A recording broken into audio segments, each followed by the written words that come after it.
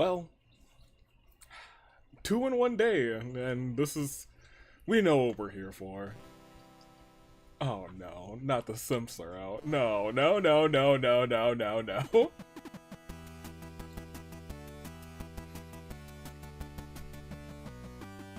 This music is too happy for what we have to do. Where's the saddest of all moments? That's what we're feeling.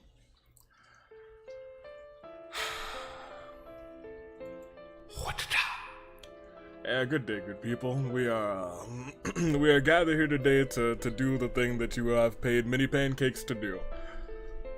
It's time for Dottore and the Spy to.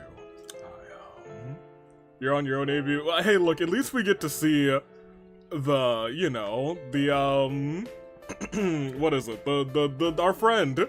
I forget her name. But she's in this game, and that's the only reason I was like, oh, you know what, I wouldn't be too angry at playing this. But then I realized, it is Dottore and the Spy too. You know, we had a good time. You know what, last time we clocked Dottore upside the head with a metal pipe. Maybe we get to do it again. You feel? So you know what, in that case, I got high hopes. The good doctor is back. Oh no. No, not you too, Rio. Not everybody. Well, it's definitely not everybody. Right now it's just the two. It's just the two. I can live with the two, as long as it's not like 3 or 4. Thank goodness Kuzu's not here yet. Whew. Alright, well, let's get our usual things out of the way. First of all, how do you do, everyone? You know what we're here for. You know why we're gathered here today. Secondly, nobody died. Let's go and do some missions, and then we'll actually play the game. In between episodes, I got some wishes. A lot of very fascinating people in the academia. Kind of makes me want to go study there. I'll be real, I don't know anything about this character, but he's kind of been a joy to have around in the party. So he's been a part of the party for a minute, and so is Father. Because, well, yeah. Not just yeah. We're gonna go wishing. I don't think there's anything I need to do before wishing. Update, I'm slowly building Joe Hendry. I've got everything he needs except for this. Hey, yo, calm down, Joel. Relax. I need a bunch of these, but I'm gonna do that while also building, Jean, who is now Jean. That's her name now, because I accidentally said Jean. I was like, no, that's Jean. What am I talking about? She's Jean. She's getting built alongside with Joe Mama Hendry, and we're building, the guy who's in the party right now, Seth freaking Rollins. Yeah, he's next too. He's just been a joy to have around, and it's nice having someone who can actually see the Sumeru things. So yeah, let's get into it. Let's go make some wishes. Let's go see Mr. Tiller. And it's not a new month, so I don't think we have any wishes in the shop. So, let's do that, and then let's go date Dottore or something. Yippee, yippee, skippy, whoop-de-doo. Oh, cool, I got time to do the dishes. I'll be back once Dottore appears. Hold on, I gotta get in Genshin to annoy AV/J. As if on cue. First AJ, then Logan. Who's next on your, house world tour? Well, whoever I'm in the... Look. I was already in the house that AJ Styles built, yeah. Staring into my eyes. And then we got our classic Itos. It wouldn't be a Wednesday without it. Thank you, Arrow. Alright. Father, head on down, see Mr. Tiller.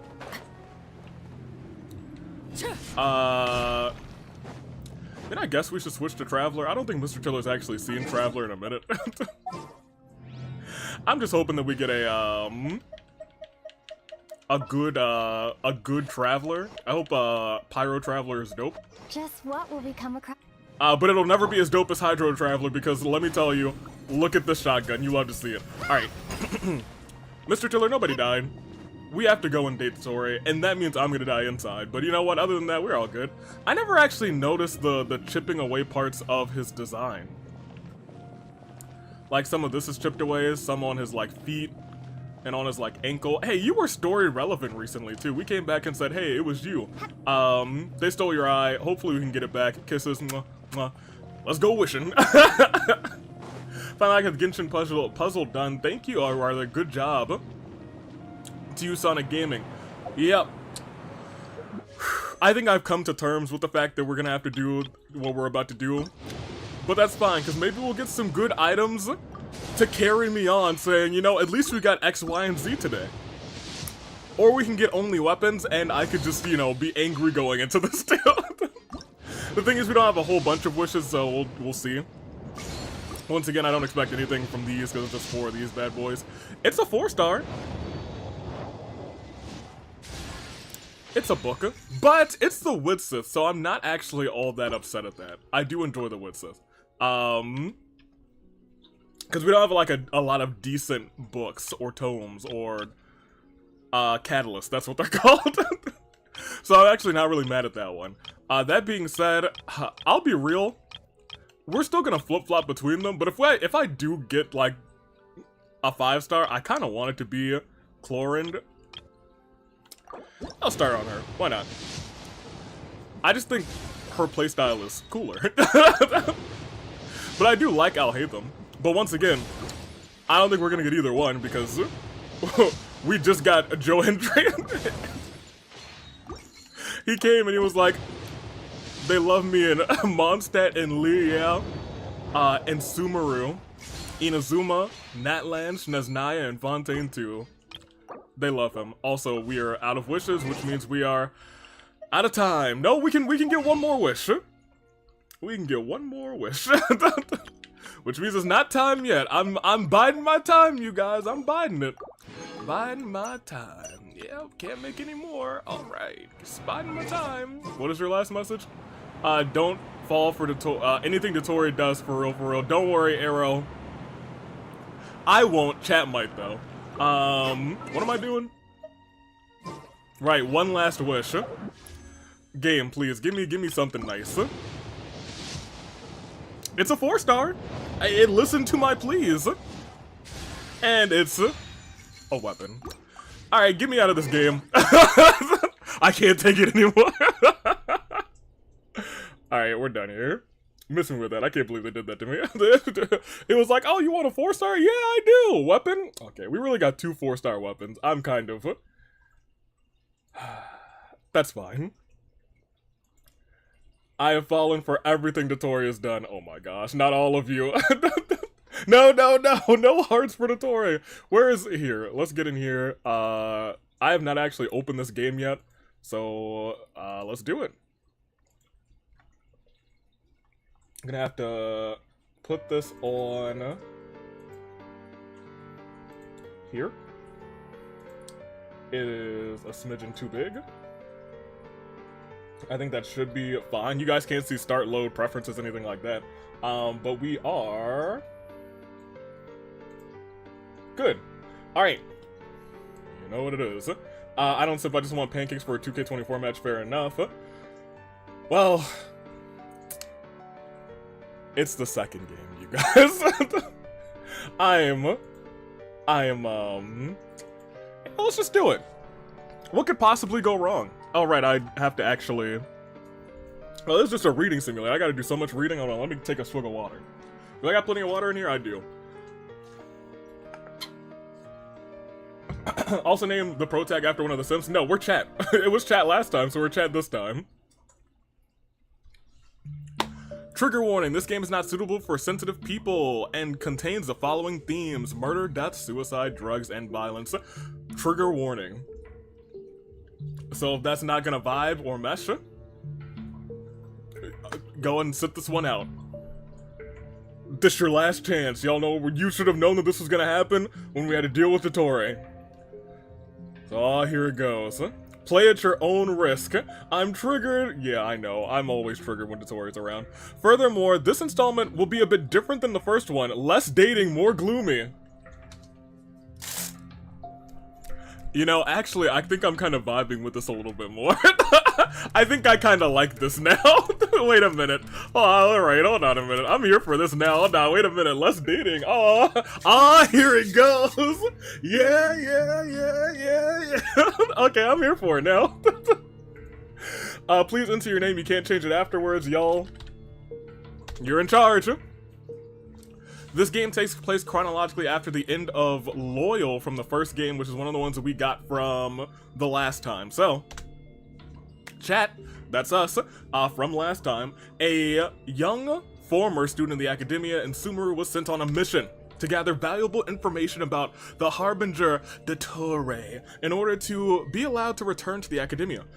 Chat successfully made contact, found the hiding place, a castle in the middle of the icy desert, but was exposed as a spy there. Thereupon, Chat witnessed and became a victim of a test experiment in which Chat turned into the holder of an inner delusion. Oh. However, Chat decided to stay and let all opportunities for escape pass, whether out of true loyalty or patience for the perfect escape is certain. So we can still potentially escape. Okay, hold on a minute. Alright, I see. And so are we truly loyal to Dottore? Or are we still about to whoop that trick? Yeah. Some days had passed since your arrival. With each passing day, you became more accustomed to the cold, barren corridors. The former cold that crept through the stone walls was no longer strange to you. But no matter how deserted the castle in which you now live may seem, there is no shortage of residents with special requests. There's more people here? Alright. Hey, it's our familiar bedroom! Alexa, play Escape from the City. Oh yeah! Rollin'! Okay, we're done. Very valuable information about Dottore. So we were Delulu? No, we had a delusion. Very different. One of them is crazy. One of them will kill us slowly. And softly with his love. Slowly blinking, you open your eyes. Hold on, I'm gonna turn this music down a smidge. Cause that boy is powerful. Alright, there we go. I want to go home! Slowly blinking, you open your eyes. Still fogged by fatigue, you stretch out onto your bed. The cool air of the room grazes your face, but it doesn't bother you, because in real life, it is horribly hot, so this sounds delightful to me.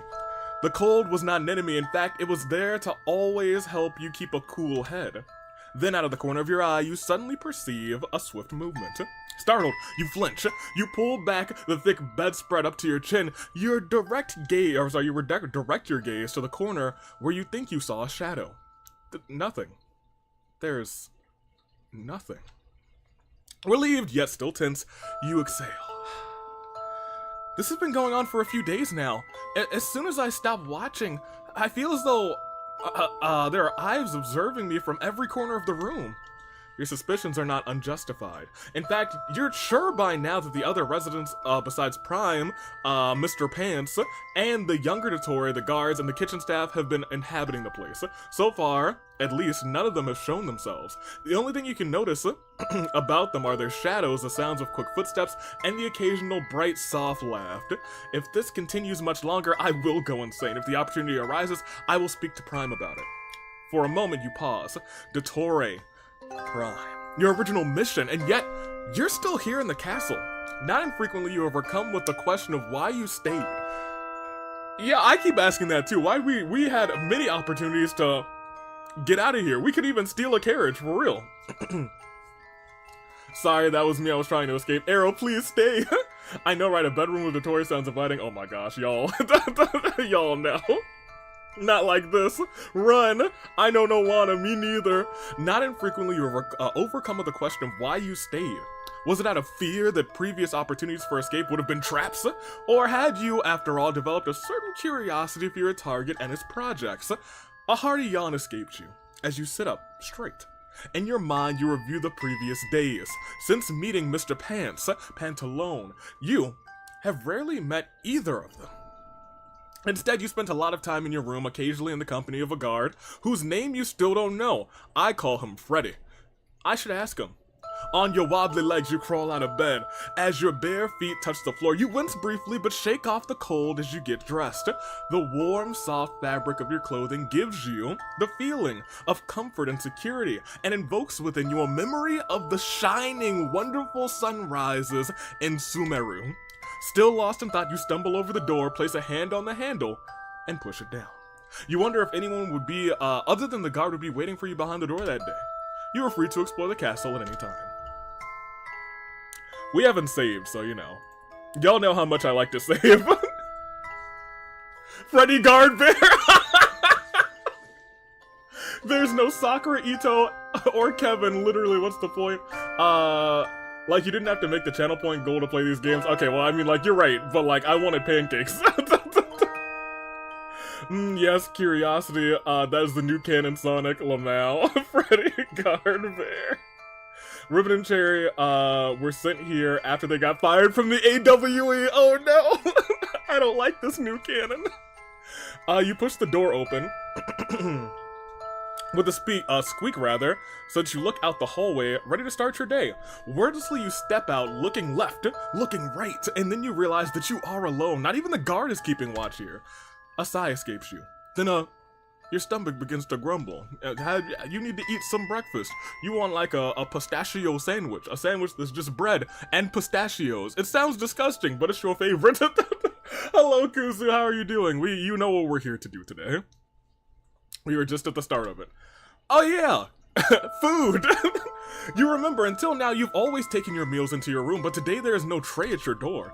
Inevitably, you begin to wonder if you've been forgotten by now, or rather is this a test?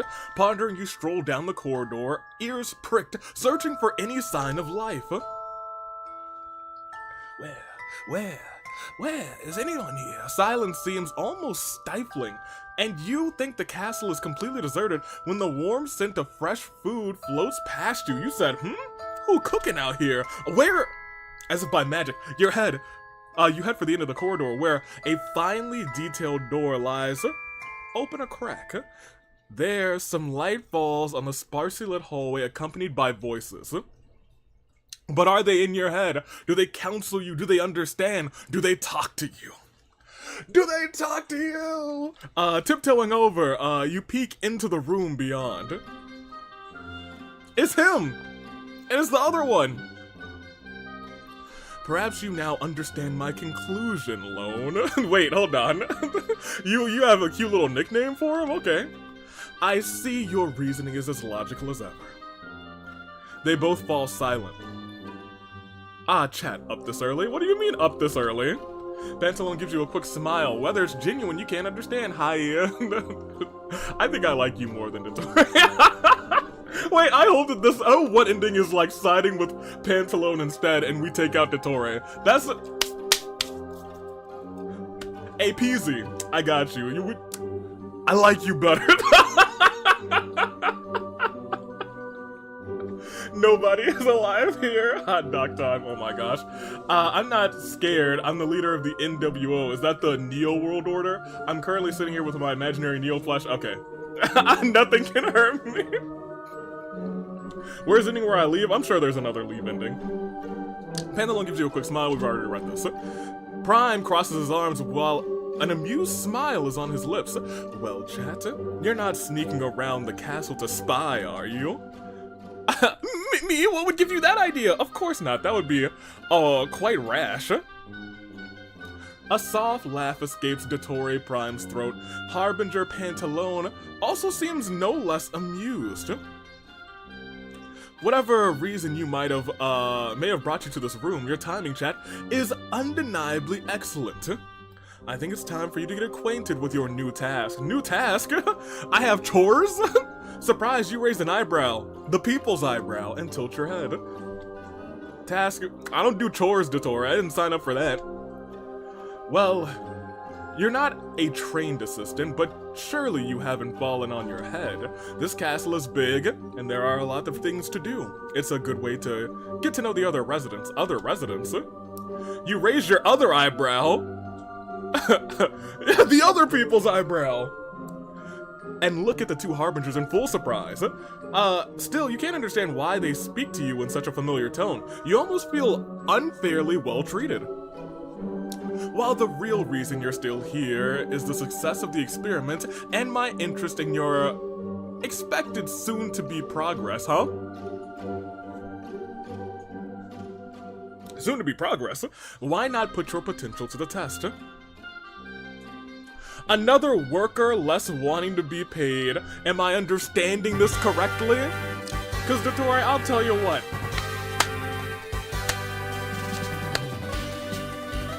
I'ma dance on you.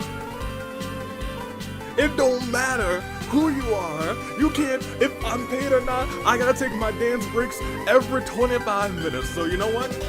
Get on that. Get on that. Make sure there's a speaker in every room, Dottore. That being said, I'll do my best, rest assured. Barely noticeable. Probably nods at you.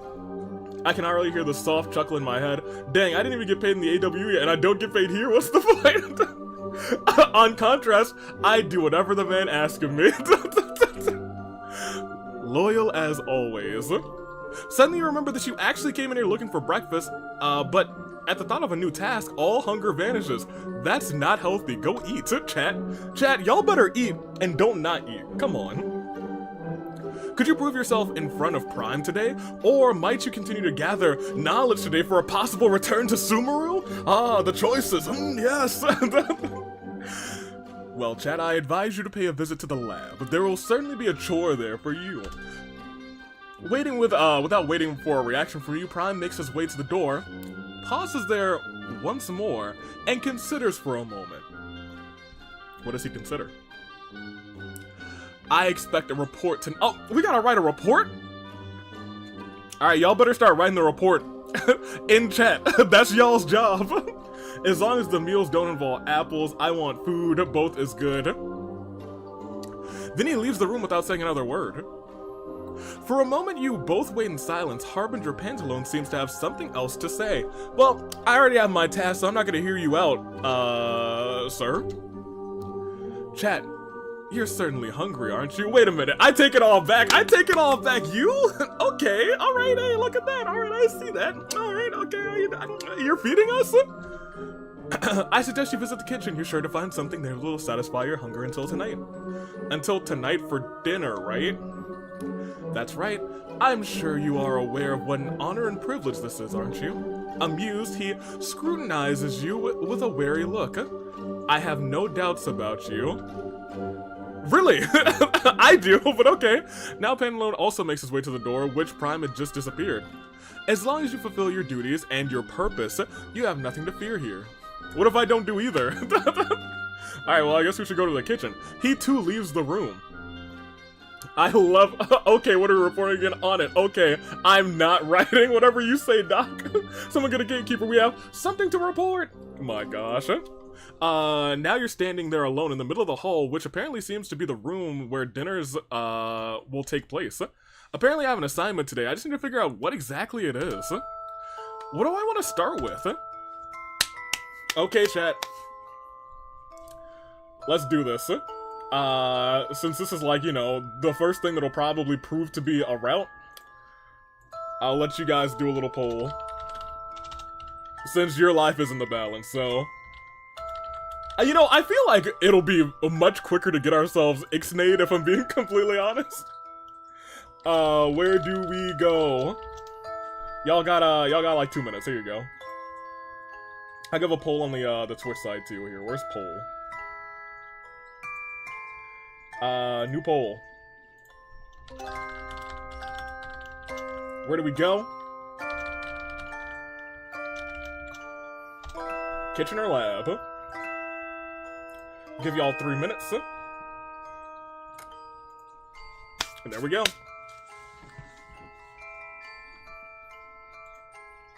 Give y'all a second to vote. Heavy favorites for kitchen on YouTube side, but I feel like Twitch side, y'all are more chaotic and y'all are yelling. Well, actually, y'all are yelling lab, not yelling lab, but I mean, like, you know.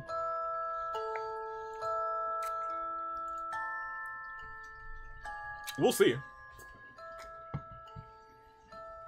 If we do combined votes, there are 5. 7 for kitchen, very few for lab, 2 for lab, 3 for lab. So, we're probably going to the kitchen, as, you know what? Y'all, I'm proud of you. You know what I said earlier? I said, quote, go eat and don't not eat. And you guys are saying, let's go to the kitchen? I'm proud of you guys. You listened. Let me catch up with the chat while we do this, though. I hunger aviator. Ridiculous. Breakfast, get brekkie, eat them pancakes. I'm here for that, Sonic. Lab, I want chaos. That's opening. Look, I want to make Dottore happy, but I want to eat. Give me toast with butter. That does sound some buttered toast. That's like Ed from Ed and Eddie's favorite. You love to hear that. As much as I want to walk into Dottore's arms, there's a time and a place. I need my breakfast, said Kuzu. Let me see. You guys can go and see him. I'm gonna go and get food. Alright, so I think we're good. Here, there's like time left on that one, but I can just end it now. Because I think the heavy favorite is kitchen. So we're gonna go get breakfast. I'm into the poll. No, I wanted chaos! Well, opening, we're gonna eventually go to the lab first. So much so that I'm just gonna go and make a save right here. But we're going to... Oh, I can use the controller? Oh, missing me with that? Heck yeah. Search for... Yeah, get me in the kitchen. You decide to head to the kitchen for your next stop of the day. Let's see what would await you along the way. I wonder if this is another test. A little annoyed, you rolled your eyes. You can never be sure of anything. And yet these little mind games are a welcome activity. You're like, ooh. I'm a little annoyed, but also kind of here for it.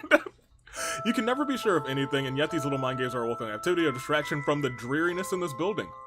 Silently but attentively you stroll down the hallway, the sound of your footsteps echoes off the wall. Other than that, it's quiet. Too quiet. No one seems to be around you, at least no one who would openly show their presence.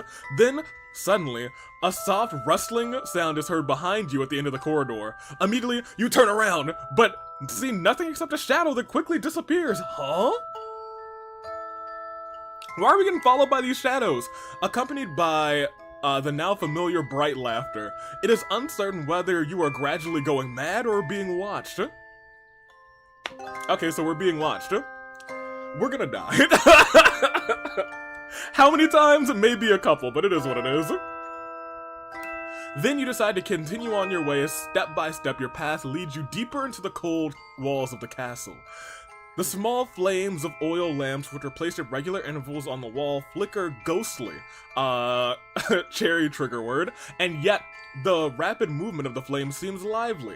After some time, the sweet scent of fresh food floats past your nose again. Following the aroma, you find yourself at the entrance to the castle's kitchen, shortly after. Okay. Upon entering, you seem to step into a completely different world. We made it to the kitchen, yeah! My report is why Neo is the best girl. So to start, she's a mute, but actions speak louder than words. Second, she kicks butt. Have you seen her fight? She's so graceful, I'm out of words, so thank you for coming to my TED Talk. I don't know if that's the report that Dottore wants. That report might get us gutted, but you know what? You tried, Jax, man. Sorry, that was me again. I was getting food. Shadow Bonnie. It's Gengar. We're going slightly mad. Just a little bit. Of course Cherry is here, or Ghost, I should say. Alright, I'm late. What happened? So, Corey. We're being followed by a shadow. We're being put to work. We have chores. And Dottore expects a full report at dinner. So, whatever happens, happens. Upon entering, you seem to step into a completely different world. The otherwise cold walls of the castle are illuminated by bright, warm candlelight. Hold on. Okay. Alright, hold on a minute. I didn't know they had the bangers in the kitchen. We made the right choice. Hey. Okay, I'm here for it. Otherwise, the cold, illuminated by the bustling with activity. Anywho. The clatter of pots and the crackling of a stove create a vivid, pleasant atmosphere. About a handful of people scurrying around the kitchen, but none of them seem to notice you. They can't see you. Did Dottore actually use his powers to turn you into John Cena? They all seem absorbed in your work, or rather in their work. You suspect they have already been busy preparing lunch. Okay. Looking at the amount of food prepared, you become more and more certain that there must be more inhabitants in this castle than more than just Prime and Pantaloon. So, interestingly enough, maybe we'll meet a whole bunch of people who work here. You courageously set foot in the kitchen and someone emerges from behind a tall cart and runs over to you with quick steps. It's Tarja! She works here! Guys, it's our friend! That's her name! Tarja, hi! Because the ovens have no handles, weird.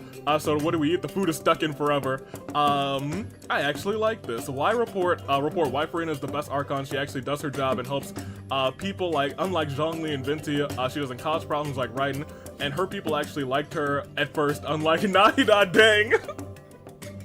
What do you mean? They always like Nahida. I don't know what you're talking about. Nahida's there's never been another Dendro Archon. You're tripping, Sonic. Regardless, Tarja, boom, boom, boom. But we love Tarja. For a moment, you stand there silently as your gaze rests on the chef. Tarja? Cautiously, you tilt your head before an amused yet graceful smile spreads across your lips.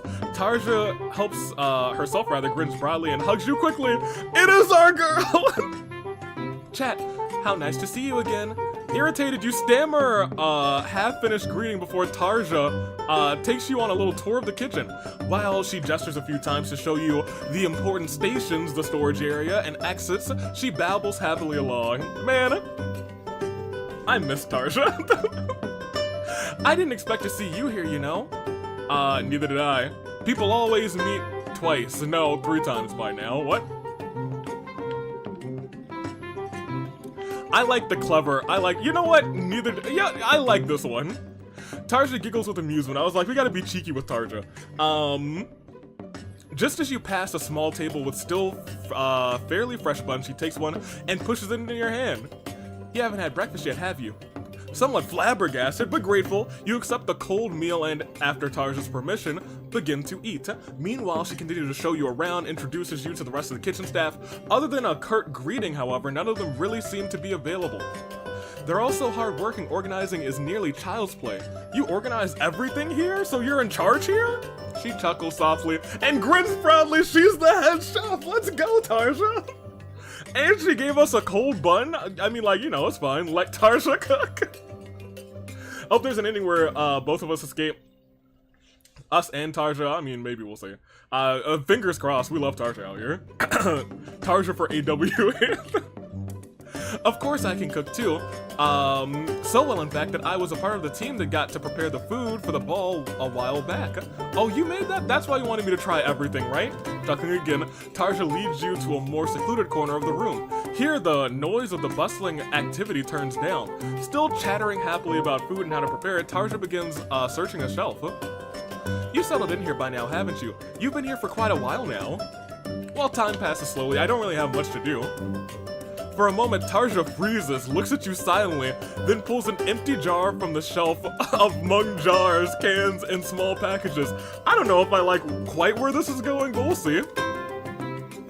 Then I would ask of you a small favor. Just outside of the walls of the castle, there are small areas where berries grow. Okay, never mind, she's still vibing. Though the plants are currently under the snow, once you find one, the others are not far off. While the berries and leaves look unspectacular, they taste great when prepared properly. With a sheepish grin, she swings the empty glass container back and forth. Ha ha ha ha ha! Even half full would do. Do you think you can get it done by this afternoon? Heck yeah, we can! Do you even have a choice? Who could refuse Tarja's small favor? She's the GOAT! She's the MVP! She's the greatest of all time! She is then, now, and forever the best there is, was, or ever will be. She is the one and only. She's the best. With a slight smile, you accept the glass, and then Tarja speaks up again. Just approach a guard, show the glass, ask for warm clothes for outside. The coats won't keep you warm all day, but at least they're better than nothing. I don't think you'll need more than an hour to gather anyway. Okay. Smiling quietly, you nod.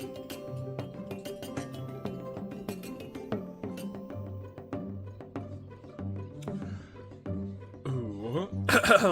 I think we have to be kind of chill.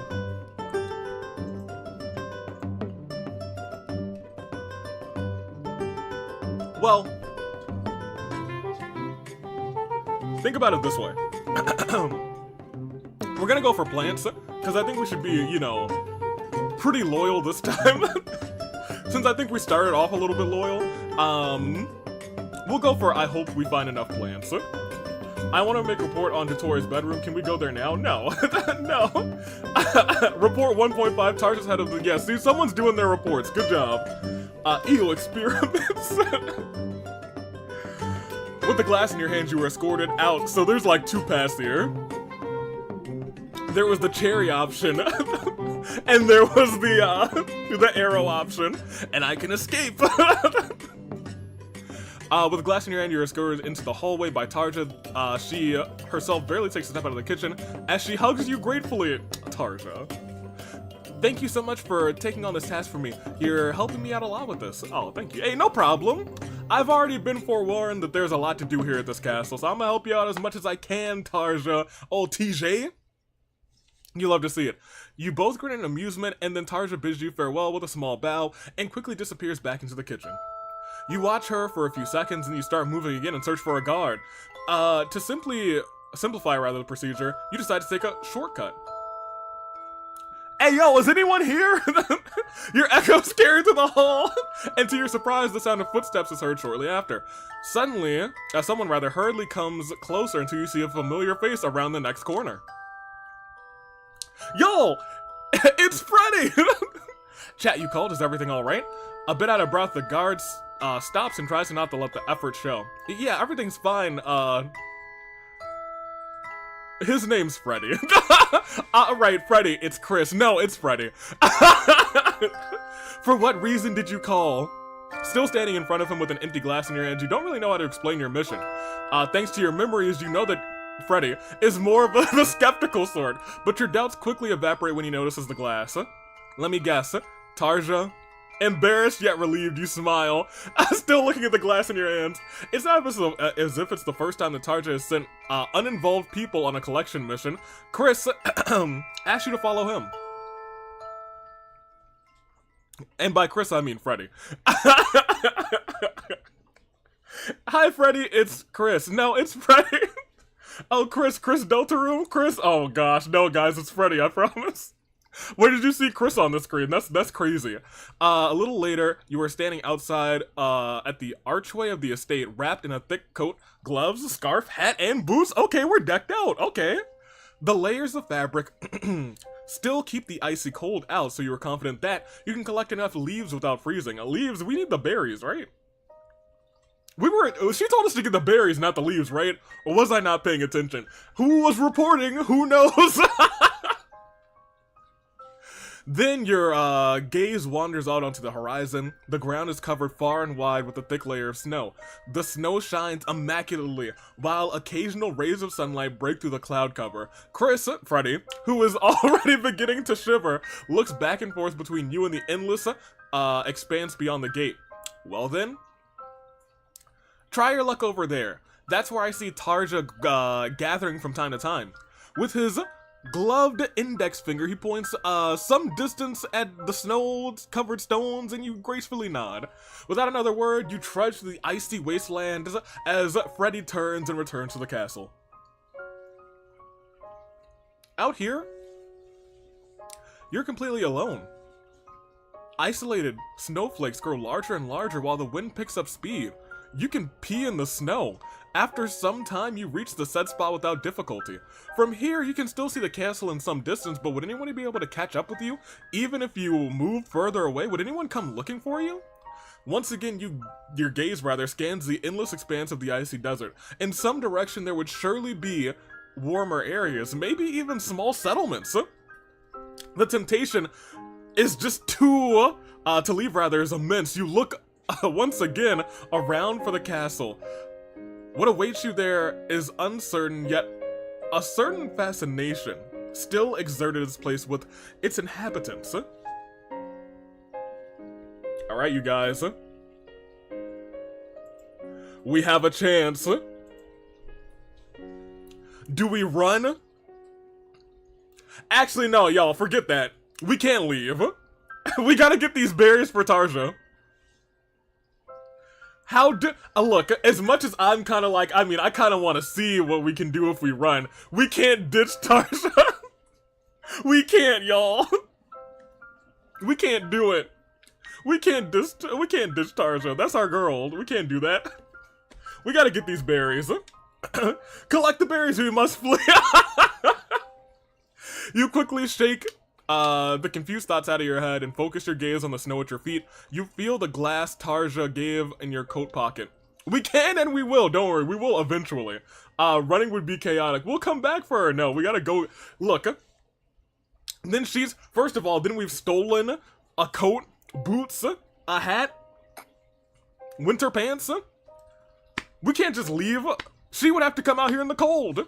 Anywho, it is still empty. After your eyes adjust to the bright surface of the snow, you begin to notice small bumps on the surface. Here and there, you discover the tips of a small leaf. Curious, you kneel down, the snow crunching under your knees and shoes. Gently, you brush your hand, which hardly freezes thanks to the lined glove, over the presumed leaves.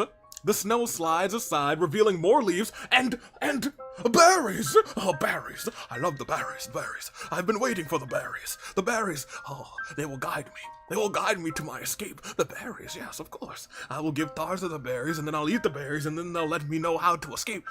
I will consume the thoughts of the berries, and they know how to get out of here. They've seen people come and go, and if I eat them, I'll know their thoughts, and then I can escape. The berries will lead me to escape, yes. That's what we do. Yes, the berries. They're the key. It doesn't take long until the jar is more than half full, thanks to Freddy's tip. You don't need to go to a second place, but you can complete your mission quickly. Satisfied, you use your thick gloves to stuff the leaves and the berries into the jar, screw the lid on it, and put it back into your coat pocket. As focused as you were on gather, you didn't notice how the snow had gradually crept through the thick layers of fabric. The little hairs on your arm begin to stand up as a rapid shiver comes to you. Silently, you cast your glance out into the distance. Any. Good thing I didn't leave. Good thing I didn't leave. See, look, we would have died. We would have died.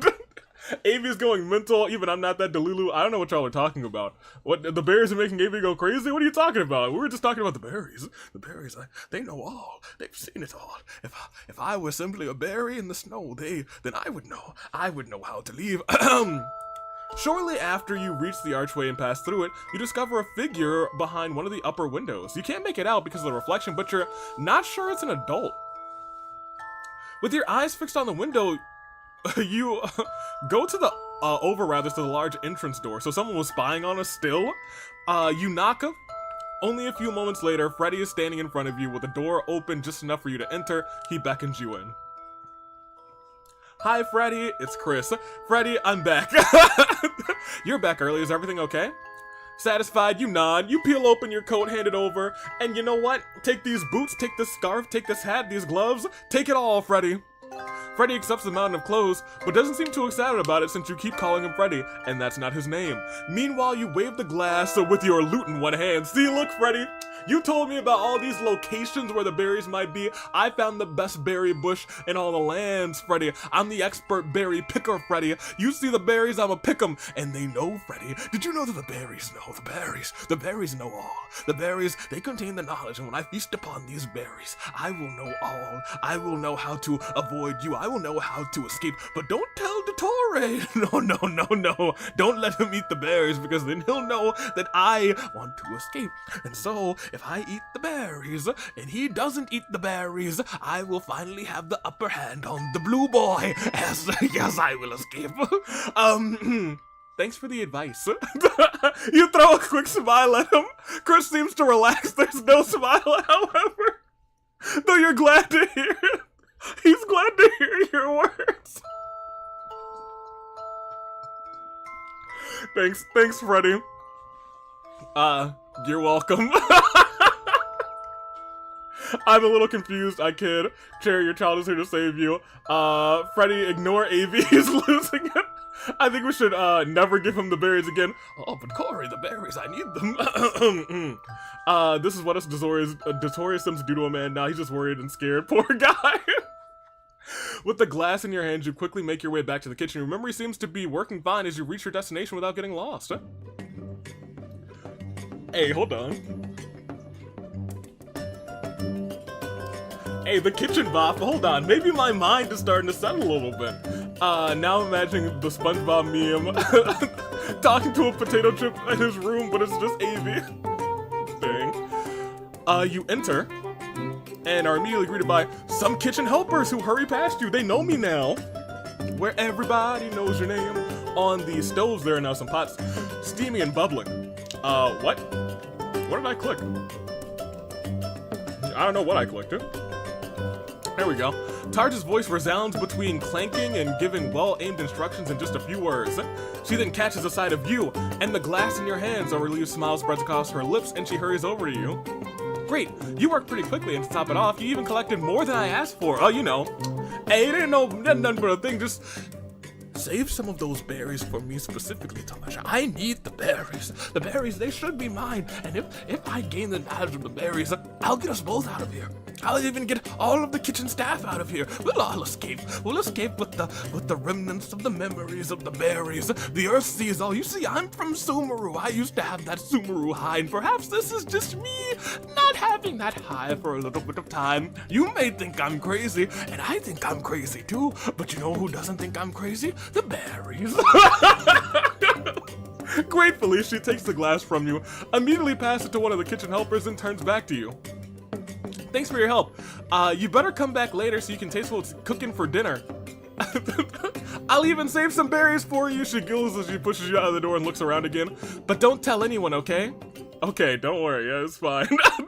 Then she disappears back into the kitchen without giving you a chance to speak. The door slams shut, and immediately the old familiar silence returns. Oh yeah, man. AV, let go of the berries, you're inducted. I don't know what you're talking about. We need to ban the word berries.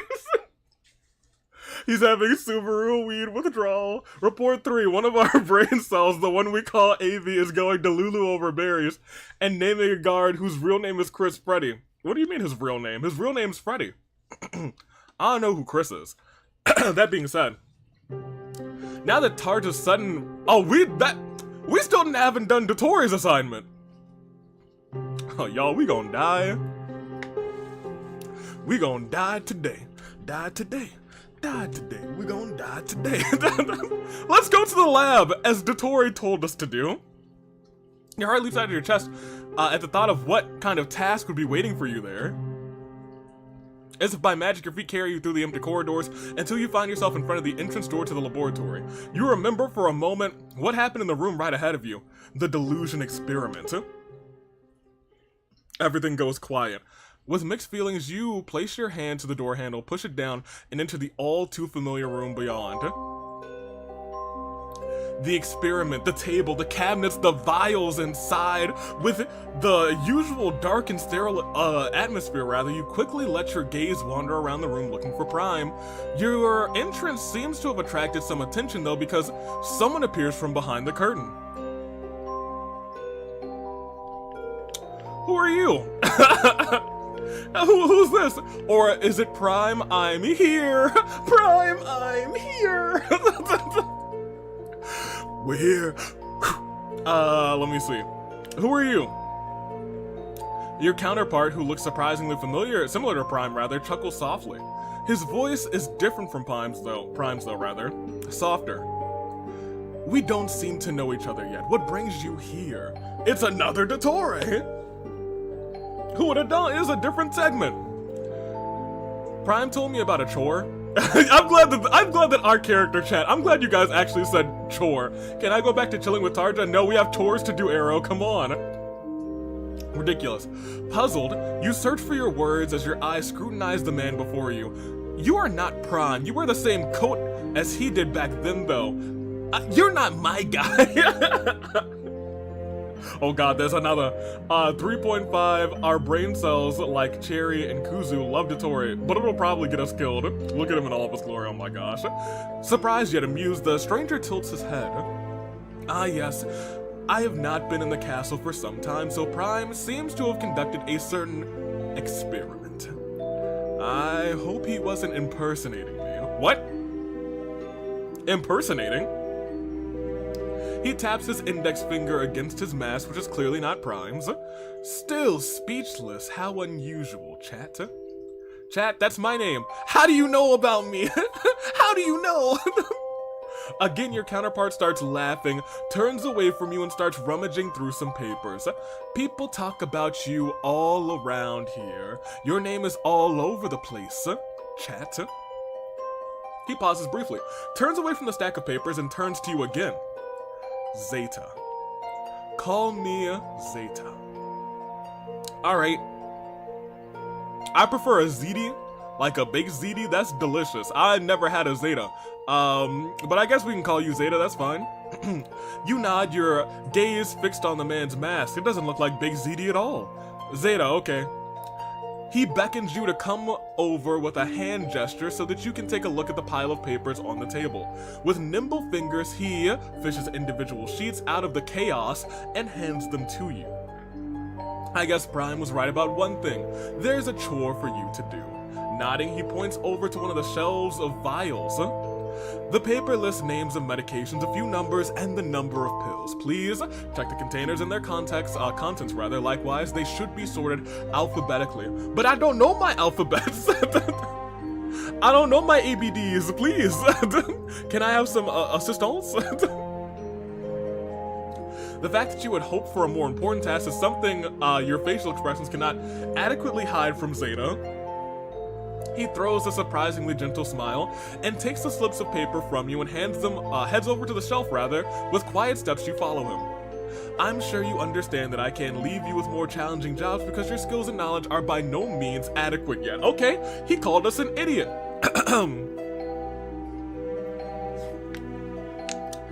We might whoop that trick. Where's my metal pipe? Where's my metal pipe? Grinning wryly, you put a hand on your shoulder. He puts a hand on your shoulder, and turns towards the shelf. That doesn't mean you can't learn. Okay, well, okay. He said we're an idiot, but he'll teach us. I guess we did just yell, I don't know my ABDs. He's got a kinky collar. Zeta, also mundane tasks are not bad. I'm chill with this. I'm not stupid, I'm dumb. Gosh darn it. We need to whoop that trick. I'll be organizing all day. Oh, I know I'm not smart, but I'm smart enough to know you're my type. Oh my gosh. Yo, please.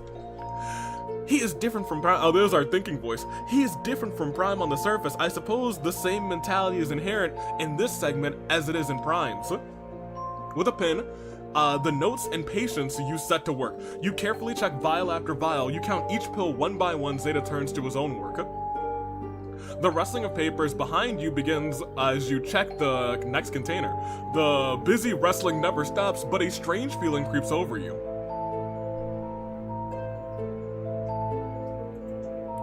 So you guys, you think we should check on Zeta or focus on our task? I read Cherry's last message with a different O word. I need to behave. I'll be, oh gosh. Sonic, please. The choices are yours and yours alone, chat. Ignore me, AV, for I have sinned. Task, check on him. I don't want to talk to him. Focus. Alright, so mainly we're seeing focus right now. We should focus on our task. We've already saved right here. Let's focus. These are both great choices. We'll focus. We go about our work. You are focused, chat. A good trait to have. We're in there like swimwear, baby. Not that we want to be, actually. Maybe we should have picked the other option. A soft chuckle escapes his throat as you continue to check the bottles. Concentrated, you continue your work until a little later, You put the last bottle back in its proper place. Satisfied, you take a few steps back and contemplate your path. Anything to see his lovely face against sea chariot. That would have gotten us killed. Which is, I think we're still going for that. The task was not particularly difficult, but it was long and tedious. Nevertheless, you completed the task to the best of your abilities. Zeta, I'm done. A little proudly, you turn around. Haha, I've done it! Only to wince when you realize that Zeta is already standing slightly behind you. He critically examines the shelves, then begins to grin contentedly as he leads you. One hand gently on your back across the room to the door. You don't seem as stupid as Delta claimed after all. Whoa, okay. So what we're saying here is, Zeta, maybe you get a pass. Because this Delta was the one who told us, or rather who told you that we were stupid. Okay, so we don't need to catch hands with you. We need to catch hands with Delta. Alright, okay, alright. Well, when we see this Delta, we gonna mess him up. Delta? A sigh escapes Zeta at the thought of said segment. You know him, the one that looks like a clown? Oh, the idiot. Oh my gosh. With difficulty, you stifle a giggle. You're right. No, I'm laughing out loud. I'm LOLing. I'm laglowing. Let me tell you what. That clown, you're right. He's clown. He's the clown emoji out here. Yes, his name is Delta. Of course, he didn't introduce himself to you. He's very particular. You didn't reply, anything, rather, and kept your thoughts to yourself. Peculiar seems to be every segment. At the door, Zeta stops and seems to give you another long, thoughtful look. Whatever Prime may have found interesting about you, so far he hasn't given us a reasonable explanation. He then sends you out of the hallway and throws one last goodbye grin. And with sharp teeth, I'll see you later at dinner beyond time. Oh, he's coming to dinner too? Ah, here it goes. Don't. Oh, the actual clown. Report 4.5. Zeta is the Dottore we met. He seems chill. Delta, on the other hand, he's so dead, I swear to God. Oh, he's getting the biggest boot. The one we hit with the pipe? Yeah, the one that we clocked. The one that we might have murdered. He's asking us out on a dinner date. There's nothing left to do, at least not at the moment. You stroll quietly through the empty corridors, glancing out the window here and there. Huh? Just as you turn the corner, you see a figure standing at the end of the corridor. I'm sorry, is it gonna be another shadow? Oh my gosh, a shadow, you guys! Wait, who is this kid? Is this kid Dottore? Is this his youngest segment? Interesting. Silently, the child stands at the window, staring outside. Only as you approach further does the boy seem to notice you. Oh, chat! Grinning broadly, the boy turns to you. By now, you're not surprised that everyone here seems to know your name. Where everybody knows your name. Right, I'm chat. You seem to know a lot, huh? Yeah, we'll save it. You seem to know a lot, huh, kid? Oh, he's just a little guy. Whose kid is this? Baby Dottore? I think so. The boy giggles in amusement. His voice, his laugh to be exact, sounds familiar. My name's Kappa. You mean like Kappa Mikey? Your name's Mikey now. You've been pretty busy all day, haven't you? Smiling slightly, you nod. Have you been standing by the window all day? A soft sigh escapes Kappa as he returns to the window again. There's not much for me to do here. Prime always disappears without saying a word. Zeta thinks I can't help him. Delta makes fun of me. I'm the only one who has tasks, and the only one who has tasks for me is Sai. But he's traveling for some time. The last name Kappa mentions is new, but it sounds like Sai won't be returning anytime soon. Maybe he'll bring me a new pet from his trip. A mouse would be great. Oh, you have pets? Yeah, a rabbit, some spiders, and a big grasshopper. He's 3 feet long. Huh? I hope I'll get a mouse, because I've already found a nice jar that's the right size. A jar? Yeah, a jar. Like a door stays ajar. Oh, those sharp teeth. That looks like a Dottore to me. Anywho, yes, a jar. That's where I keep them, and I can look at them whenever I want. Plus, that way I don't have to feed them. Oh my gosh, wait, what? All day long they swim in the jar and look wonderful. Oh. Oh, is he putting them in that goo that we were in? Oh, he might be. Oh, that's not good. Avi is in for a surprise when he reads chat. Oh, I'm concerned. Alright. Let's see. Cherry and Dottore's future kid, I'm sorry. Oh, boy. He already exists. He's already Dottore. This is just another segment. He makes fun of a kid, the clown's gotta go. Arrow's like, alright, Kid Dottore is okay. He's fine. The rest of them, I hate them all. Now I'm imagining Cherry. Okay, I understand why I'm in for a surprise. Hate that. Anywho, you're at a loss for words. You're dang right I am. So all you can manage is a frantic grin. Aha! Okay. Then your stomach starts to grumble. It hasn't been that long since I've eaten anything, has it? Kappa chuckles and takes another look out of the window. Since the sun is barely visible, you don't notice how quickly time passes. Come on, let's see how long it'll be before dinner. I'm sure it won't be long. Smiling, Kappa takes you by the hand and leads you through the otherwise silent corridors. Okay. Oh, wait a minute. My headphones have given me the, hey, what are you doing?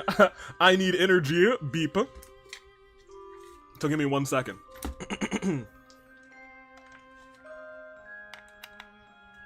Excellent. I can't hate a kid. We found Kid Dottore. His name is Kappa. They seem nice. Though a little off. I'm gonna keep my eye on them to make sure no funny business happens, but they seem sweet for now. He seems alright. Thank you. Battery low. Please charge. Battery low, please charge. Don't worry, you're charging now. Thank you, Ryan, for the battery check. Alright. I knew it. Hopefully we'll have dessert again today. Aren't you allowed to choose? I am, but sometimes if I'm late for dinner, Delta already has eaten it all. You're telling me Delta eats all the dessert? Alright, look, y'all. We're about to throw hands with Delta out here. We're about to slap hands with Delta. I've seen Delta too. We've beaten Delta with a steel pipe. You better believe we'd be able to beat Delta in a fisticuffs match. I'm about to challenge that man to a Shaolin showdown. About to beat that man's down. Get some Shingang Wu out here. I'm about to beat him down. You better believe I am. Surprised you raise an eyebrow. Say, Kappa, you're all clones of Dottore, aren't you? Clones is the wrong word. We're segments. Yep. Everyone here is a segment, including me. Do you have to eat every day to stay healthy? No, of course not. Still, most of us participate in meals. You see, we can still taste the food. A sigh. So you just eat for enjoyment? Dinner is more than just eating, but you'll see for yourself. I'm sorry, it's what? It's more than what? Okay. I unlocked that for 24 hours apparently. Oh, the hype emote. Cool. I think that's, and I'm actually gonna drink some water because we've been reading for a bit now.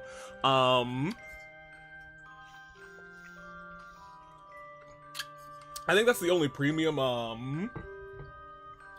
emote that we have. I like to keep all of them on the free as long as I can until I have to move some up. That being said, here we go. Dinner is more than just eating, but you'll see for yourself. I don't know how I feel about that. Delta's easily the worstest. Dottore? Worst?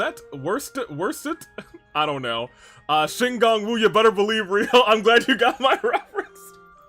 Let me see, where's Delta at? I guess I'm beating up Delta pretty hype. Oh yeah, no, beating up Delta is pretty hype. So we all agree that Delta is the worst Dottore. We agree that Delta's the worst Dottore. So, you know, we're set. I was like, it was a typo, shush. My brain couldn't read it for some reason. Grinning, Kappa turns around and waves goodbye. See you later. Alright, bye, Kappa. You're probably the best Dottore. You seem alright. Alright, well, there's food in the hallway. Well, while I'm already here, you quietly place a hand on the kitchen and enter. Hey, Tarja! Tarja! The familiar chaos reigns. This time, however, there are racks of trays and dishes and cutlery. You find your way through the hustle and bustle until you finally stand next to Tartaglia, who doesn't even notice you at first. I'm like, man, this place is crazy, ain't it? Here I am. Oh, right on time. Then her gaze travels down to you. What about your other outfit? My what? You don't want to show up to dinner in clothes you've had on since this morning, do you? Huh? My other outfit? I was gonna say, what?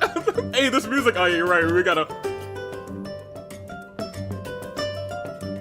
It is the banger. You are right, Kari. It is the banger. AV, leave the berries. You're right. Oh my gosh, Kuzu, you're right. I almost forgot about the berries. The berries. Oh, I'm so close. I'm so close to the berries. Perhaps I'll be able to try just a single berry. Just one of those round knowledge-filled orbs. Perhaps I can have a berry. Do you have a berry for me? Do you please, Tasha? I could use one of the berries. It would be delightful. And then I would know. And I know so much now. Now I can outsmart all of them. Perhaps I can use Kappa to help me escape. Oh yes, of course. It's brilliant. It's brilliant. Kappa seems to enjoy my presence. Perhaps I can get all of us out of here. You, Freddy, Kappa. Hey, maybe we'll bring Dottore along too. He can escape too. They can all escape. Yes. We can all escape together. Yes, it will be beautiful, and it will all be thanks to the berries. The berries, they will free us. They will guide us. The berries will guide us. Yes. You tilt your head, and Tart starts to giggle. You're crazy. Yeah, the one you ordered a ball. Your backpack with all your stuff is in your room. Did you forget that? Perplexed, you ponder until Harja hastily starts waving her hands. Never mind, you still have plenty of time to change. After all, it's been a while since so many people have attended a dinner. She averts her eyes and begins counting her fingertips. Let's see, Prime, Delta, Zeta, Kappa, and of course, Pantaloon. Ooh. I'd like to know about Psy, to be honest. We'll save because I like to save the choices. What about Psy? His presence is not expected in the near future, but briefly rather, Tarja lets her gaze roam around the already arranged carts and trays, then shrugs. Enough time wasted. Go quickly and change. She shoos you out of the kitchen again. Bye, girl. I'll miss you. He's losing it. Report 6.1. Just like Avi, I think I'm going insane. Why does the music keep playing? And when I go into the kitchen, why is the music so good? Oh man, Dea dumped this man, he's not stable. Secret escape with Dottore. Guys, I'm the only one making reports. We gotta do our chores so we don't die. You're right, we haven't made any reports. Secret ending where we become Dottore's boyfriend, girlfriend / J. Oh my gosh, I already report. I have my report, yeah. What's your report, Arrow? When you reach your room, you immediately head over to the large closet. Curious, you open it and actually find your backpack with all your belongings lying at the bottom. Somehow, you'd already forgotten about the ball, the whole first game. With careful movements, you fetch your outfit from the ball inside your backpack. Carefully in silence, you gaze at the flowing fabric, which starts to shimmer in the dim light.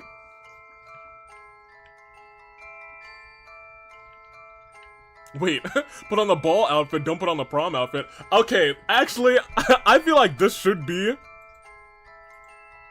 an interesting decision, so, I'm gonna throw this one to you guys. Ball outfit?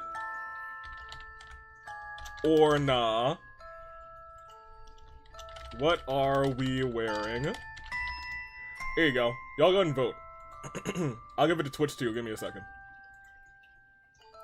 New poll. What are we wearing?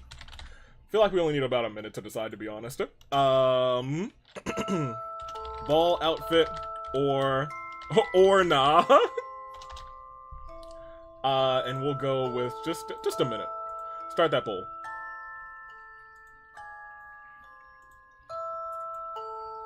Surprisingly pretty even.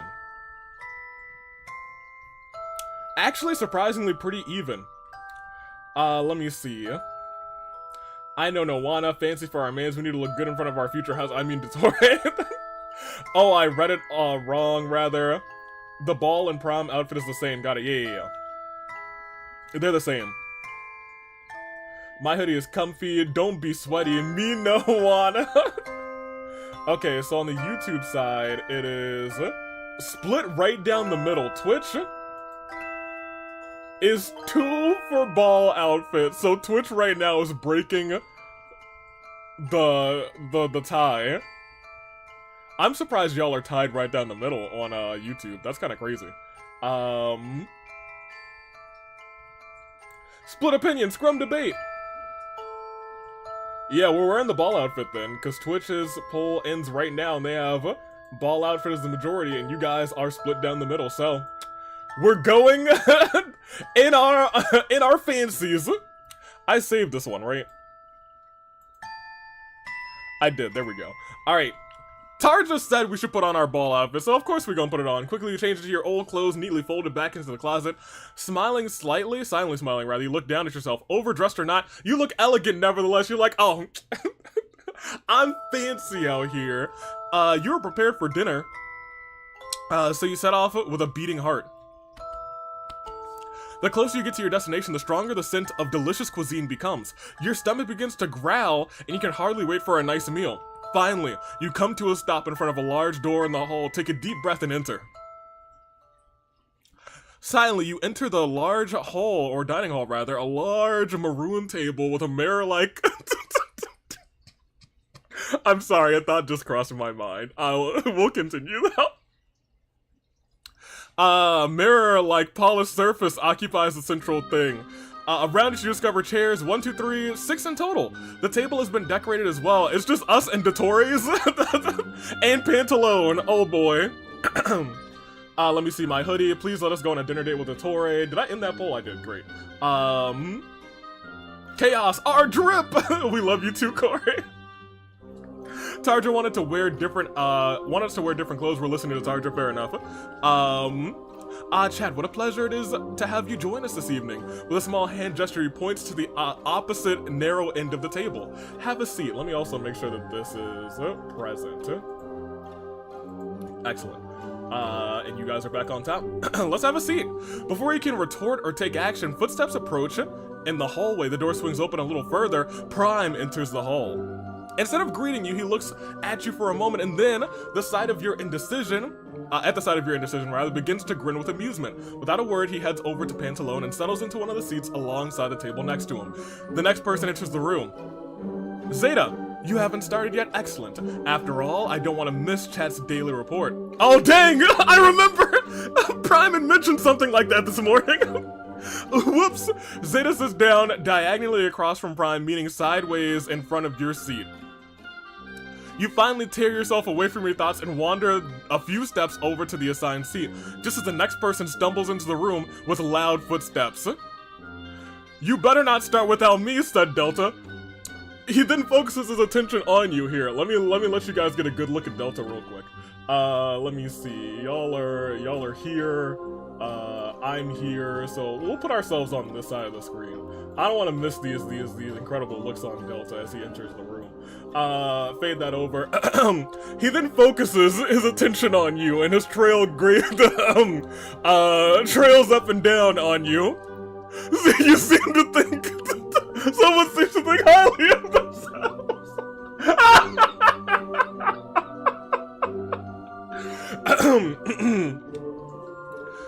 At least Chat, unlike certain other people, has a certain appreciation for the aesthetics.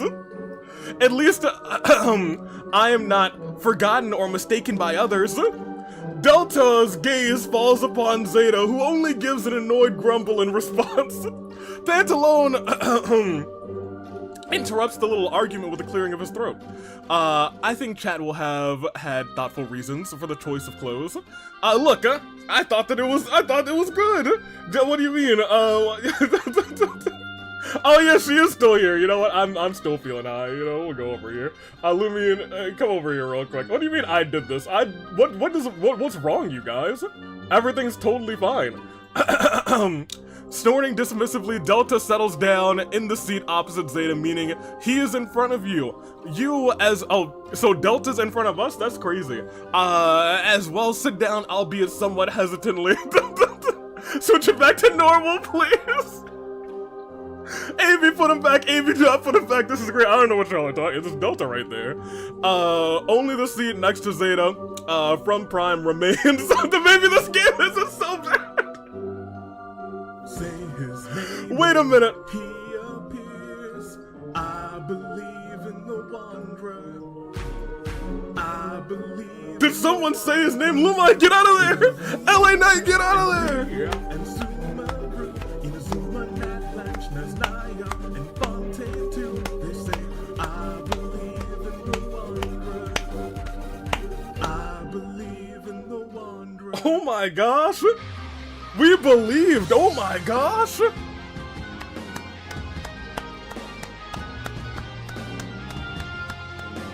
Hey, cheers.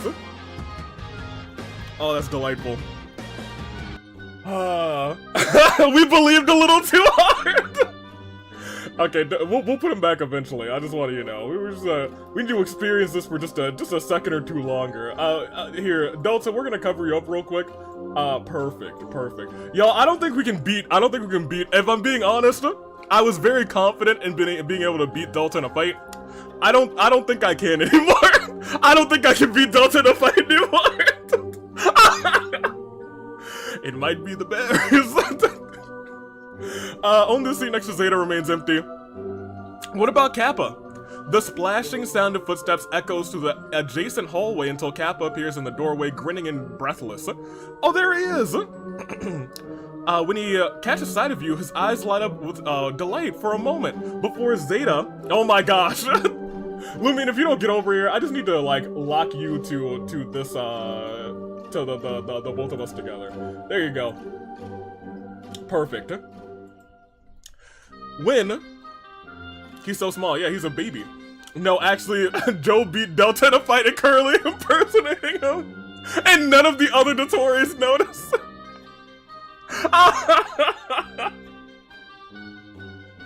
Still sad he was more or less insta-eliminated. No, I think that's honestly for the best. I think it puts more eyes on the situation and gives Joe Hendry more of a reason to come back. Finally, everyone present is seated. Oh, look at this! Wait! Where's Joe Hendry? Now that everyone is present, we can begin. Everyone lifts the small covers of the plates, revealing freshly prepared food. The delightful aroma spreads through the halls in a few moments as the first people to reach their knives and forks, finally having us wait specifically for this. Now, don't be overdramatic. After all, you won't starve to death. What do you know about me? You're not much different than the rest of us. Exactly! Apparently I am. After all, I'm the only one of us who seriously studies ruin guard technology. I'm the best of us. I'm the smartest of us. Why, even having 2 segments with the same specialization, that would be a waste. Like you and Psy? That's not true. Exactly, Kappa understands. I'm just taking oversized duties in his absence. As well as his coat, his workroom. Y'all, I'm about to punch. Never mind. I was about to say, I'm about to knock out Delta, and then it was Joe Hendry. I was like,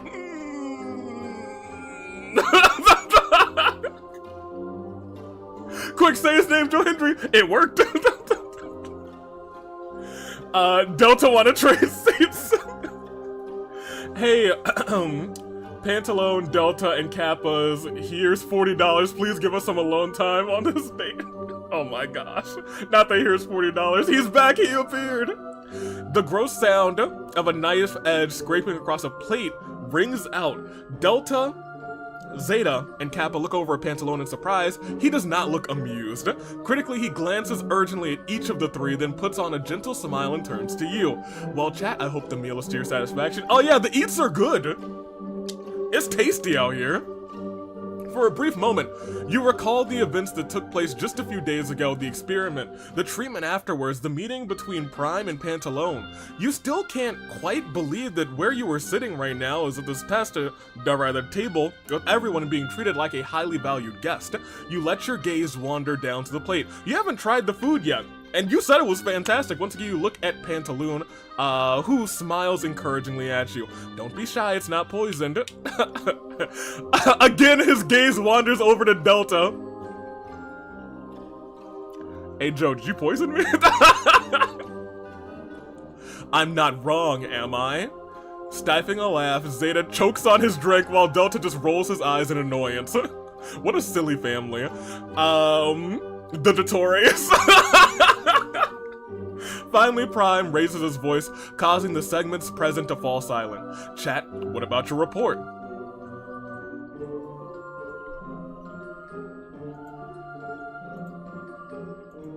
So, do we talk about the small request from the kitchen? Or do we just say that we helped Zeta?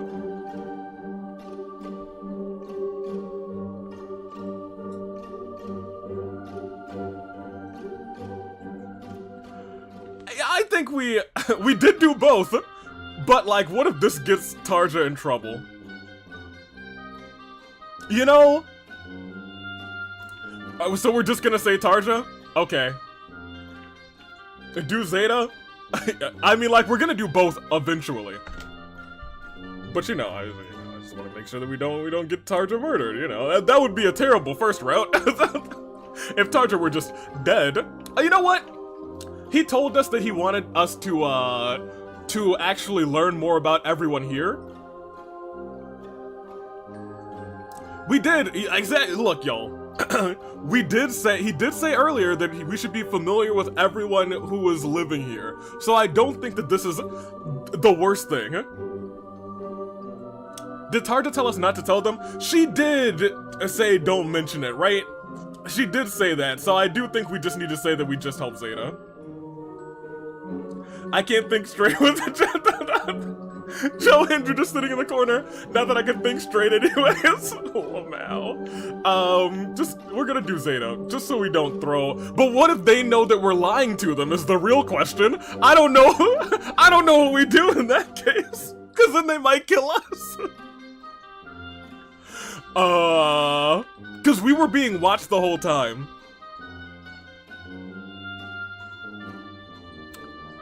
I don't know if there's a right answer, you guys.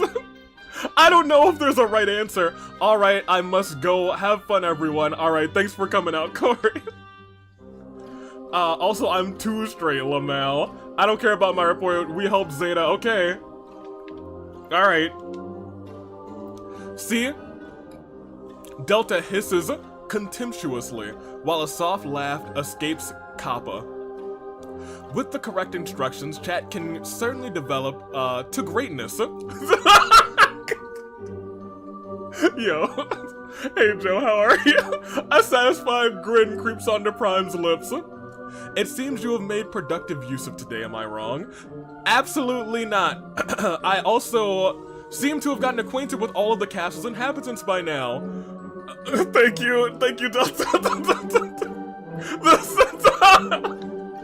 It sounds like you don't count the common footfolk as inhabitants. Finally something reasonable out of your mouth. Oh, dang. Delta sucks. If it wasn't for the fact that the common footfolk clean the area every time after your experiments, there would have been a stink pile of corpses by now, Delta. Isn't that the case? The smell there suggests otherwise. This time, it is Prime who begins to grin in amusement. Both he and Pantaloon seem to be isolating themselves from the other 3 segments and having to endure their arguments. As Kappa stuffs small pieces of food into his mouth, Delta begins to wave around his glass in one hand. Anyway, chat will assist me tomorrow. Oh. Oh. No. Oh. I will? No, I won't. Delta's gaze then imperceptibly drifts over to Prime, waiting for his approval. Only if you will teach Kappa as well, Delta. Oh man, he's gonna have the both of us in his clutches? Ah, here it goes. Again, Delta hisses snidely and rolls his eyes, but then concedes defeat. Fine, as long as it's nothing else. Your gaze wanders over to Kappa, who gives you a big grin. Okay, maybe it won't be that bad. Then you turn to Delta, who also has a grin on his lips, albeit a grin of the insane kind. Wait. I haven't eaten, but aren't there the berries in this food? Satisfied, Delta rises from his seat, still holding his glass of wine. See you tomorrow, chat. You've got an exciting day ahead of you.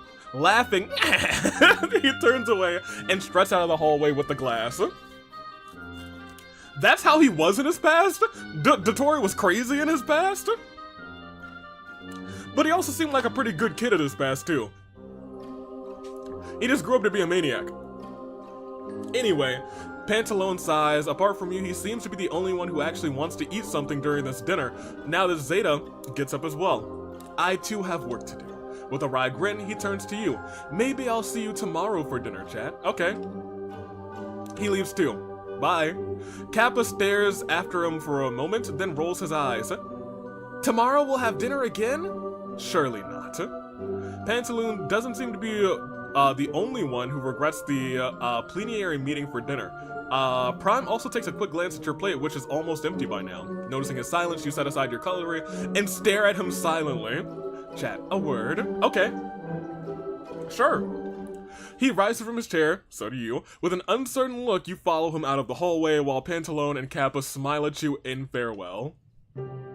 Bye. Silently, the two of you walk down the corridor together. Are we holding hands? Ooh. Only upon leaving audible range does Prime speak up. As you can see, each of the residents has their own unique character. Equally unique will be the demands they will impose on you. However, you are here at my request. Don't forget that. How could I? Whoop. I'm good. How are you? I want to go home still. What if we hold hands? The 40 bucks is under the table. An uptight laugh cheats its way onto your lips, much to Prime's amusement. I see you've maintained your spirit despite past events. I eagerly await your progress over the next few days.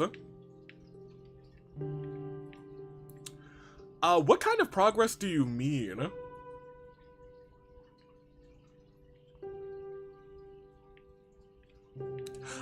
Look, I'll do my best. I expect no less. After all, I have set high expectations for you. What are my... Okay. Sure. You reach the door to your room, you put your hand on the doorknob, then pause for a moment and turn to Prime. The dinner was thoroughly amusing. I was able to observe a lot. Thank you so much for dinner. Wait, oh man.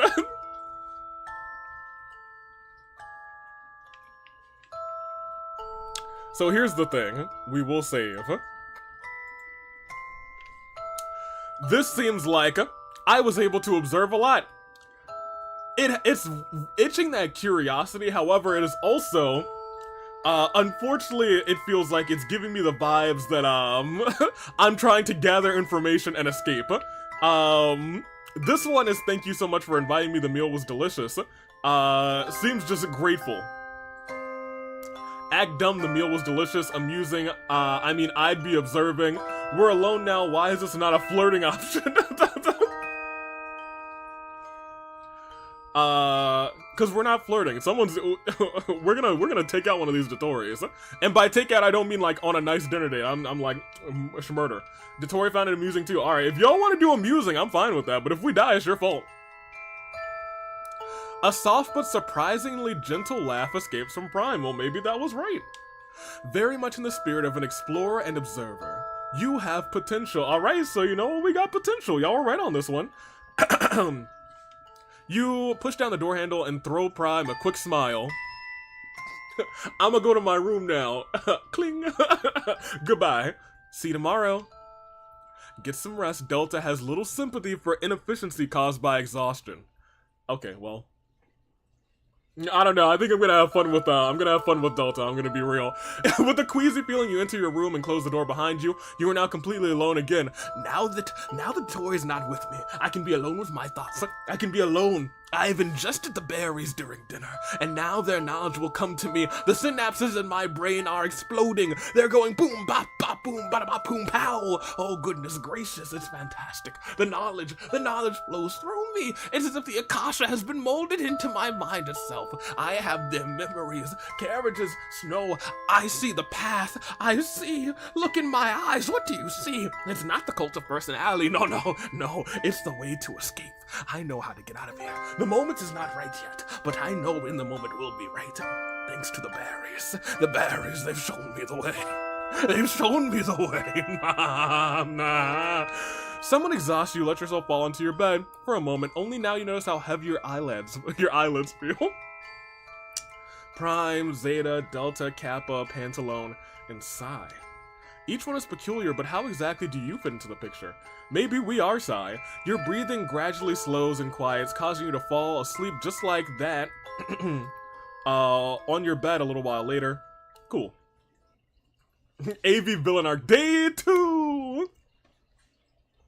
Why does he have to be sent here as well? He got fired. AV, stop going crazy. So we're just sharing this room and I'm in the corner like, the bERriEs, oh, they're gonna help me get out of here.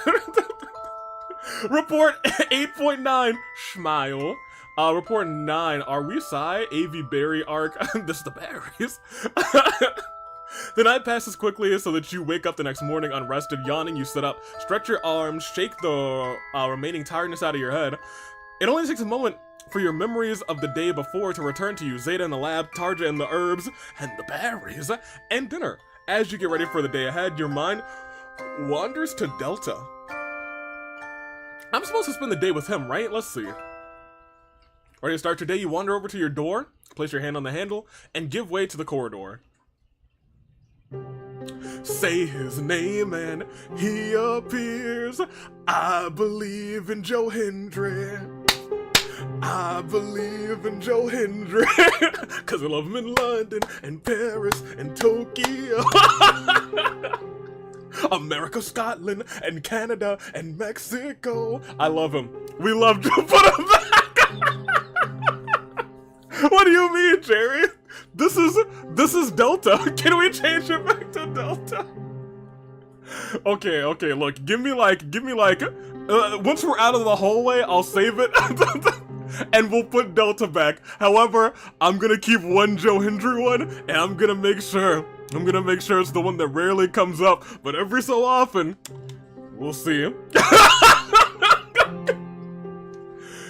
You always have to sleep for so long. He rolls his eyes and crosses his arms in annoyance. Not everyone is lucky enough to be like, not everyone's lucky enough to be like me. He grins in amusement and spreads his arms and points in each opposite direction of the hallway.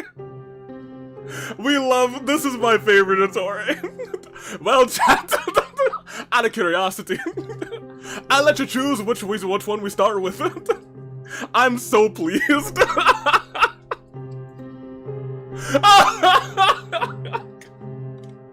Irritated, you tilt your head and glance left and then right. What are the options? Left or right? Chuckling knowingly, he crosses his arms again and waits, more or less, patiently for your answer. Well, chat, I'm gonna let you decide which way we go. I believe in Joe Hendry. Don't check it, I beg. It's the best part of the game. I'm gonna change it, but I'm gonna leave one in, and we'll see. We'll see when it comes up, because it'll be like a Joe Hendry jump scare every time it happens. Go left, go right. I'll give you guys an actual poll. I believe the way that he's just pointing right now is really giving me life. I'm gonna be real with you. I actually don't have to give it a title here. Left, right.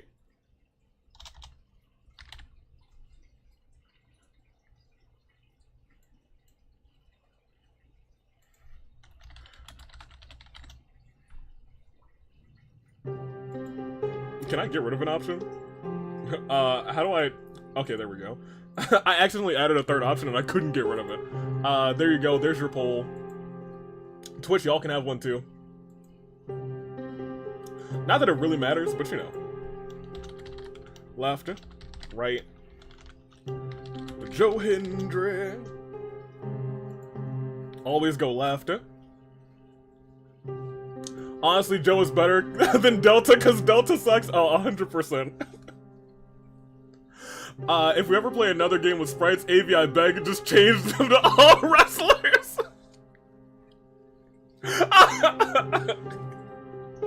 You're right. You're not wrong.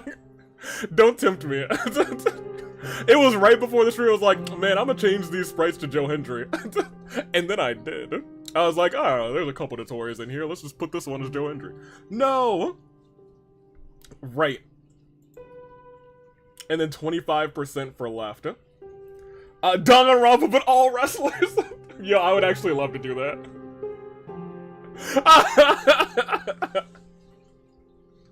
Oh, man. Okay, here we go.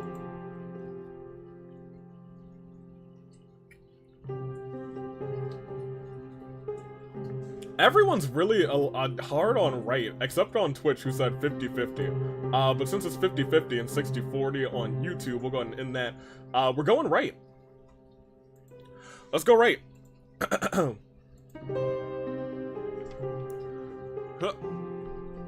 Right. Right. Right. Oh well, basically it doesn't matter anyway, since we'll be doing both options, one after the other. Grinning happily, so I think he wanted to go left. Which is great. Joe Hendry led. He chose us the right answer. Joe, I knew him. I always believed in you. Grinning happily, he leads you down the long corridor. Okay, we're still in a hallway. Grinning broadly, he leads you through the corridor of the castle until you reach a large, unusually sturdy door. Behind it, the steps lead into a darkness. Wonder if I can change these sprites live while we're playing the game. I've already just saved it, so it doesn't really matter. Where did I save the original sprites? They are in this folder. So, I named the folder. I didn't know what this Dottore was called, so I just named him I named the folder Say His Name Originals. This is under game, this is under images. You know, since the image isn't loaded right now, I think we should be fine. So let's take these. Let's undo this one, and we'll copy these ones over. Actually skip all of these, because I want to copy them over. Yeah, copy, and then paste them in here. Replace these 5. Okay, you guys. One of them is still Joe Hendry. We'll see. Actually, let me undo that.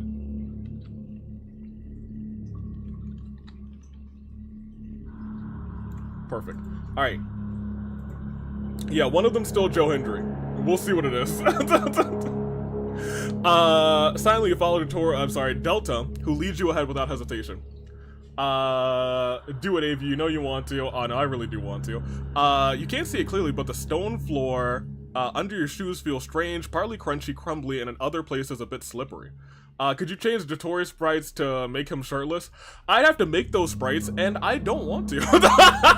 So, no. Small, barely visible lamps illuminated the rough walls to your left and right, just brightly enough to keep you from running into them. Your only guide is Delta's bluish glowing earring, which resonates with the ribbon. Okay, so we are in the dark. Goodness gracious, I can't see anything. You wouldn't want to see it, that's for sure. Well, what if I do? Where exactly are we? Almost there, you'll see. A bright, cold light shows up some distance away, and Delta heads straight for it, which, with each step you take towards it, your heart beats faster. You can sense that something special lies at the end of the corridor, almost threatening, yet strangely familiar. Oh no, it's that one! Or no, it's not that one. I think I actually do have to restart the game. It's probably loaded in, the game already. Well, I think that's really funny. We'll reload the game. Here. Let's save it here and we'll actually reload the game. You can't escape him! Nobody even said his name! Here, pop that. Yeah, I want to quit. Alright, let's reopen the game real quick. He is still there! He appeared! Here we go. Here. Load it up. Oh look guys, he's I missed Joe Hendry already. Ah guys, I miss him. I miss him so much. No. Welcome back to the most exciting place in the entire castle. No, go back. Your steps you step closer rather to the railing and take a look down. Below you, not 10 meters, is the floor of the pit. With the bars and at the entrance rather and exits, this place seems to be an arena. Oh, an arena? Now we can kill Delta. Yippee! I don't think we'll be able to kill him, let's be honest. Wait, where's the other boy? Where's Kappa? Instead, cages hang down from change. There's a large hall up there where materials are stored. You raise an eyebrow trying to identify anything in the cages above you. Living material, most of it. For what? There it is! Guys, he's here! Why are you asking? Test experiments? For Zeta? For me? Psi?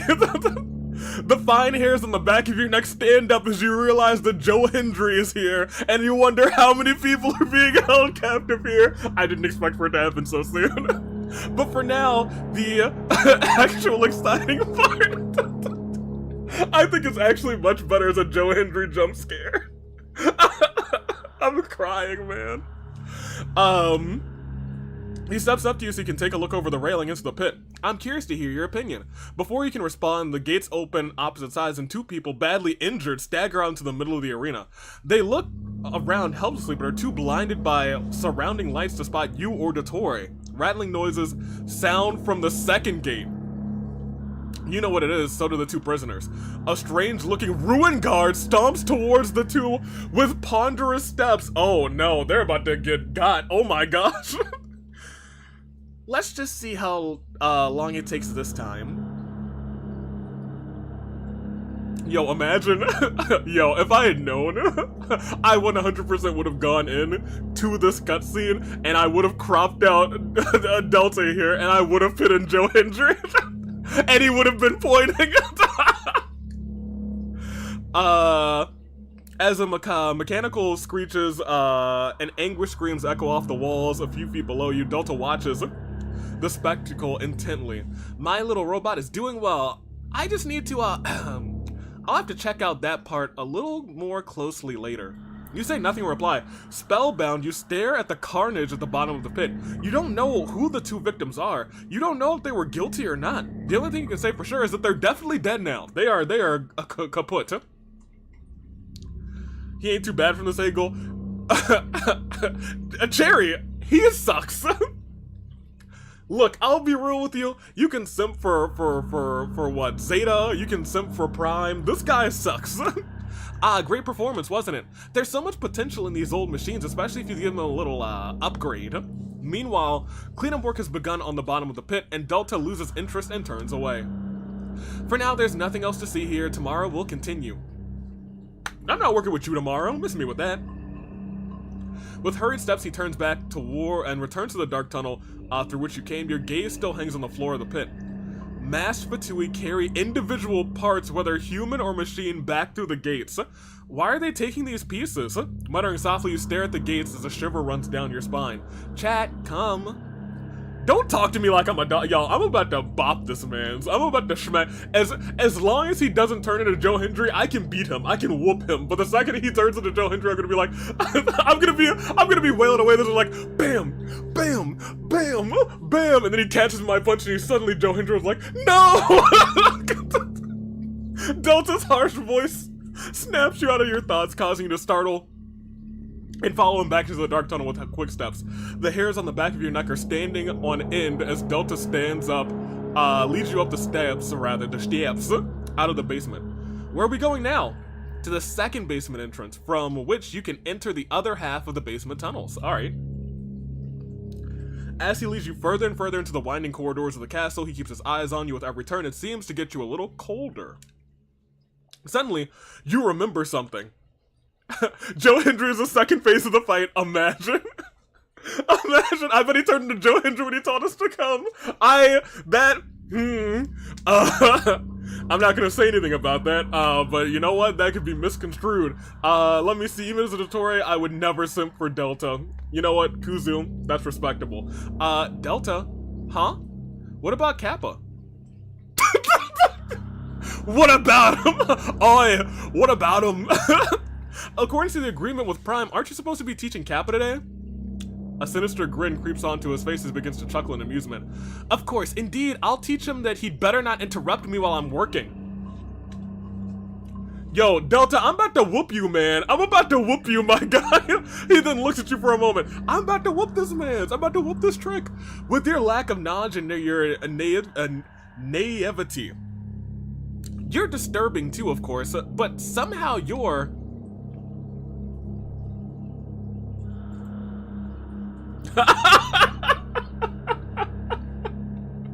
Yo, these are my two favorite save files in the whole game. We can't touch those.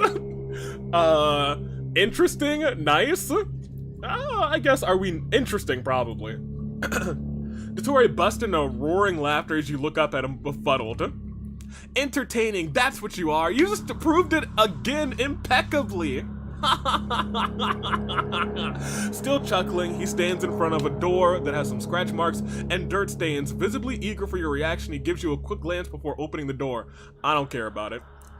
Behind it lies a narrow, winding staircase that leads down into the darkness. Man, it's a bit... He needs to stop leading me into pitch black tunnels. I'm about to fight this man. Joe is bursting out of him like a xenomorph. He's still there, thank God. Where's baby Dottore? We don't know. Yeah, apparently we don't get Kappa. Step by step, he leads you further into the castle's underground. Into the underground. Only after a few steps, you are both surrounded by complete darkness so that you can only locate Delta by listening to the sounds. Suddenly he stops, the sound of his footsteps falls silently. You also stop abruptly, the sound of snapping fingers rings out.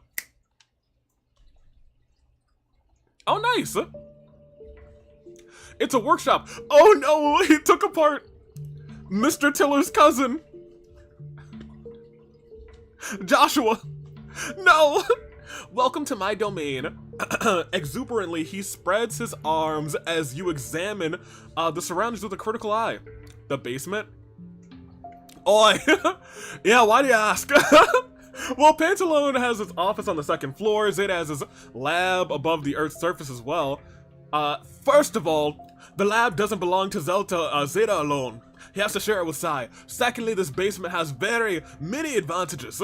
They are: the corridors of the basement are tangled now or narrow. Likewise, there are only 2 exits to the top. Why would that be an advantage? Oh, sighing in annoyance and Scottish, Delta turns away from you and rolls his eyes. Oh, it's obvious. Once a person's down here, they can't get out that quickly. But I can. And as long as they say my name, I will suddenly appear elsewhere. I can get out of this in the blink of an eye. Just then, a voice familiar to you speaks up from a corner of the room. Unless you know the secret passages, we do get Kappa. Not Joshua, report number 10, I want Kappa. Delta won't let Kappa come along. Well, don't worry, make a report number 10.5. Why do you suddenly turn into Joe? What are you talking about?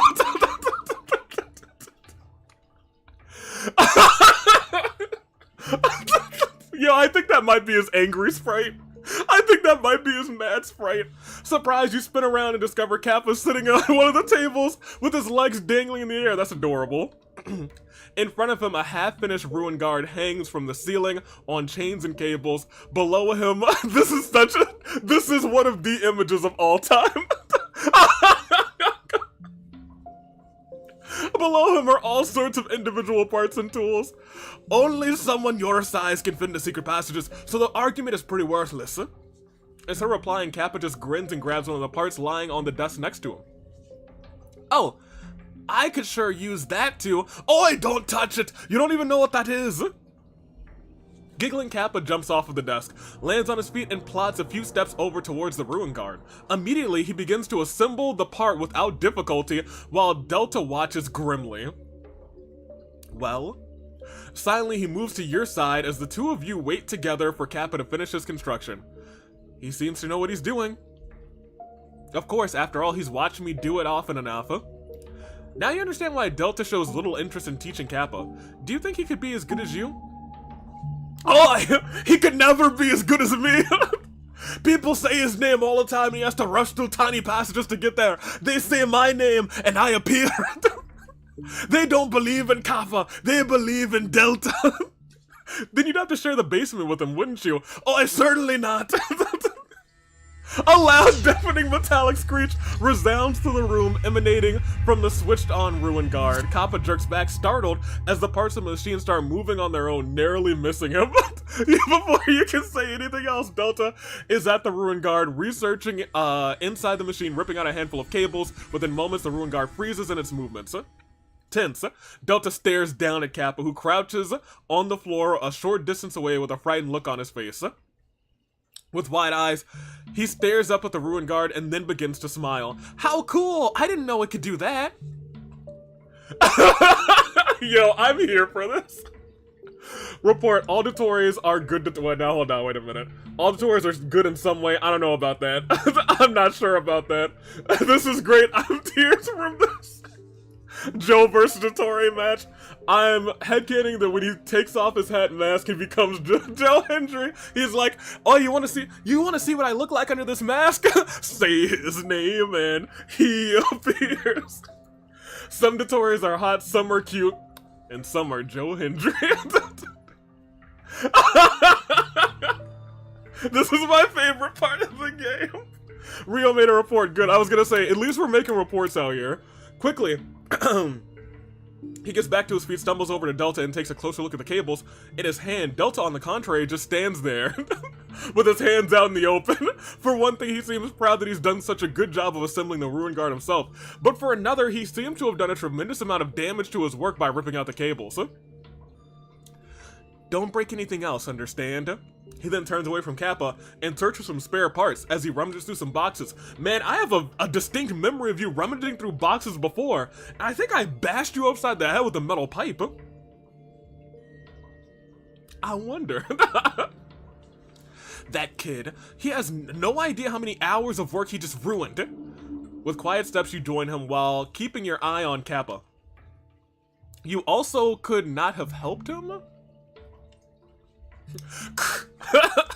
If something were to happen to Kappa, Prime wouldn't be thrilled. So you only helped out of self-interest.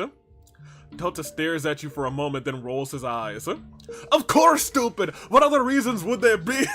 I can't win back my TNA Digital Media Championship with some kid by my side. No, I gotta be the best of all time. I have to be the one. The people have to believe in me.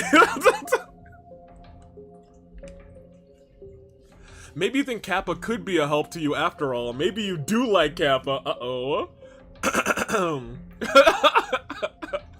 I'm gonna say maybe you, maybe you think he could help you out after all. Oi! Help! No, nobody here's any help to me. Everyone is just getting in my way. Just like every one of those 24 superstars last night got in my way of becoming the next NXT champion. Such incompetence makes me sick. Apparently he's found a suitable spare part as he stammers over to his current project with a pile of cables in his arm.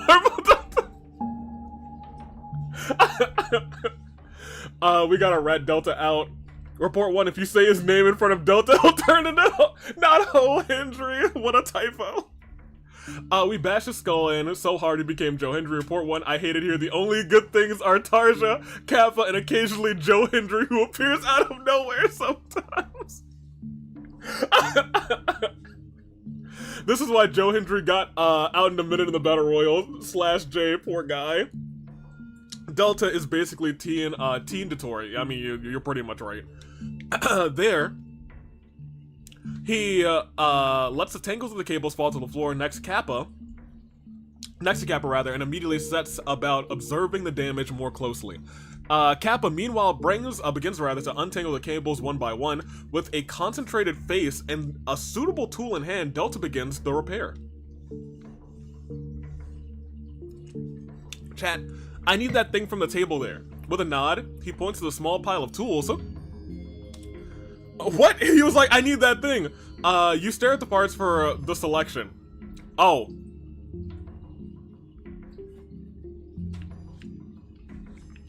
Okay, so like, I assume it's strange part, right? Because otherwise he just would have been like, hand me the screwdriver, right? Right? I'm not tripping here, you guys, right?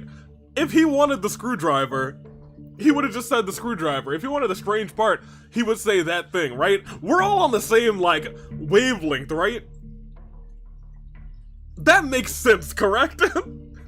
Strange part? Okay, like, we're thinking here, right? Yeah, do the part? Okay, yeah, like, here, we'll give you the, if it's a screwdriver, I'm gonna fight him. You bring the strange piece over to Delta and quietly hand it to him. For a moment, he looks dumbly at the object in your hands and then snorts disdainfully. Kappa, I need the tool from the table. I'm gonna fight. Well, no, I'm not gonna fight him right now because he will whoop my butt. That being said, when you turn back into that wimpy little clown, I'ma get him. Immediately, Kappa snatches the desired part and tosses it to Delta. The latter takes another look at the thing you brought him. This is garbage, isn't it obvious? I'm gonna fight him, you guys. We should have given the screwdriver, yeah, to stab him. We could have gotten his kidneys real good. Silently but attentively, you watch Delta as he repairs the damage done to the ruin guard. Occasionally, he asks you for more parts, which you hand him without any problems. It doesn't take long for the damage to be completely repaired. Finally, while we didn't make any progress today, the small incident proved rather that the basic functions of this machine are already working. Well, cool. Together, you reach the door to your room. So, I think I'm glad we did it in this order. Because I think if we went to the lab first, we might have brought Kappa to the Ruin Guard murder room arena, and I don't think I want him there. We reach our door. Here we are back at the start. You take a quick look out of one of the windows, but can only guess what time it might be. Then as your stomach begins to grumble, you realize you must have been spending quite a lot of time in the basement since this morning. Delta looks at you expectantly as if he's waiting for a reaction from you about the 2 short excursions. Today was really exciting, or why are you showing me places like this? This is just horrible. I mean, I don't want to be rude. We had a lot of fun with Joe Hendry today. I mean, I feel like the second one is how I feel. But like, I don't know, let's gain some favor with the boy here, I suppose. Hey, Prime, today was really exciting. Be rude to the clown? Sonic Gaming. I was ready to click today was really exciting, however. I do enjoy being a little bit rude, and he is a clown. And if we get him mad, then he turns into Joe Hendry. Clown on the clown? Oh, y'all. I don't want to be on this guy's bad side. I do. Whenever he gets mad, he turns into Joe Hendry. That's my favorite. Chat, how do you feel? Let me know.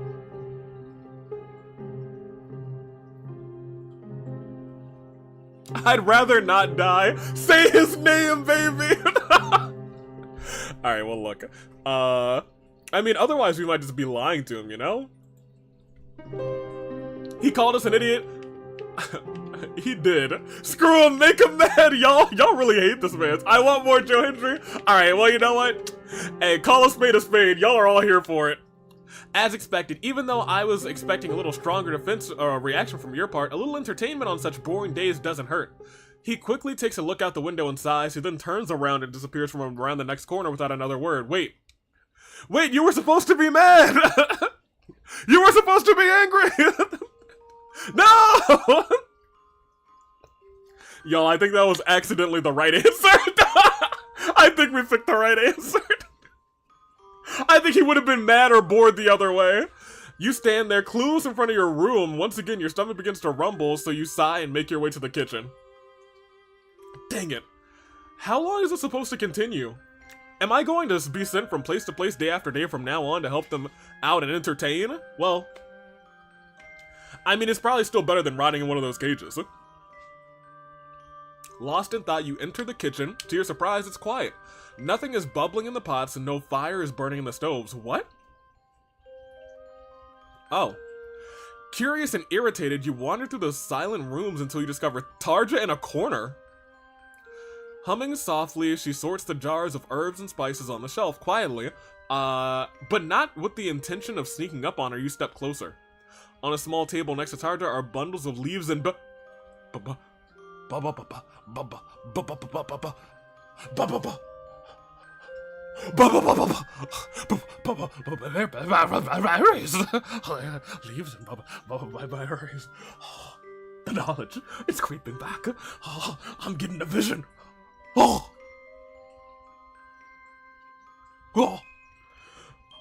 the berries, they help me. They don't just show me the past knowledge. They calculate the future, and I see the future. Oh, the berries, they've shown it to me. They've shown me the future. There in the future, there's blood. There's so much blood in the future. There's so much blood. Oh, the berries, they've shown me, they've warned me of what's to come. Good morning. Surprised, Tarja flinches and spins around, dropping one of the glasses before it can hit the floor. You catch it. We're Spider-Man. Oh, Chad, it's you. Didn't hear you come in. Laughing sheepishly, you hand her the glass and look around again.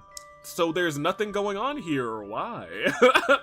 Avi, no. Avi, you're banned from the kitchen and the berries. You can't ban me from the berries. You're not a vision holder. Calm down. I don't know. They gave me a vision. Tarja's still cool.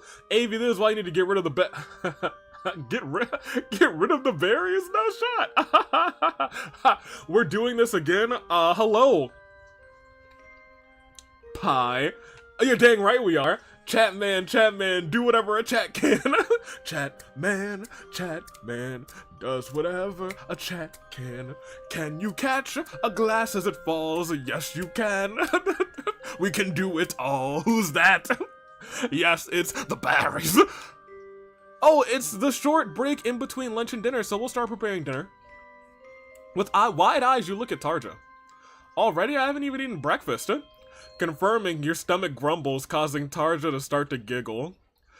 You need to take care of yourself, silly. Walking around all day without breakfast or lunch isn't good for you. Hey, look, thanks for looking out for us, okay? Along the way, she rummages along some large wooden crates until she fishes out a few apples. Didn't Kuzu literally say as long as there's no apples earlier? She may have said the word. Oh, she said silly. She also said your word. Tarja's hitting everybody's trigger words right now. Next she's gonna be like, ghostly. Wait, no, arrows in disguise.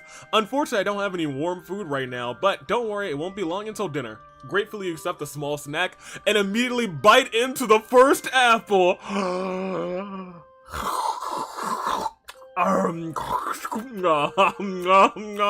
Delicious. They say that one of these a day keeps the doctor away. Wait a minute. No! For a moment, you remember the last time you ate an apple back home.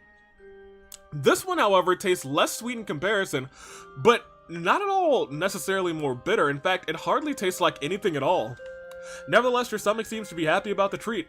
Tarja immediately starts filling the glasses once again while you look over her shoulders, unpacking, looking for the right glass, refilling it, then putting it back on the cupboard. Now, that is a difficult task in itself, but with over 30 glasses left for Tarja to fill, it seems to take some time. Can I help? Of course we can. What in the Snow White? This is bad! Oh yeah, we're doomed to rather. An apple a day doesn't keep the doctor away, apparently. Now Dottore will never love us. An apple a day, rather, keeps Dottore away. We love to see it. Surprised, Tarja looks up, begins to smile gratefully, and moves aside a bit so the two of you can find space at the table together. We're working with Tarja! Ooh, pardon me. I actually need to blow my nose real quick, so I'll be right back. Huh.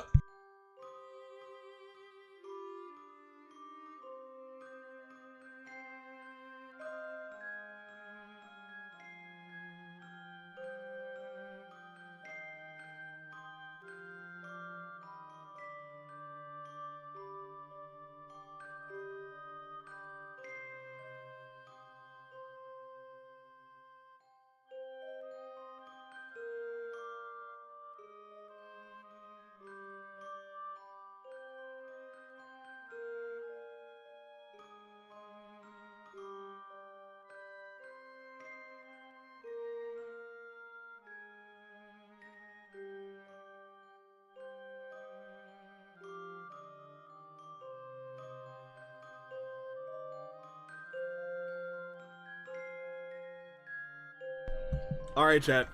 Y'all didn't do anything silly, did you? I should get tissues too for different. I'm sorry? I was gone for like 30 seconds, and you said what?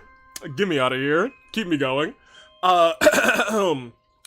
We're doing things together. We are sorting herbs together. Let me not leave anything up to the imagination with you, chat.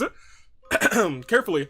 You stuff the leaves into them while Tarja takes care of the jars with the powdered spices. Ooh.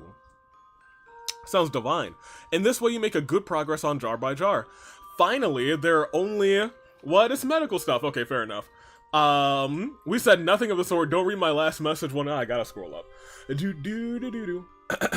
Alright, he's gone. Let's simp. I'm gonna fight. I'm gonna brawl. Let me see. Curious, you open it. Small... You guys... I open the jar, and what do we find? Small wine red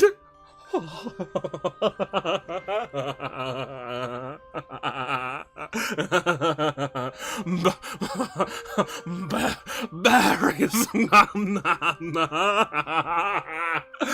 Your eyes quickly wander over to the remaining jars, but nothing quite captivates you like this. The berries in the jar. The berries. They take over. They know everything. They've seen everything. And now, you taste one of the berries. You wait for Tarja not to look. You pop one of the berries in your mouth. It's delicious. It's so sweet. Sweeter than anything you've ever tasted before, however. There's a darkness hidden in these berries. A darkness that shows you everything. A darkness that shows you what's going to unfold. There is a dark time coming, and you will not survive. Nobody will.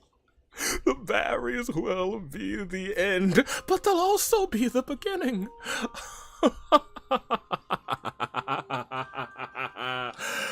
But as you're about to open the jars and dump the berries in, Tarja slaps down on your hands. Stop with the berries! Not those! Startled, you let go of the jar and the berries. Tarja makes sure the jar is sealed. Not those berries. What's wrong with those berries, Tarja? Examining, she takes another look at the berries, which are now somewhat scattered across the surfaces, the table surfaces. Not the ones in that jar. They look very similar, but they are not suitable for ingesting. Tarja, I just ate one of those berries. What might happen if one ingests these berries? Once chewed, they could kill you before you could spit them out. Oh! Then perhaps we're all already dead, Tarja. Have you tried one for yourself? I have. I have! And here I am, still here to tell you the tale. So what does that mean is going on here? Could this be a dream? Or are we all dead? Perhaps this is a part of the vision I was seeing. Good night, sweet Tarja. Worsley, but wide-eyed, you stare at Tarja, then the berries. I'm sorry, I didn't know. Still with a slight panic in her eyes, Tarja forces a soothing smile onto her face. It's okay, nothing happened. I'll get the right jar for those berries, then do the rest on my own, okay? You almost killed everybody. Silently, you nod as Tarja lets go of you and scurries over to a shelf further away. There she begins to search among the bottles and jars while your gaze once again falls onto the berries. I could take these berries, couldn't I? I could take these berries. What can I do? What can I do with these berries?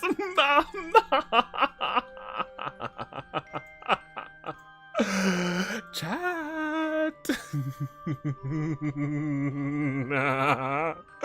Why would I? We could leave the berries, but why? Why would I leave the berries, chat? Oh, man. It would be a shame. It would be a shame if we didn't pick up the berries. The berries, they give us our power. They give us everything, chat. I think we should take the berries, the game. And never in my mind did I believe the berries would be so powerful in this game. Take the berries, AP, take the berries. I think that might be the right idea.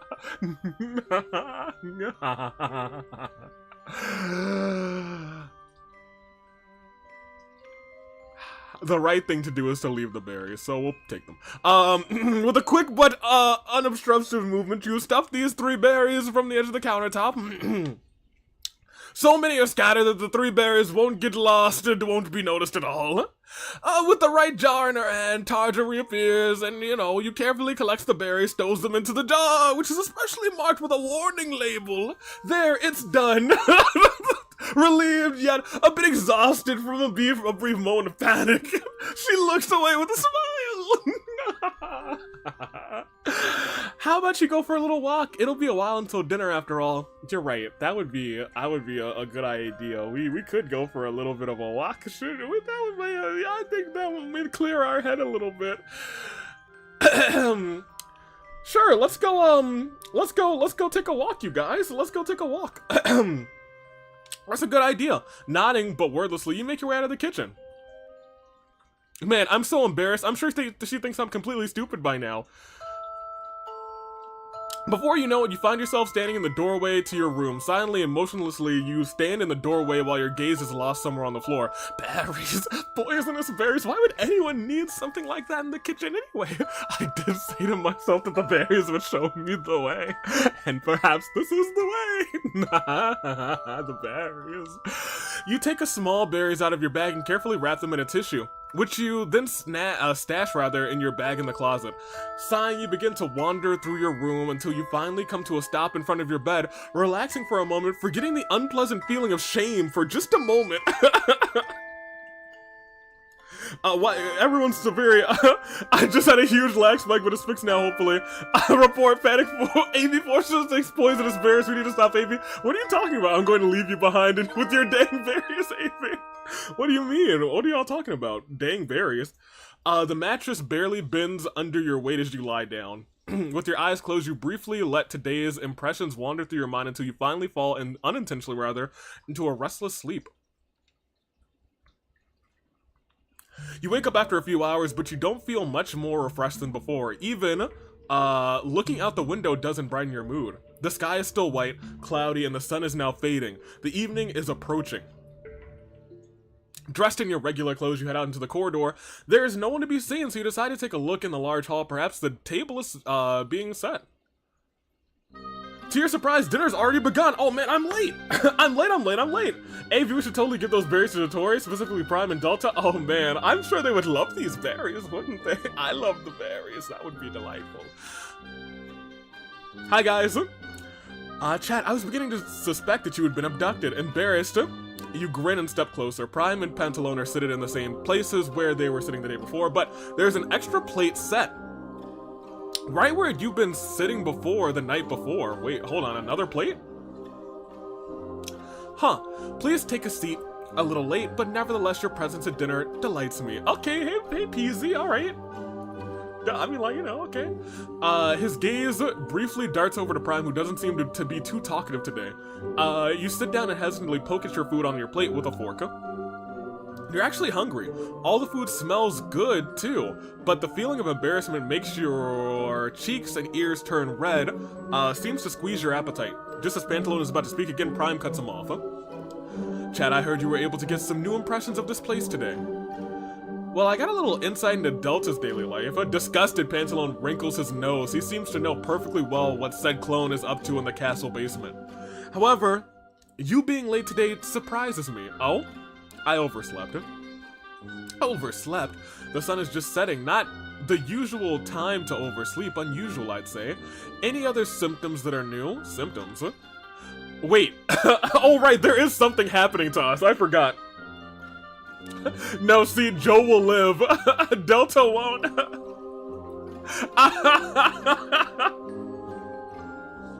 A rough chuckle is his answer to your question, while Pantaloon's attentive gaze switches back and forth between you and Prime.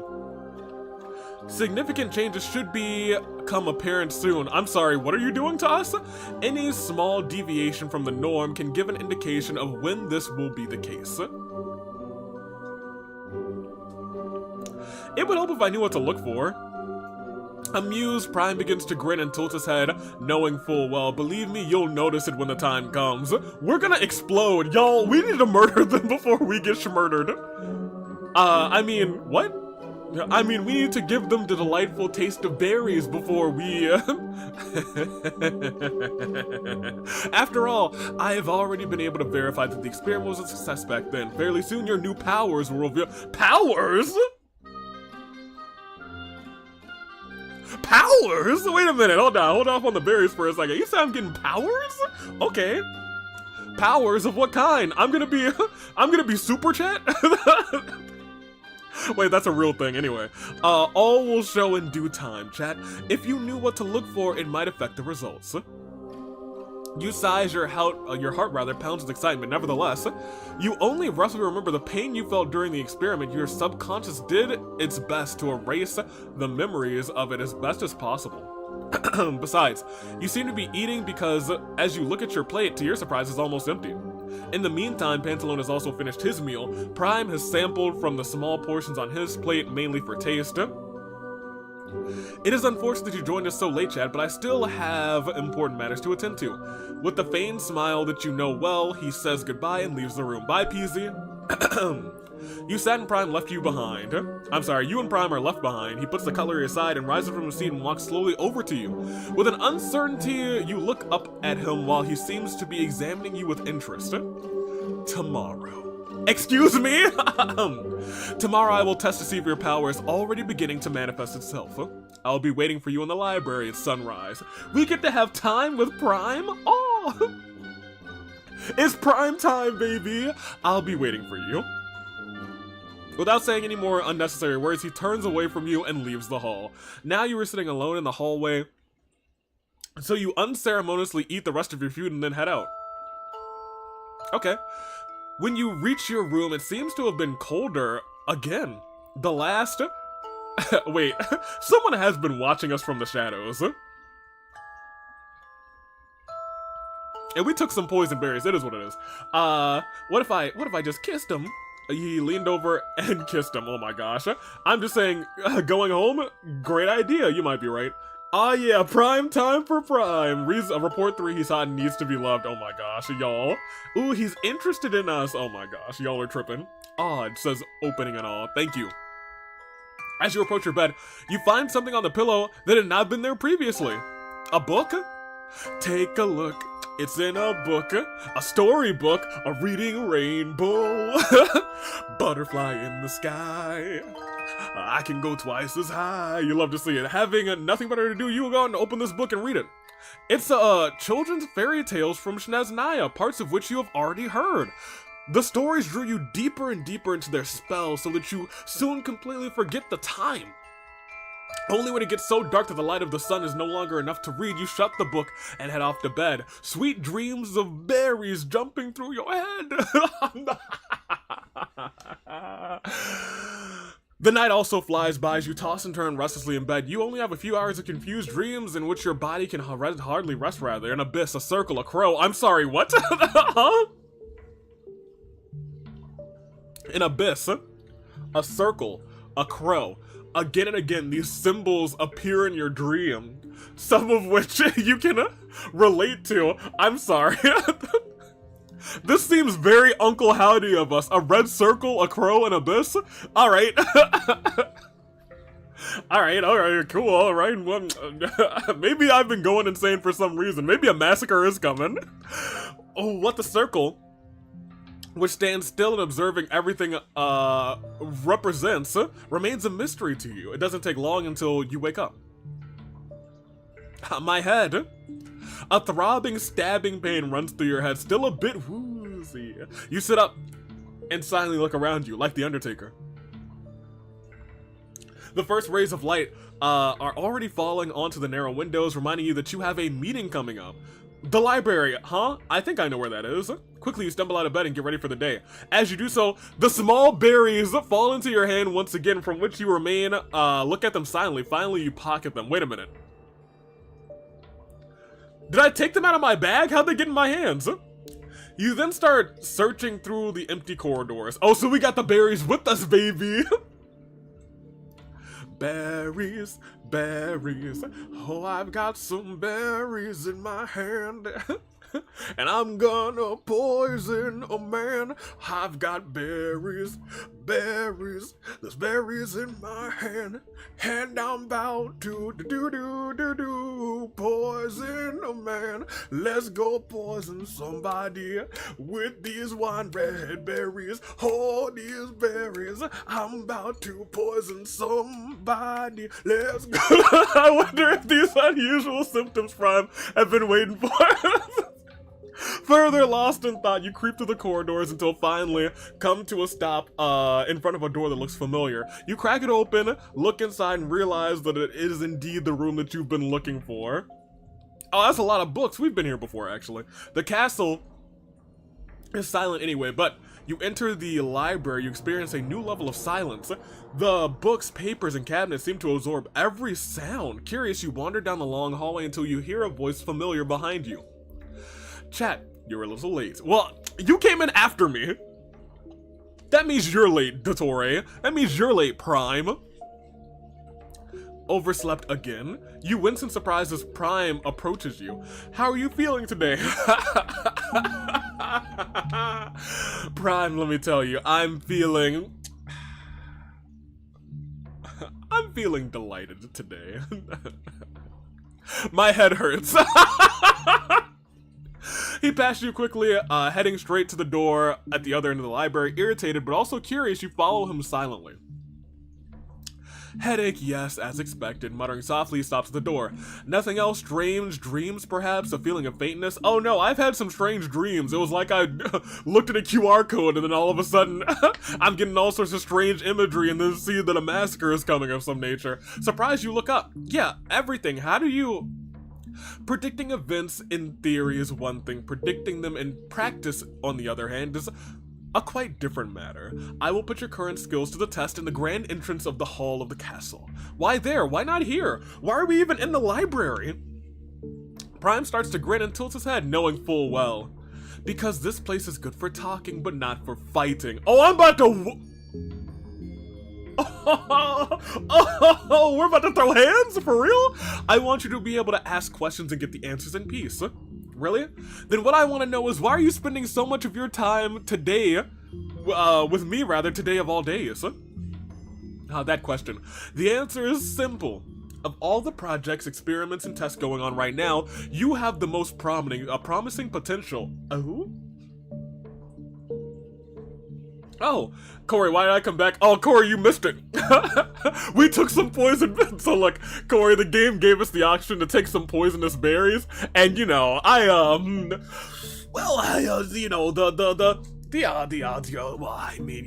berries, how could I resist the berries? They called out to me, Corey. I couldn't say no. The berries, they were there. They were wine red. They glowed. They said, take me and cause a massacre. It's time for murder. It's time for the guilty to fall. It's time for the innocent to fall. It's time for everyone to fall. I saw it. I saw it, Corey.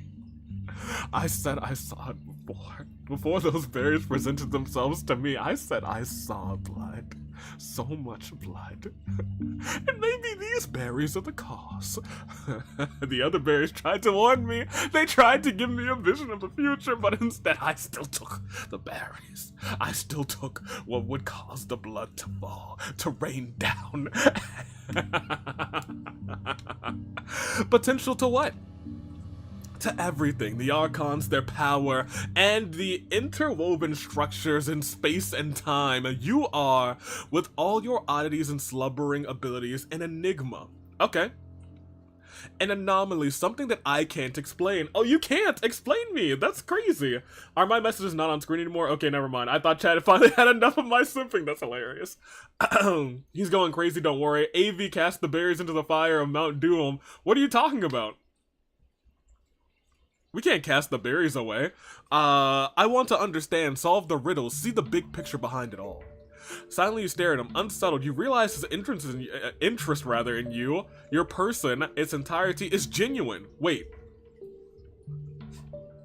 He likes me? It did block myself about pinning us against a wall, though. Yeah. Twitch is probably like, alright, that's enough out of you. He likes us. You are not a person who could provide information or do tasks. You yourself are what he wants to explore. You seem to be beginning to understand what I see in them. Good.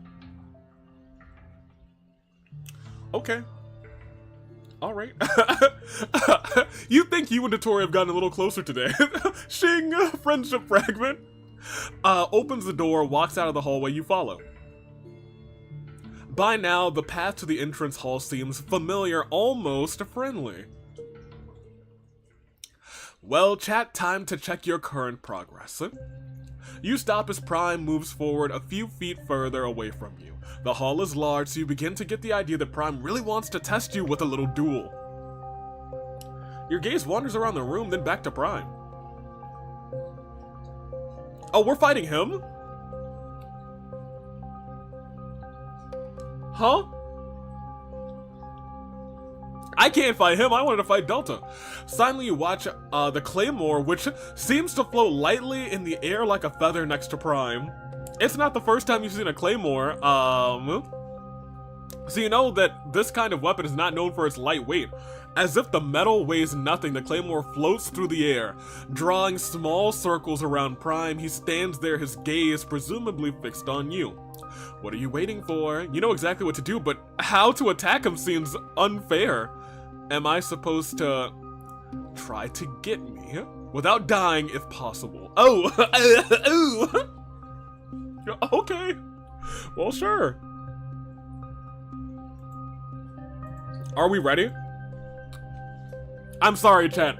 I asked you, are you ready? Use berries. We're ready, we're ready. Alright, looks like we're ready.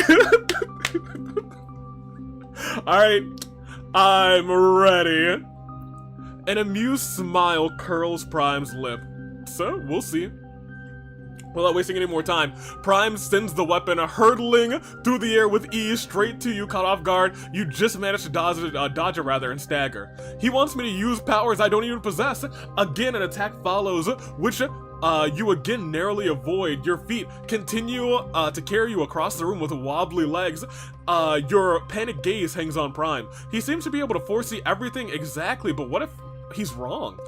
Again, a blade whizzes past you. This time it cuts your skin on your right upper arm. Your heart pounds as your breath rattles. Your vision begins to blur. You realize there are two possibilities. Either Prime's calculations are correct, or your powers are about to show, or he's wrong and might even kill you with an attack. You begin to block the actual stabbing pain in your arm with your gaze, as your gaze meets again with Prime. How far would he go to challenge your strength? What if you had less potential than you thought? Would he still need you then? Or simply turn to another research project? Again, the blade whizzes through the air, gives you another cut. Deeper this time. Blood, the blood that the berries showed us. The blood that was in my mind. The berries they knew. The berries they knew everything. They knew! They knew. This is the blood that I saw. The blood I tried to warn you. The berries tried to warn us. But here we are. Dying. How pathetic I must look, compared to him who supposedly possessed power that surpasses those of the Archons. I must be an absolute laughing sight. The Claymore gains more distance from you, giving you a brief pause. However, nothing except burning pain in your muscles. You feel nothing, no power. It seems I've miscalculated. Oh, well. Your breath catches in your throat. You know exactly what that means. We're about to die. Actually, your new powers should have shown themselves by now. After all, the experiment on you was not the first of its kind. How can I put it? There are more promising candidates. Wide-eyed, you stare at him. Had all those words about your potential and uniqueness in the library been a bit of a lie? Mere motivation for the present test? Perhaps it is simply time to declare this attempt a failure. The Claymore focuses on you again. Your heart pounds as the pain in your body continues to gain strength. The initial pulling of muscle fibers now become a single searing, stabbing pain. Like fire, the pain blazes every inch of your body as agony clouds your senses. Your gaze is fixed on the Claymore. The blade, the sharp blade, ready to end your life at any moment, flashes for a moment. How disappointing. Just as the heavy weapon shoots towards you again, you can no longer bear the accumulated pain inside you. Full of rage and fear, you let out a scream, while all the hot pain seems to pour out of every pore of your body, as if everything about you was on fire. You scream like a banshee until the last bit of pain is gone from your body. Silence returns. It is as if you were floating. Lightness envelops you as if it was inevitable death. Chat. Look at me. Am I alive? Shaking with exhaustion, you open your eyes, blinking. See, this is the extent of your power. Befuddled, your gaze wanders across the floor. Black trails, almost those of like fire, stretch across the stone tiles. In the center, you. Huh? What did we do?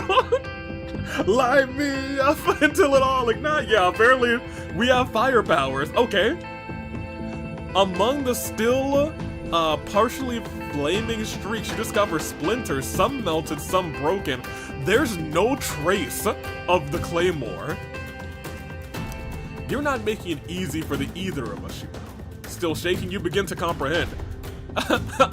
Did I do that? I told you, there's potential in you. However, you still need some motivation to unleash it.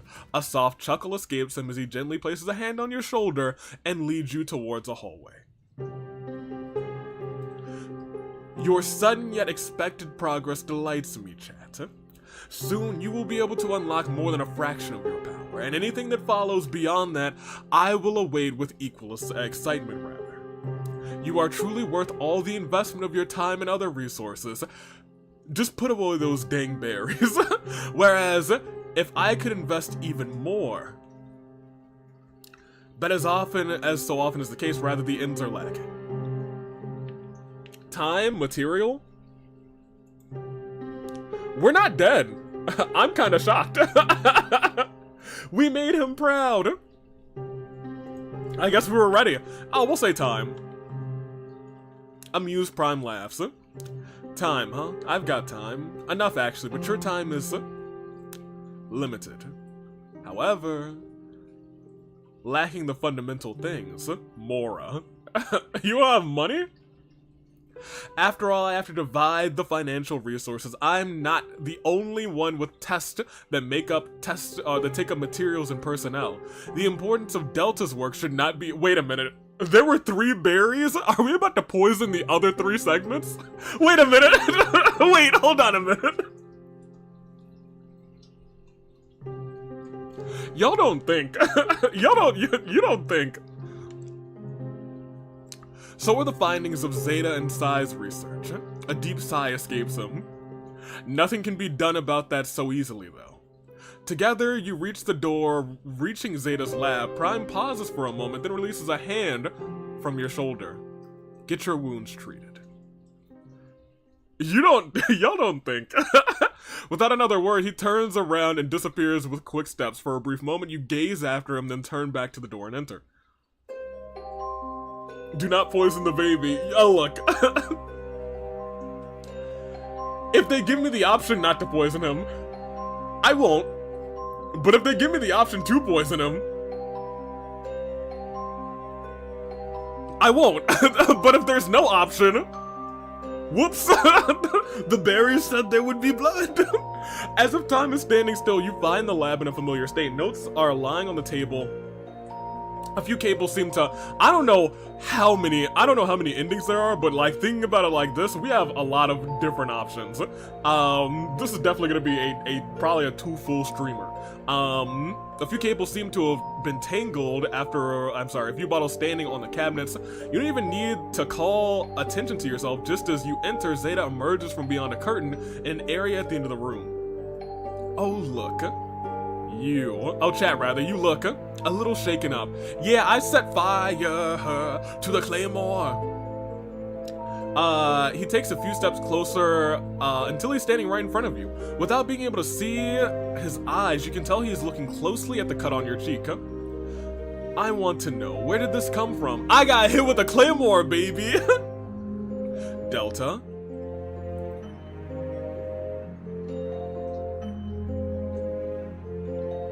I wonder.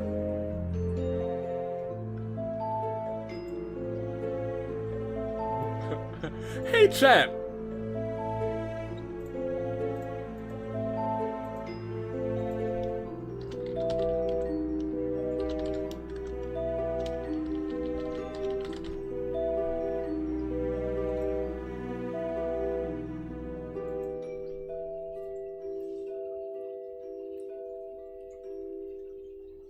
Updating the Star Rail stuff, I had gotten Ruin May about 25 pulls after gotten Fushuan in the previous banner, then decided to go for Firefly because why not? Got her in roughly 25 as well, dang. Going crazy out here with the pulls out here, Psykiller. Good on you. A lot of people saying, do the truth. We can't do this to Joe Hendry. Delta is funny. Also, let me give it to Twitch real quick.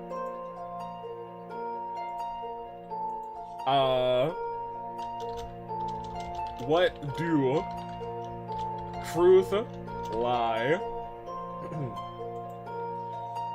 Lie won't even kill Delta, but you know, maybe it'll get us, wait, did I end that poll immediately? Whoops. Wait, hold on here. Wait, no, yeah, I definitely ended that immediately. My bad. What do, for real, truth, lie? Also, once again, goated poll, Psykiller. I can't believe that. I was gonna say, yeah, it is heavy on the truth side on YouTube. And it's heavy on the truth side for Twitch too, so I guess we'll tell the truth. Yeah, I guess we'll tell the truth. I saved it right here, didn't I? Page 2, I did not save it here. That's why okay, there we go. No, it was Prime. Amused, Zeta begins to grin. Well, at least you're honest. Wait. Does he also know? Okay, well, I guess maybe it was good that we told the truth. With a hand on your shoulder, he leads you over to a rather old chair that stands on one of the walls. You comply with his silent request, sit down, and wait patiently while Zeta fetches some stuff in a small box. Don't worry, I'm going to check on your health. Besides, I'm sure rather it won't affect those, it won't hurt to disinfect these little cuts. With gloves on his hands, he brings up a couple of wipes, soaks them in some strong-smelling liquid from a bottle, then begins to wipe gently over your cut. It only sinks for a moment, then Zeta lets go of you and disposes of the wipes. Wasn't so bad, was it? Now the one on your arm, the deep one. The same procedure follows as you wait silently. The cuts aren't that deep. What do you mean? It said the cut was deep. I don't have to sew anything there, although I'm not very good at that. Well, that means less work for me. He chuckles softly and takes a few small pieces of sterile cloth from the box. Do you need a band-aid? Yeah, can I get the dinosaur ones? Can I get the dinosaur bandies? I want Delta Ganda. I want Chaos. Oh, he's treating us. Oh, he's so close. Yeah, this one's not that bad. It was just Delta's fault that we didn't like him at first, to be honest. Are you serious? Of course. He steps closer again and puts a hand on your chin and turns your head so we can take another look at the cut on your cheek. We don't want to keep brushing against the wound and getting dirt into it. Silently, you look at him with wide eyes as your mind has to process the surprisingly gentle touch. Zeta is different from Prime. Oh my. But whether that was just a role each of them play or actual character is uncertain.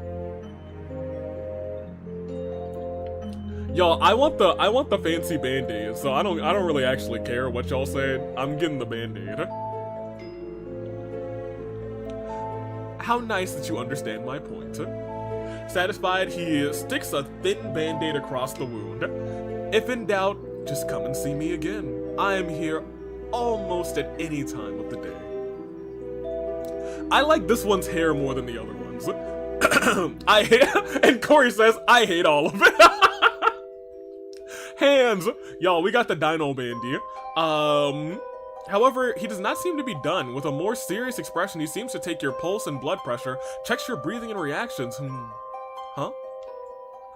How are you feeling? Back to okay by now, but when I used that weird power, it hurt pretty bad, but not anymore. I see. So this was the first time you made use of that power. Yeah, why? Zeta pauses for a moment, but before he begins, investigating again, taking notes. Do you actually realize how valuable rather you are to research here? No, I don't. I don't realize, so please tell me, Zeta. If I close my eyes, he's right there touching my cheek. Cherry, oh my gosh. Come on, Zeta, don't be shy, get closer. Kuzu, oh my gosh, I want to go home. Kuzu. Cherry, y'all behave. We are home. No! The berries. After all, it's all about observing things and deciphering mysteries. So long as you are of use to us in terms of information and data, you will be fine. So my body and its strange power is the reason I'm still here? Zeta laughs in amusement and takes more notes. Of course, the reasons are beyond personal life and relationships. None of us here actually like you. Chat, listen. Your powers are draining your health heavily. Oh. Since you used them for the first time today, you are in no acute danger. But think of it as a wound. An old wound that can open at any time should the strain be too much. Oh! You swallow hard. Judging from Zeta's tone, he's not joking. Whatever power lies slumbering inside you could cost you your life if you overuse it too often. Well, enough of the bad news. It'll ruin my mood otherwise. Smiling briefly, he turns away and puts the equipment he needed until just now back in its proper place. It's getting a bit messy on the shelves, don't you think? After all, I have to share the room with Sai, even though he's supposed to store all of his stuff in the small room next door. With an nod of his head, he points to a locked door and leads you to your chamber where Sai, to your little chamber where Sai usually does his autopsies. Still, I wouldn't want to trade places with Delta. I don't know how anyone can work properly in the basement with all of that foul smell. Maybe I'll have to talk to Pantaloon about getting a new room. The door flies open with a bang, and a well-known face appears in front of you. Who? While you haven't met the visitor in person, you can tell who he is with a fair amount of certainty from pictures and rumors. What? Tartaglia? Child?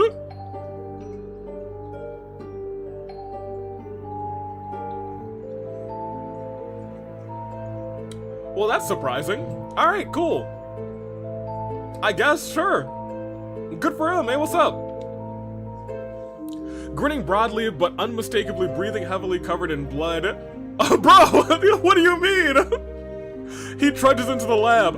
Likewise, you don't know how Zeta I didn't expect to see Child here, to be honest. Why does he look so funny here? Child, Tartaglia, slap the child. Whoop that. Well, actually, I'm in severe pain because of this. Corey involuntarily makes his way over to Tartaglia. It's been quite a while since our last meeting, but you seem to have not changed much, at least in terms of your behavior. Laughing out loud, Tartaglia waves it off, settles down on the treatment table, and seems to wait patiently. Zeta, meanwhile, gathers some stuff again and begins to treat Tartaglia's wounds, the blood stains of his clothes. Imagine this is just him coming back from what we experienced in chapter, in the latest chapter in the, at the end of the, Fontaine quest. Imagine it was just him coming back from that. I got whooped by a giant whale. Tell me, who did you mess with this time? We were just passing the old ruins south of here when some bandits got in our way.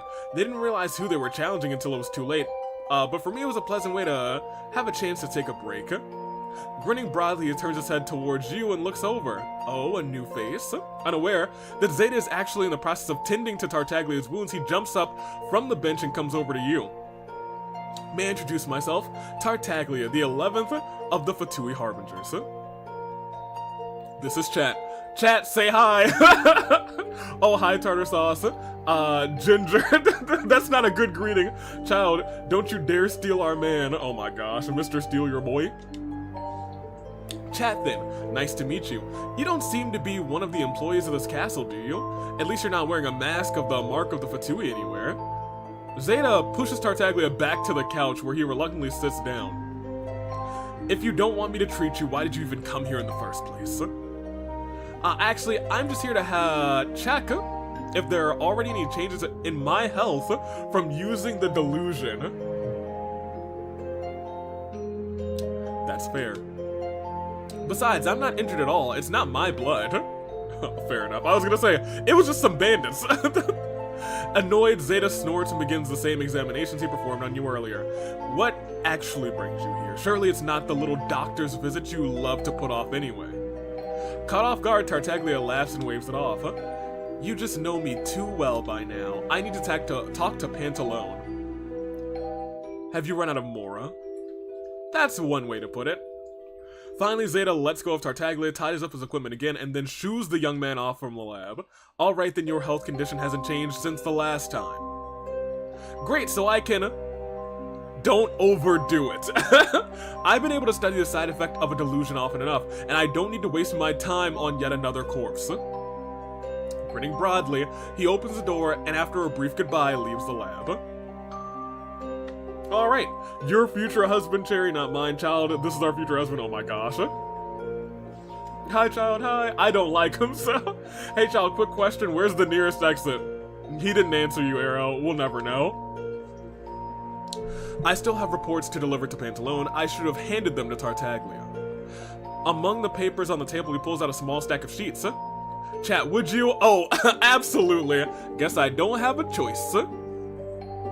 Think of it as a quid pro quo for me taking care of your cuts.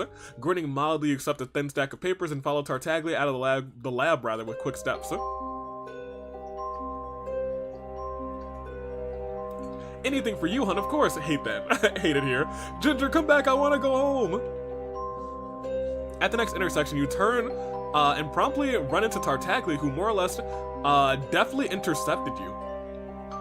In such a hurry. Quick save. How did I do that? I did a quick save. Hold on. I don't know how I did that. It's not a real save. Give me a real save. I don't know about this quick save. Come on, Avi, it's Pride Month. Let me be gay. You know what? Fair enough. Anything for Dottore. A gentle smile spreads across his lip, quite different from the smile you know from Pantaloon. Then his gaze wanders to your hands, in which you still hold the slips of paper. And where exactly do you want to go? Bringing the papers to Pantaloon. What a coincidence! I have to pay a visit to that one too. Well then. With a quick nod, he gestures for you to follow him, so he leads you through the empty corridors while you have a conversation with an almost normal person for the first time.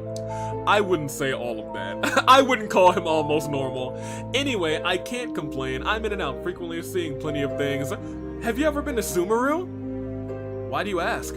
Ah, you're home. He chuckles happily, then turns his gaze to the end of the hallway again. You'd better wait out here while I talk to Pantaloon. While you seem sympathetic, I don't know how privy you are to the internal affairs of Harbingers. Will we get father in this game? Wait.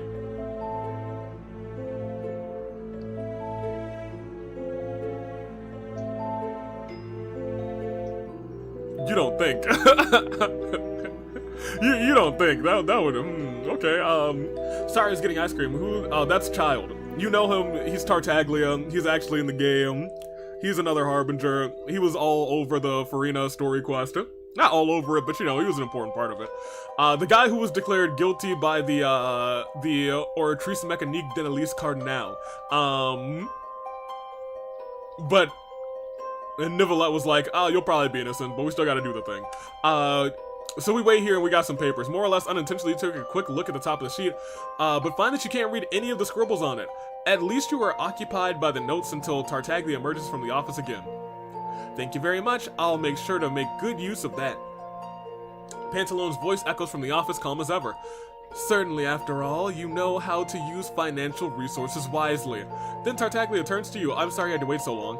Goodbye, chat. Perhaps our paths will cross again some other time. Hey, if you see father, make sure to put in a good word for me. Thank you. Silently you watch him until Pantaloon's... I'm sorry. I thought it was Sai. Oh yeah, I remember Child. Unless it looks like Dottore, it's not gonna be Sai, admittedly. Silently, you watch him leave until Pantaloon's voice follows. I'm sorry, from the room behind you, snaps you out of your thoughts rather. Chat, step in. Okay. Oh wait, his office is adorable. You guys see the little plush up there? That's crazy.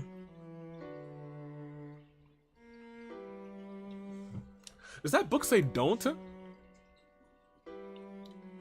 Why are you reading this at all? Please don't. Okay, that's kind of funny. Alright, whoop-de-doo.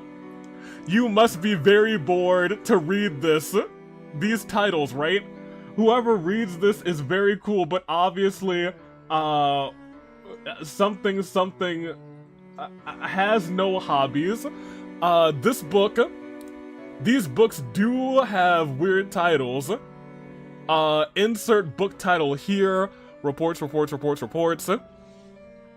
Pantaloon, why are your books memeing out here? What does this one say? Alliance. World dominance, murder, and homicide. Oh my gosh. Live, laugh, love. Please,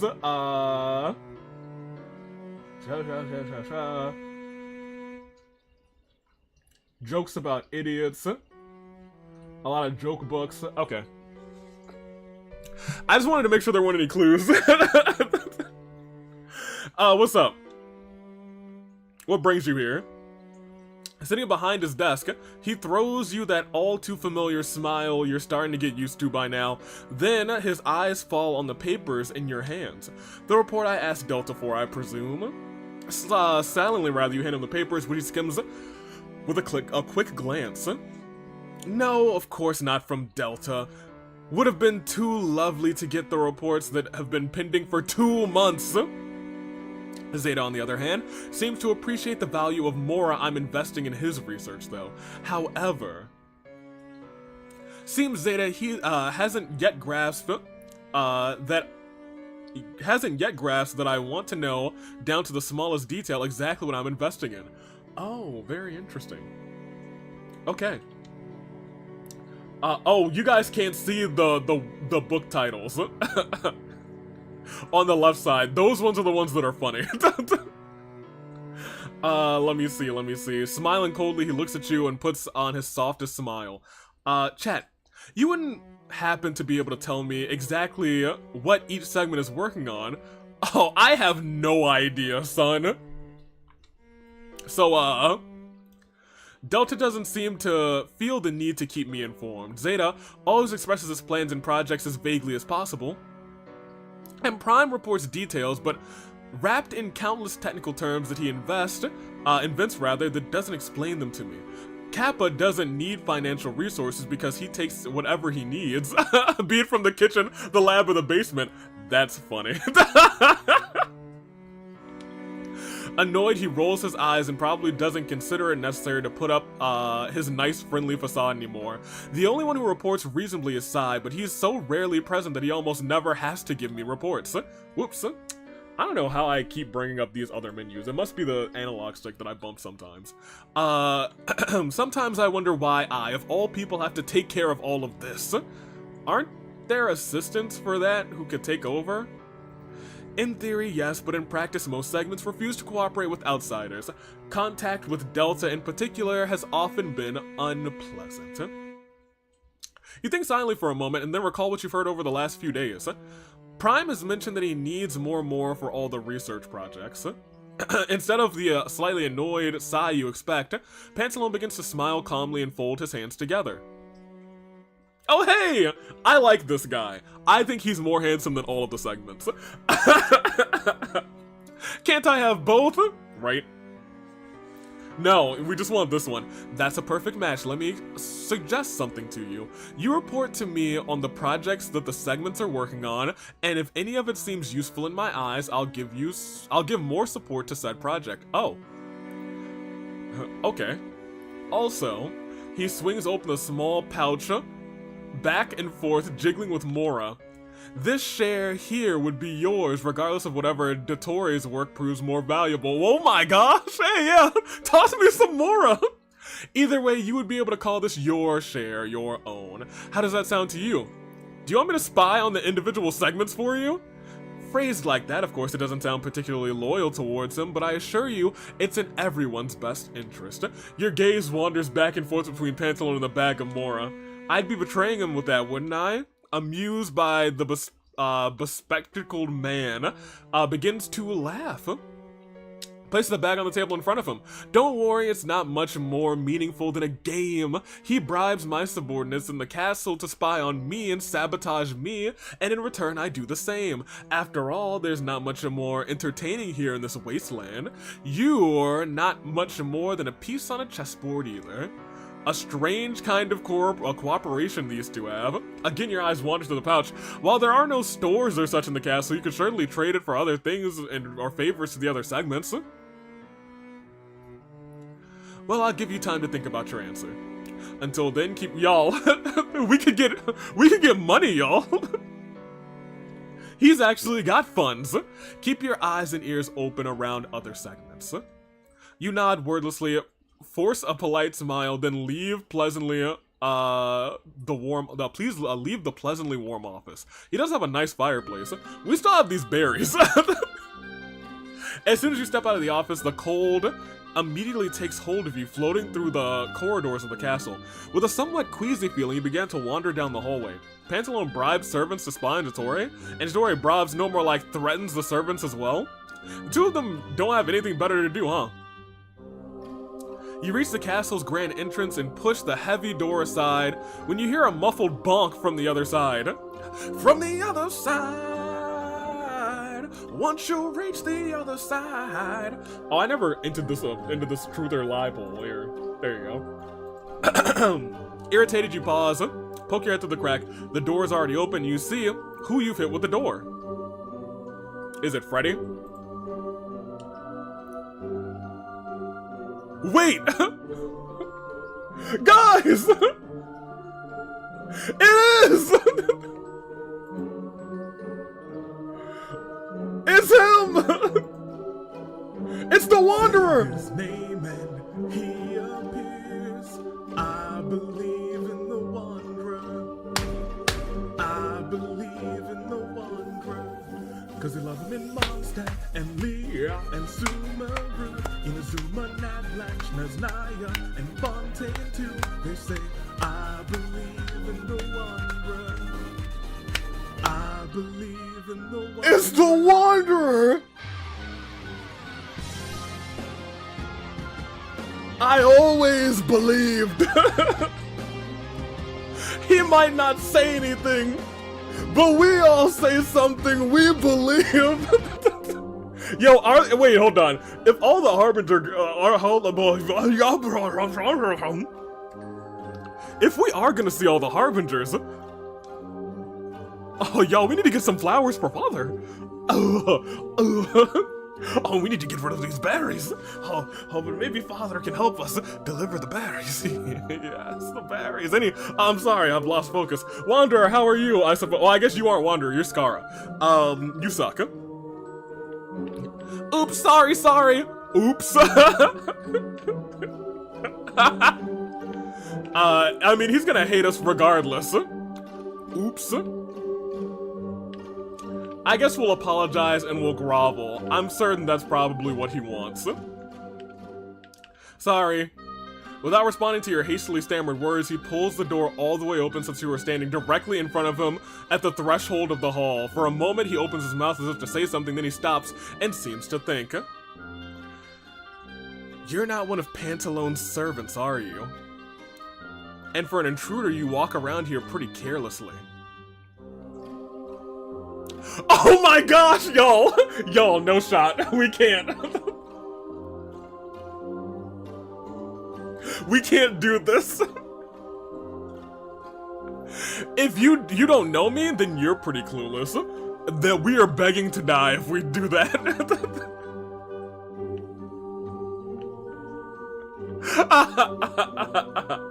I value my life. You know what? I live here, if you can put it that way.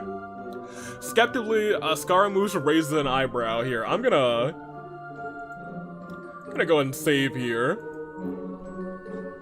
Living here, huh? By choice. An almost cynical laugh escapes him as he lets his gaze wander the halls. No one in their right mind would stay here voluntarily. Suddenly, footsteps sound from the hallway behind, you. Before now stands a familiar 11th Harbinger and enters the hall. Wait a minute. You. We will probably run into each other a few more times. Certainly not. After all, we won't be here much longer. Your gaze wanders from Scaramouche to Tartaglia and then back again. Did you two come here together? Huh? What business do you think that is of yours? Tartaglia turns to you. You're right though. It's bad enough that I had to come here at all. Well, the castle was along the way, and I had to pay Pantaloon a visit anyway. That's not a thing everyone should know about. Well, with a smile on his lips, Tartaglia turns to you. Anyway, we won't be leaving until tomorrow morning. Wait, can I poison them? Exasperated, Scaramouche rolls his eyes. I might as well leave on my own. Too cold outside. You could freeze to death? Ha, I wish. I'd rather have that than be around the doctor here. You know what, Scaramouche? Maybe you're pretty goated. You perk up with the mention of Dottore. Oh my gosh, chat, y'all are simping for Dottore. Oh my gosh, which doesn't escape Scaramouche's notice. Afraid? Or why do you look so surprised? No, Only now does he seem to register the injuries to your cheek and upper arm. To your surprise, he lapses into a thoughtful silence while Tartaglia speaks up again. I have to go, until another time. With a kind, brief smile, he bids you farewell and disappears into the opposite door, the end of the hall. Scaramouche is still standing in front of you. With a suspicious look, he watches the youngest Harbinger until he is out of reach. See, he knows it's canon now. What if the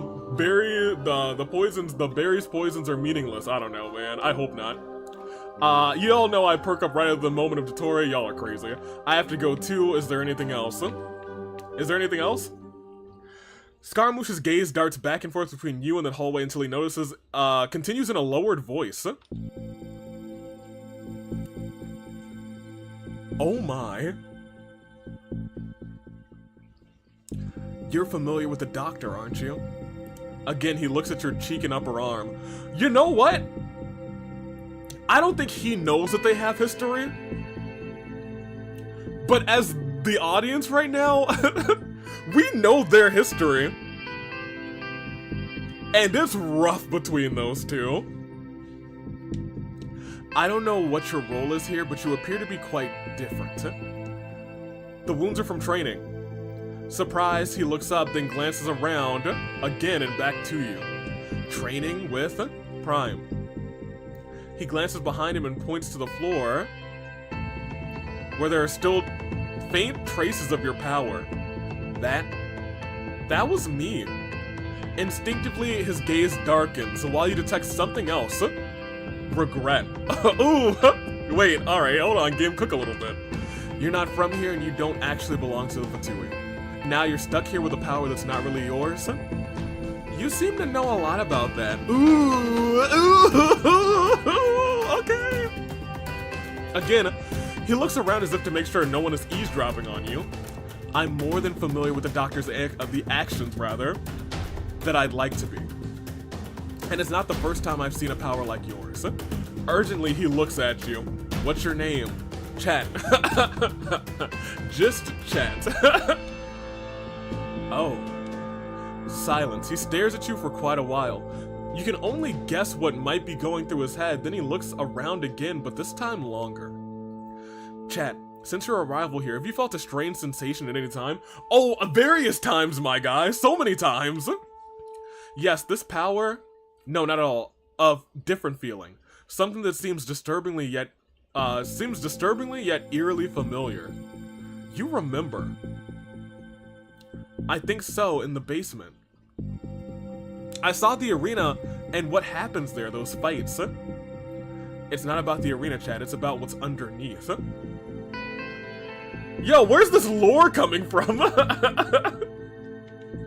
You freeze, Scaramouche turns away from you without a word, and then sets off to follow in the hallway where Tartaglia had disappeared. Wait, what exactly do you mean? Why are you telling me this? Scaramouche pauses for a moment, but doesn't turn to look at you, rather. I have my reasons. Wait, this is wild! This is kind of crazy. Okay, well, hold on, maybe. I think we're gonna do a save after that. I'd like to get at least one ending as we get through here, because we're already 3 hours deep. We got like decent lore going on here. Hold on a minute. We got game connecting lore. Okay, all right. Hold on a minute. I'm here for this. Now this game's kind of cooking. Wait a minute. A few minutes pass before you can sort out your jumbled thoughts. You know the Scaramouche won't tell you anything else, and you also know that you can't talk about it with anyone else in the castle. Lost in the thoughts, you trudge through the corridors until you finally find yourself in front of the door to the kitchen. It already smells wonderful, so you can't resist and enter. The cheerful atmosphere is a welcome distraction from the mood you just had been exposed to in the Great Hall. Join us, Avi. No. I'm not here for you and your Dottore. I'm here for the Dolore. That's what I'm here for. I want the lore, baby. The cheerful atmosphere is a welcome distraction with a mild smile on your lips. You scurry among the busy employees, discover Tartaglia coordinating operations as usual. She spots you, smiles broadly, and waves you over. Nice of you to stop by again. I enjoy your visits, I really do. Also, she is briefly interrupted by a kitchen helper. That goes there, in the pot to the left. She turns back to you. There's a lot going on today aside from the little samples we've been cooking for Dottore. For all the Dottores? Dottore and his segments? What's the best way to say this? Anyway, so we have to cook larger amounts of food than usual today, since the 2 other Harbingers are attending dinner today. Oh, they're coming to dinner? Oh man, oh yeah, this music, you're right.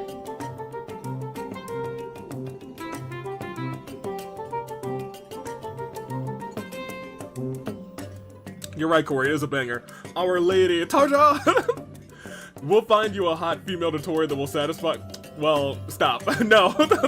I will not be swayed. Exactly.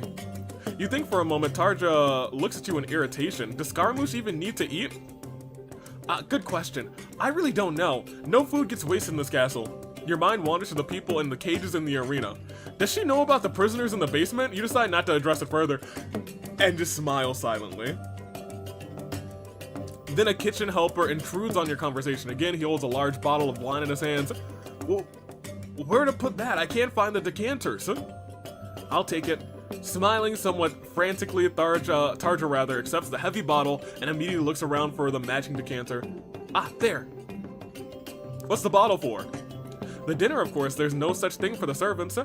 With you in tow, Tarja huffs between the other busy cooks, and in a rather secluded corner of the kitchen, she sets the heavy and presumably expensive bottle down on a cart. Just as she's about to... Imagine if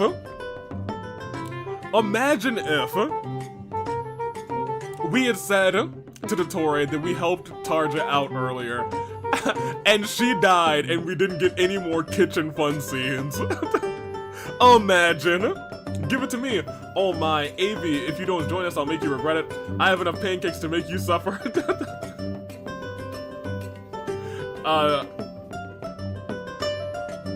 No, I'm not joining you guys. Forget that. I'm here for the lore, though. Oh my, I need a rag, and a hand brush, and a dustbin.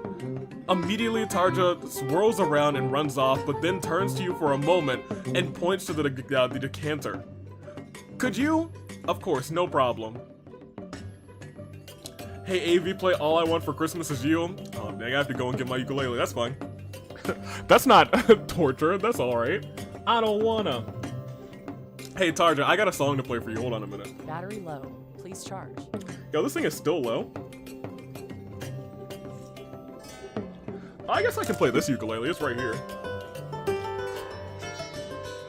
It doesn't really pick up as much. But it's tuned. Wait, hold on. Let's turn down the game audio real quick. I've wasted most of my pancakes. It's good enough for me. Here. I thought you were gonna use the text-to-speech. I think that would have been more torturous. Here. We'll mute that real quick. We'll get back to the kitchen audio real quick.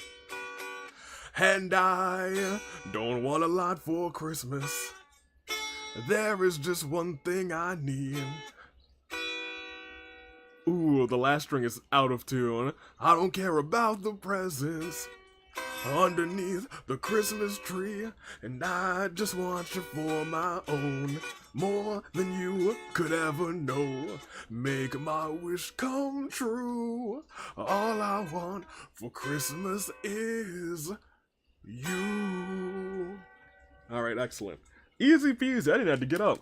Easiest time of my life, huh? Easiest time of my life. Tarja, that one was for you. Wow, that sounds terrible. Oh yeah, no, I know, it was out of tune. Isn't the whole ukulele out of tune? I don't think so. I think 2 of these strings are in tune. That one's fine.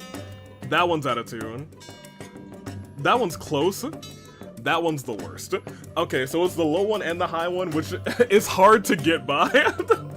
That one is hard to get by, to be honest, but I guess we will proceed. There we go. You know what? Once I get 400 pancakes, I'll say something that I'll really get you. I'm about to raise that to like 1,400 pancakes. Of course. Let me Using see. what text to speech? You mean this text to speech? Also, while I'm using TTS, let me say, Tarja is cool. Tarja is cool. We do love our Tarjas. Smiling gratefully, she scurries off to help clean up the mess. Yo, I definitely didn't click any other buttons this time. Here, we'll get back in here. There we go.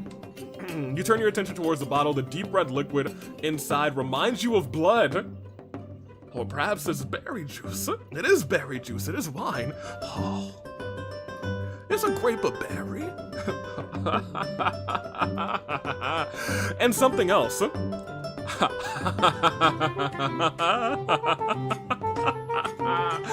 still have the berries.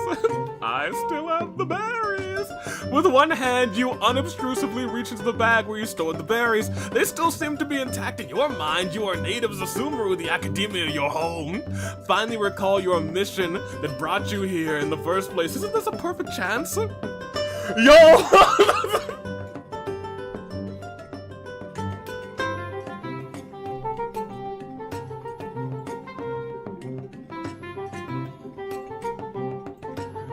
Guys, the berries, they screamed. They screamed to me. They said hello. Do not poison. No. Poison. Everyone will die. Look. Don't listen to the voices, Avia. I hear voices in my head. They counsel me. They tell me to poison. They talk to me. They talk to me. Oh, they show me things that I will do. The berries, maybe I will juice. They talk to me. Maybe there's a better opportunity for these berries. Perhaps I should hold on to these berries. No. But no, I did save. Because I know we were likely going to have to come back here because I'm sure this is a bad ending. I'm certain that this is a bad ending. So maybe we shouldn't. No, use them. Here. Chat. I'll give you a poll. I will let you decide. Poison the wine? Yeah, or nah. I'll give it to Twitch as well.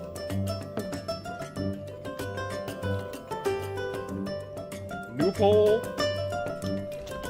We're doing this for a minute.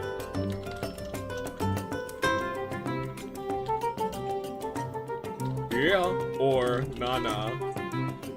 Alright, here we go. If you poison the wine, you can't drink it either. Oh no, I'll drink it. Don't worry, I will. We're all drinking it. It'll be a massacre. It is way closer than I thought it was going to be.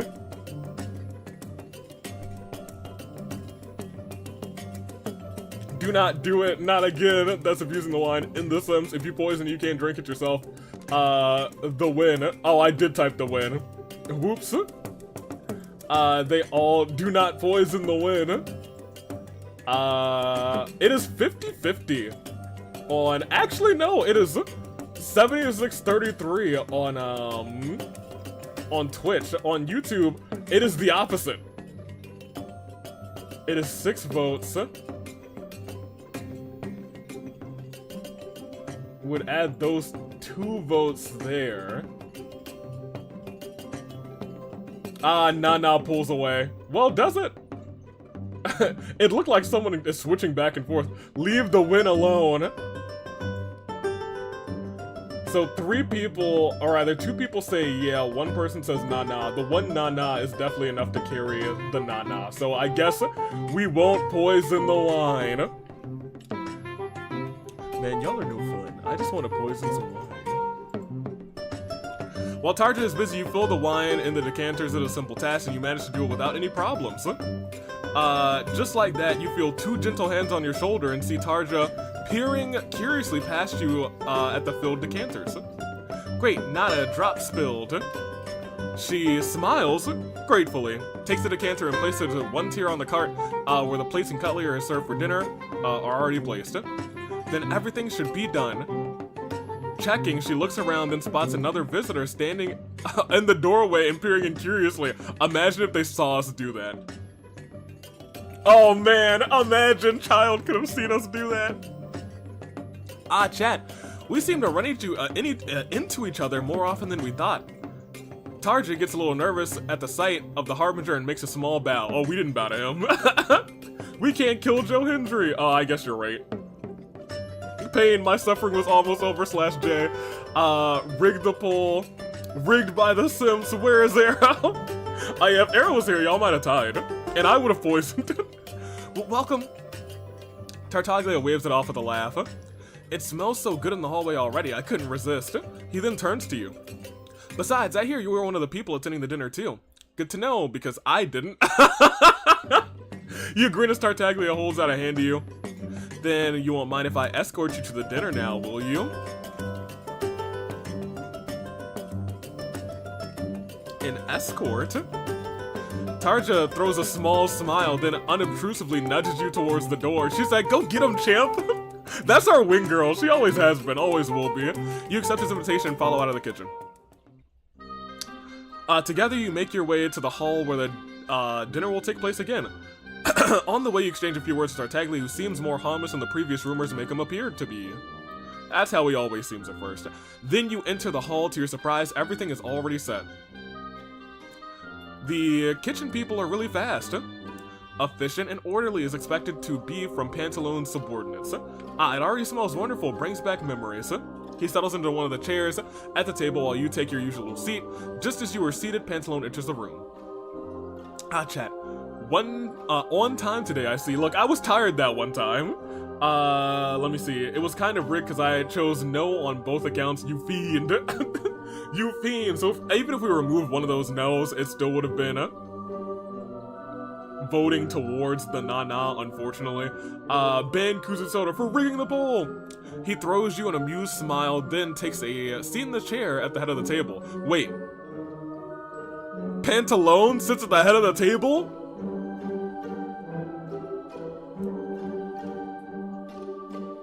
We acknowledge him.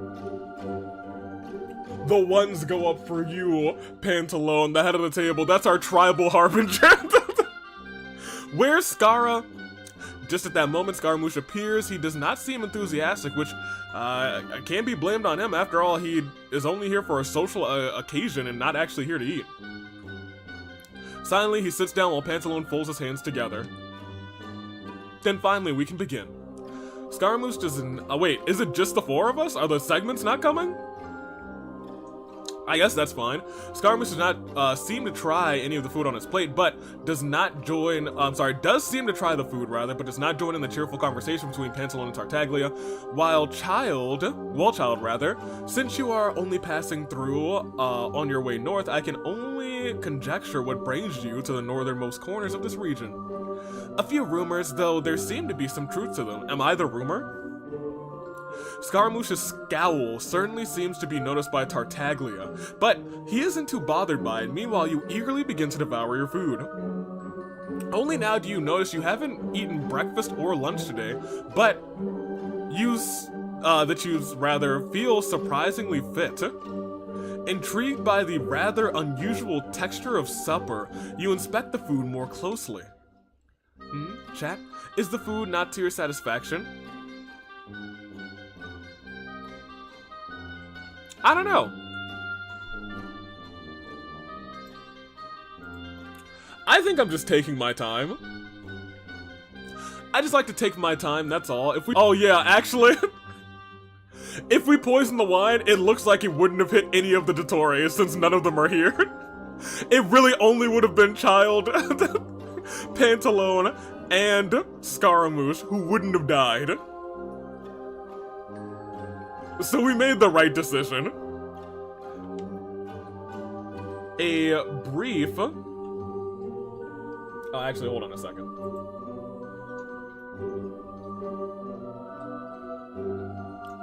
Okay, cool. We dropped frames for a second, but we are back to normal. We had a brief little spell of wonky, but it's back to full bars. Here we go. I'll wait for a second before we get back to full bars. There we go. Yep. Cool. The lag is screwing with me. No, we should be good now. Yeah, there we go. Excellent, excellent. I thought it was me. No. We lost a bar for a second, and we lost like 1,000 frames. So that was that was actually on the stream. We're good. We should be back to normal now. The lag was just Monica celebrating her first AWA win. Non-canon. Did not happen. Of course. Also, she's won before. She won at the fight before Christmas. Y'all are tripping. Pantaloon, of course. Without having lost a word during the dinner, Scaramouche rises from his seat and leaves. Huh. He seems in even worse mood than usual today. Surely he's not lost his appetite knowing what Dottore... Surely, rather, he's lost his appetite knowing that Dottore is here, too. Tartaglia glances at his now empty plate, leans back a bit, and grins gratefully. It's been a long time since I've eaten something this good. Kudos to the chef. Knowing well that how Tartaglia would be pleased to hear such kind words, you can't help but crack a small grin. Well then, Tartaglia too makes an appearance of wanting to leave. In case we were to leave in a hurry tomorrow, I should thank you in advance for your hospitality. Smiling politely and falsely as ever, Pantaloon nods. I'm here for that. He's like, yeah, I'll fake courtesy. I wish you a pleasant onward journey. Then Tartaglia turns to you. See you soon, chat. What do you mean, see you soon? Huh? What does he know that I don't? Now only Pantaloon and you are left. You still have some food on your plate in contrast to Pantaloon, it seems, however, that he is still, has some things to talk about. You seem to be getting along well, huh? I'm not surprised. However, he was only here to ask me about Mora. Speaking of Mora... His polite smile turns into a slight grin. You remember our conversation, don't you? Oh yeah, the Mora! The offer and reward still stands. You get a little uncomfortable in your skin knowing full well that this could be a test of your loyalty. Where's Prime? Prime, I'm afraid I can't give you any answers about that matter. His smile speaks 1,000 words. He knows very well indeed where Prime is. I appreciate cooperation, chat. Remember that. He stands up and adjusts his glasses with a small wave of his hand and says goodbye. Have a pleasant night. Bro, no shot. Okay, finally it's time for you to leave. I'm oddly tired. Go to sleep, Jerry. Get some slumber. Monica was okay before the rope break incident. Oh yeah, then it was rough. It was rough from there on out. Hello, Pantaloon. It has gotten late already. Scaramouche's words are still buzzing around in your head, however. The basement, or rather, what's underneath it. Your feelings... tells you that you only have this one chance to investigate. No! Y'all, we have to investigate. We have to. We have to go. If we only have one shot, one opportunity, we have to go. We have to.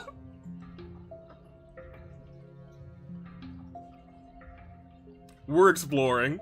We have to go. We get no other opportunity, we're leaving.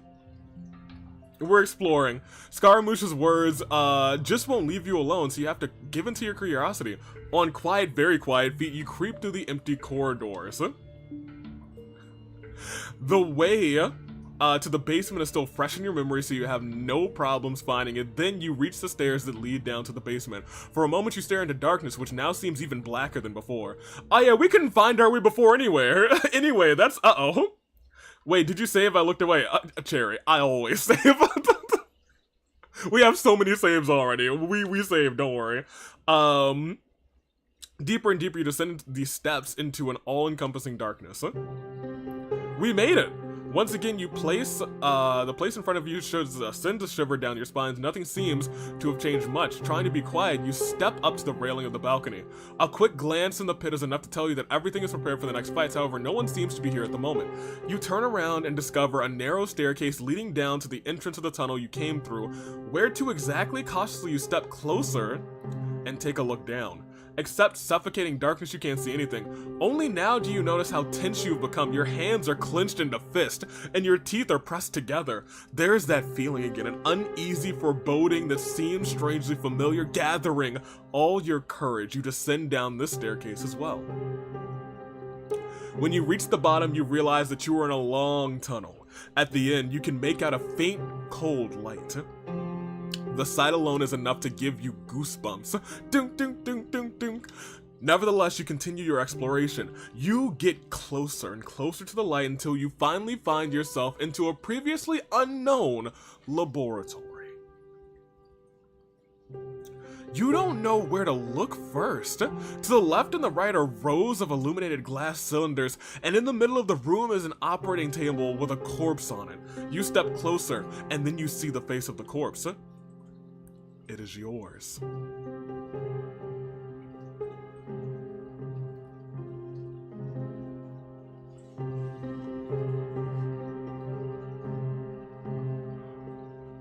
Huh?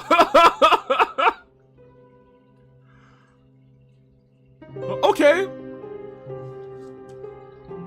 I told you, chat, we were dead. That's why the berries didn't kill me. I've been dead all along. Nah. The berries, they told me everything. The berries, they know. They speak the truths. I hear the truths from the berries. I see the future. The berries, they know.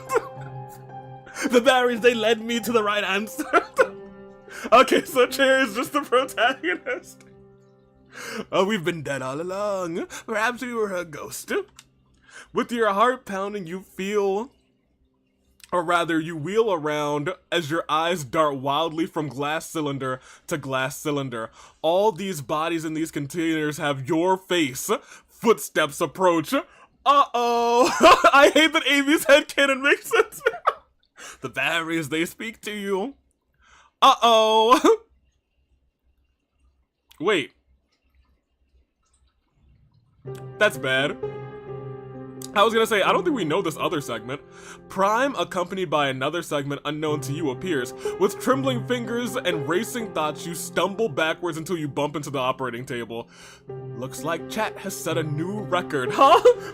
What? Huh? Uh-oh. Holy moly. He loved us so much that he wanted to show more of us. Sai? I don't know, maybe actually. You're Sai, right? Sai. He never seems to have been, he seems to have never been absent, but fully devoted to his main project down here. And maybe Sai has been the one who's been watching us from the shadows then. And that's the laugh. The circumstances that this version of chat has gone through are a bit different than the previous ones, though. True, the variables are a bit different this time. The visit of the other two Harbingers had not been experienced by the previous versions. That seems to be an important factor. It's a shame that we're losing another attempt this way. Wait, huh? What? Y'all have to lose another attempt? What you talking about? I don't know if that's lose another attempt. What's that supposed to mean? Yes, chat had made such good progress. As if you can't hear them, they continue to talk over you. You, meanwhile, have a cold sweat running down your forehead, the sight of your own corpse, and apparently many other versions of you being prepared here? What is this? What am I? Wait. The usual questions is what was said. Sai clears his throat and steps closer. You are a clone, a segment. Shortly after successfully creating the internal delusion, your original body was preserved. So they continue to use my body as, oh, that sucks. Why? To make clones for subsequent fine-tuning. The output of your power can generate, is absolutely lethal unless actively regulated by us. How and what kind of regulation is required, and we need to test version by version. So am I like you? Kappa? Or Zeta? No, you're different. More dependent on food, sleep, and the like. Because the first versions of you were not. And madness fell after only a few days. Oh my gosh.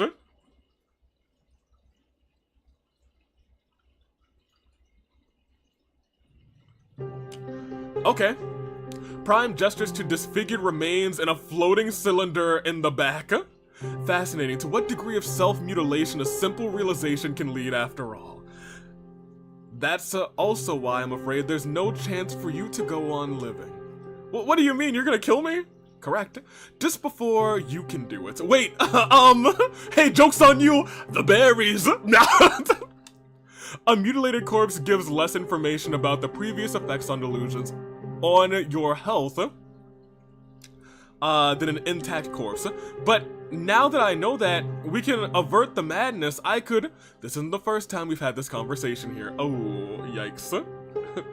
I just thought of something. Aren't the other AVs just like segments? I mean, you know, maybe, who knows? So this is what the bERriEs told AV. I tried to tell you! I tried to tell you, I said the bodies. They will fall, the blood. I tried to tell you all, the bERriEs. Yo, I'm just glad that the bERriEs have led me to something that actually connects to the bERriEs. This isn't the first time we have this conversation, and we all know the ending well. You are among versions that found their way here and will also die here. There were others who left the castle shortly after Pantaloon's arrival, or those who fled out into the cold without preparations and ended there. Oh! That could have been us. Wait. I guess that is us in another timeline. There have been many clones, and you are just another mark on the long list. Prime seems unmoved by all of this, as if all of this is inevitable, another part of a longer process. The progress so far in chat's development has been good. No permanent damage has been left from training either, at least no acute ones according to Zeta. Maybe we should block this corridor for the next version so we can't lose them this way. No, we need to take a more intense look at the connection between chat's madness. It's the bERriEs. The bERriEs caused this madness. Does that mean every ending is canon? I think so. I think this is a clever way to say that every single ending that we have is canon. So that's what happens in the other endings. We need to take a more intense look at the maximum output of the internal delusion. There may be a connection between the two. Sai makes a swift, dwindling motion with one hand. Before you can react, you feel a sharp pain in your neck. Instinctively, you reach out to pull a small dart out of your skin with a needle. Your tongue begins to numb as do your legs. You begin to sink into the ground as Sai approaches with long strides. We'll study the next version of chat, but I'm going to abduct this one directly now to get the most accurate results possible. Through your partially blurred vision, rather, you can tell Prime is throwing you a grin. I'll see you again tomorrow, chat, even if it won't be the current you. Then he turns to leave. Sai, prepare everything for another try. Oh. Well, I feel like we might have accidentally stumbled upon the hidden truth ending.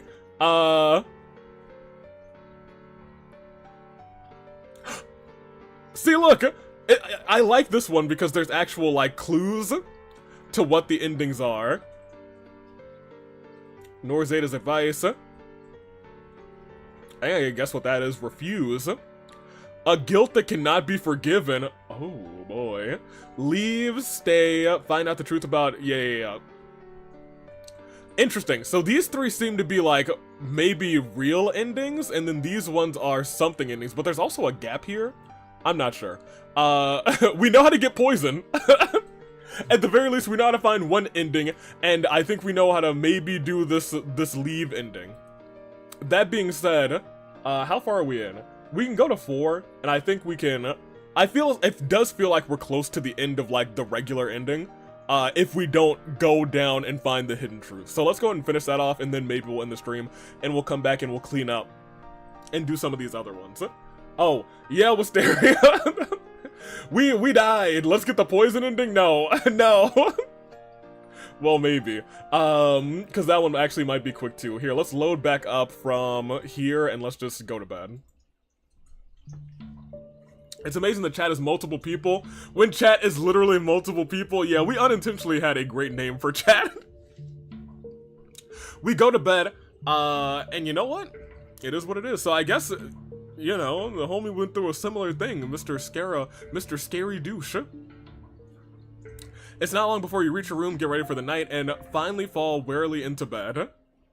Oh no, my suffering continues. Wait, day 4? Wait, okay, so which dead chat am I? Everyone claim which chat you are. I want to be the chat that whoops Delta with that metal pipe. that's my chat. I wonder if any of the segments have kissed Dottore before. Probably not, Cherry. They are all dead. If they did, they died for it. Avi is poison. Okay, maybe I am poison. I might need to be the poison one. My gosh, startled, you flinch and look at the spot where you felt something, an arm, a hand, and at that, however, the hand is Prime's. He's in our room? He's by our bed? What? I'm the chat in the tube with the white liquid. It's a blue liquid. I'm the segment that ran away in the beginning. The one who died? I don't know yet. Is, me times, so much staying. Right. He's in our room. Let me see. Dottore. Waking us. Sir, get out of my room. Hi. There's 3 different reactions. You're waking us. Get out of my room. Hi. Wide-eyed, you stare up at him and instinctually pull up the covers a little bit. You sleep like a rock. Did you know that? What did you do while we were asleep? Still woozy from your sleep, you look at him wordlessly. Get up, get ready, and then meet me outside at the gate. You won't need a coat. Why won't I need a coat? It's cold out there. He then turns around and leaves your room. You slowly realize that you are really awake and slowly gathering yourself. Quickly, you look out at the window. It's pitch black. It must be the middle of the night. You start to get dressed and then make your way outside, but I need a coat. Without meeting anyone else in the castle, you reach the gate. Snowflakes fall softly from the sky, while on the horizon, morning is already dawning. Good morning. I hope you're really awake now. The cold is already creeping through your clothes, making you shiver. Why did you wake me? Time for training. Now? Here? Why not? The time and place won't matter much anyway. It's cold. You said that I wouldn't need a coat. You don't need one. The cold should help you control your power more effectively. In the half light, you notice a smile, a slight grin creeping up on his lips. I'm the find yourself ending. We'll see. I hate it here, /J. Room for one more. Hey, Doc, want to join me tonight? Oh my gosh. Tori, yeah, it is cold. Come on, my guy. Except, you know what? I think I prefer this over the heat that we're having. So I'll take this. Besides, this coldness, which is unpleasant for you, is a good motivator. In what way? With a nod, he points to the front door to a castle which is about 50 meters away. Your goal is to enter the entrance hall. If you manage that, you may go back to sleep. A glance travels from Prime to the door and back again.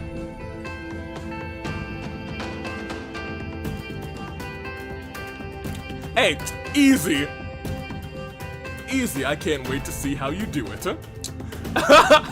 Then you sprint off in the direction of the front door. Your shoes almost slip off in the snow, but you make a fast start. Oh, easy. Prime still stands at the gate, watches you as you reach the door. You immediately try and open it, but realize the door is locked. A glance over your shoulder is enough to see that Prime has matching keys in his hands. That would have been too easy. Man! Try to take the key from me. Bro! We made it, though. For a moment, you consider breaking one of the windows. I want that. That's what I want. Enter the castle that way until you realize that this training is more about your physical skills than your mental ones. Meanwhile, the cold continues to creep under the thin fabric of your clothing, causing the thin hairs on your arms to stand up. Then you start to sprint again, this time towards Prime. With a daring jump, you try and grab the key, but you're nowhere close enough. Instead, a kick from Prime follows, sending you reeling. Again, the seething heat begins to gather in your veins. Again, you reach out for the key, only to be kicked once more. Gasping, you rush towards Prime again and again, but you don't succeed even once. The cold makes your skin tingle, and your hands and feet start to hurt. Prime doesn't seem to mind the cold. Again, you run towards him. With each movement, the pain heats and your muscles seem to grow, but this time it takes longer. Will the cold delay the effect of my power? Prime, however, seems to be growing impatient. He fends off the next few attacks from your side with ease, but each time uses more power than before. Before long, red-hot blood, the bERriEs. They told me that there would be blood, that blood would fall onto the newly fallen white snow. Use your powers, chat. This is why you're here. I don't wanna. I can't. I guess I can't. And this is... He clasps the key with his fist. A waste of time. Before you know it, Prime appears directly in front of you.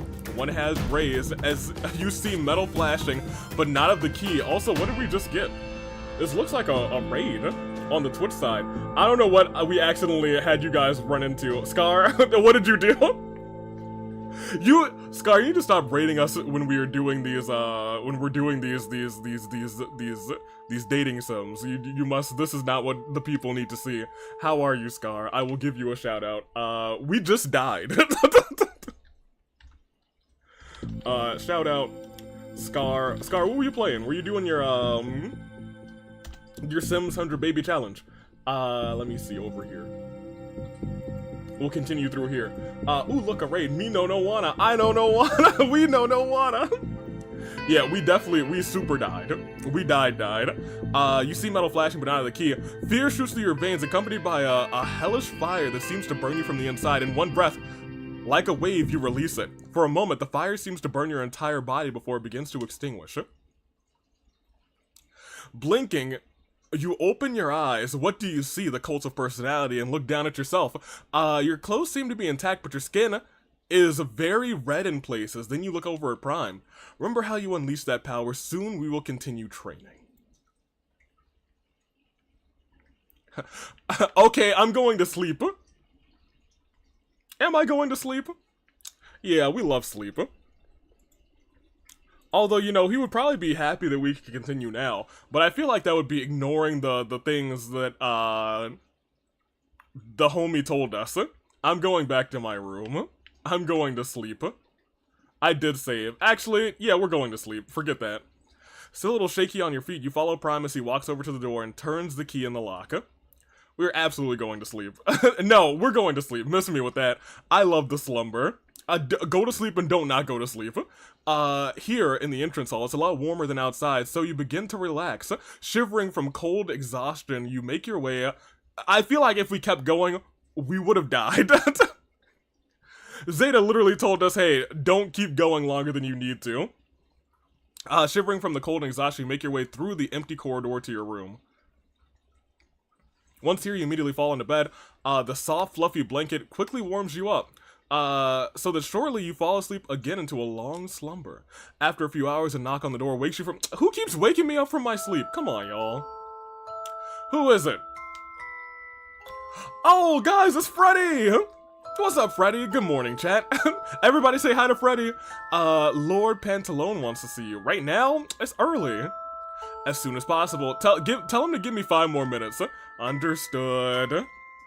Goodbye, Freddy. Thanks for the wake-up call. You yawn again and close the door and get dressed. A slight twinge runs through your body as you make a few movements reminding you of your training that you did a few hours ago.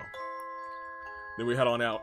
Finally, you make your way to Pantaloon's office. Although Freddy did not explicitly mention that Pantaloon would be there, it is still the place where you are most likely to find him. Hi, Freddy Fazbear. Fred, Bear, and Hat. Hi, Freddy, Chris. Freddy! Chris is gonna hate us. There should be a— oh.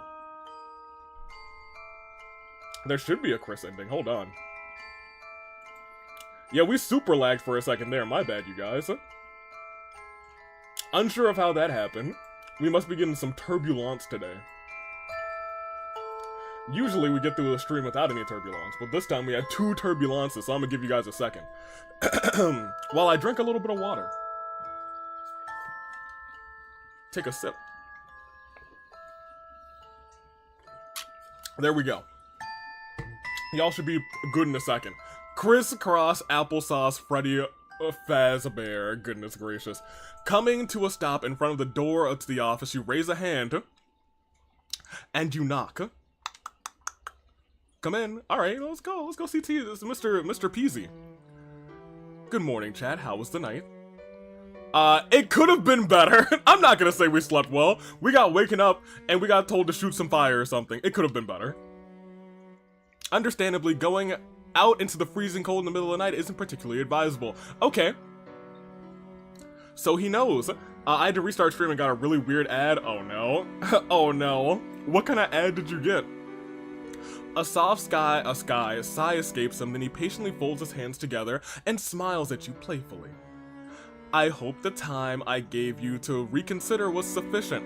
I'm sure you have some information of value. You remain silent, then you answer. I guess we'll stay here too. I mean, like, it was about a guy growing plants with his armpits. It was a deodorant ad. That's kind of wild. I hope I never see it again. I don't know anything, my guy. We gotta stay loyal to Dottore at this point. I don't know, man. Pantaloon chuckles in amusement. It appears Dottore has found someone quite loyal in you. I'll keep the more to myself then. I mean, like, you could still pay, my guy. You could still... Okay. Then the door flies open with a bang. Oh my gosh, all of them? Zeta, chat is not ready yet. The possible risk.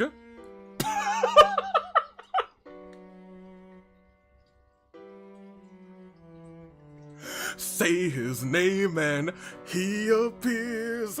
I believe in Joe Hendry. Risk. There are always risks. He is here. Say his name. Joe. We believe. Oh, risk. There's always risk. Do you really want chat to fail? Oh, great, Delta's back. It would be amusing, don't you think? Everyone stares at you. Chat? Yeah? I have a job for you. Can I say no? Silently, Zeta curses while Delta grins triumphantly.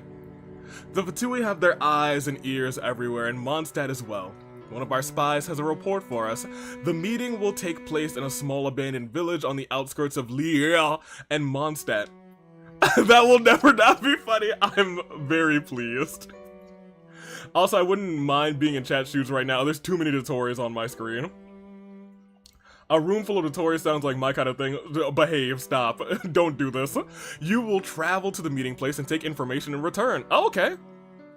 I get to leave? Pantaloon doesn't seem too thrilled with the idea. Why chat? There are plenty of other people who could do the job. There are plenty of reasons. Then an almost spiteful grin creeps onto Prime's lips. Most crucial, however, is the argument that chat can thereby withdraw from your influence for a while. Delta doesn't seem to know what Prime is alluding to, nor does Zeta.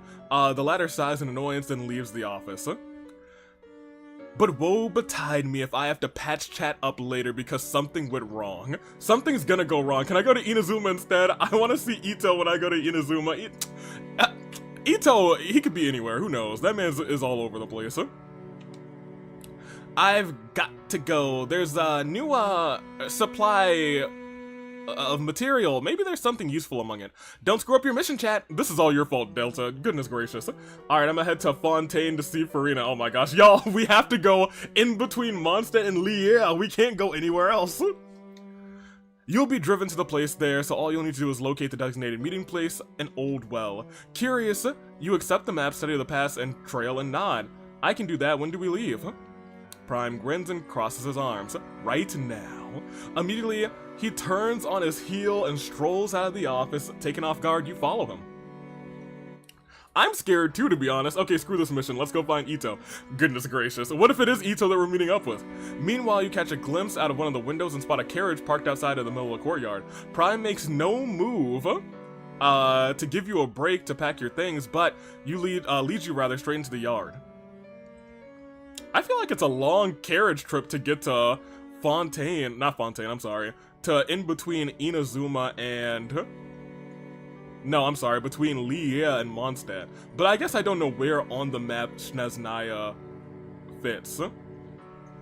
Regardless. Am I leaving alone?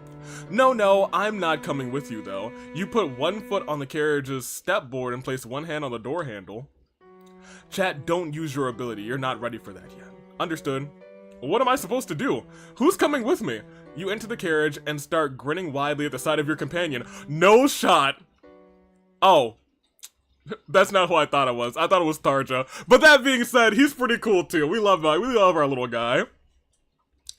There you are. I've been waiting for so long. Yo, we get a mission with the best one. Alright. I'm okay with this. A bit surprised, you sit down and immediately the carriage starts moving. For a while, oh, you're not Tarja. But you know what? This is also fine. For a while, you look out the window until the castle gradually recedes into the distance. Silently and gently, snowflakes pass you by. Kappa is second best, only beat out by Tarja. Do not kick the child opening. No. Let me see. Mission with the baby. Come on, let's play something. Okay. Oh, this is adorable. Oh, he's got bandages all up on his knees. Okay, you get these cards and I'll get these. Do you know the rules? And so do I. He rickrolled us, by the way. Of course. Let's get started. We have plenty of time. How long will the ride be? Kappa takes a look out of the window and grins widely. We should arrive in the morning. Luckily, the seats are soft, so they're great for sleeping on. You chuckle softly. I'm sure it's no problem for you. I'm a bit too big to lay down all the way here. I'm sure you'll be fine. Thanks, Kappa. This is really nice. Avi, I'm halfway to 400 pancakes. I know it's taken a while, but I could send that curse message. I will send it. I'll be sure to get it before the stream ends, trust me. We'll see about that. I might end it preemptively. I wish we got an actual card minigame with Kappa. The day passes quickly as the sun begins to disappear behind the horizon in the evening. Then, as darkness falls over the land, bit by bit your eyes grow heavy. Leaning against the window, you sink into a long, deep slumber. Chat, wake up, we're here! Blinking warily, your eyes open and look around. We're here! I'll wait here. You go out and do your job, okay? Tense, Kappa begins to wiggle his feet as you pick yourself up, open the carriage, and step out. I don't really know what my job is, if I'm being real with you. I actually froze, flat out froze, dang. Okay, well, I haven't dropped any frames at this point. That was just actually on your internet, unfortunately. Lag's getting bad. Really? Maybe it's YouTube's fault.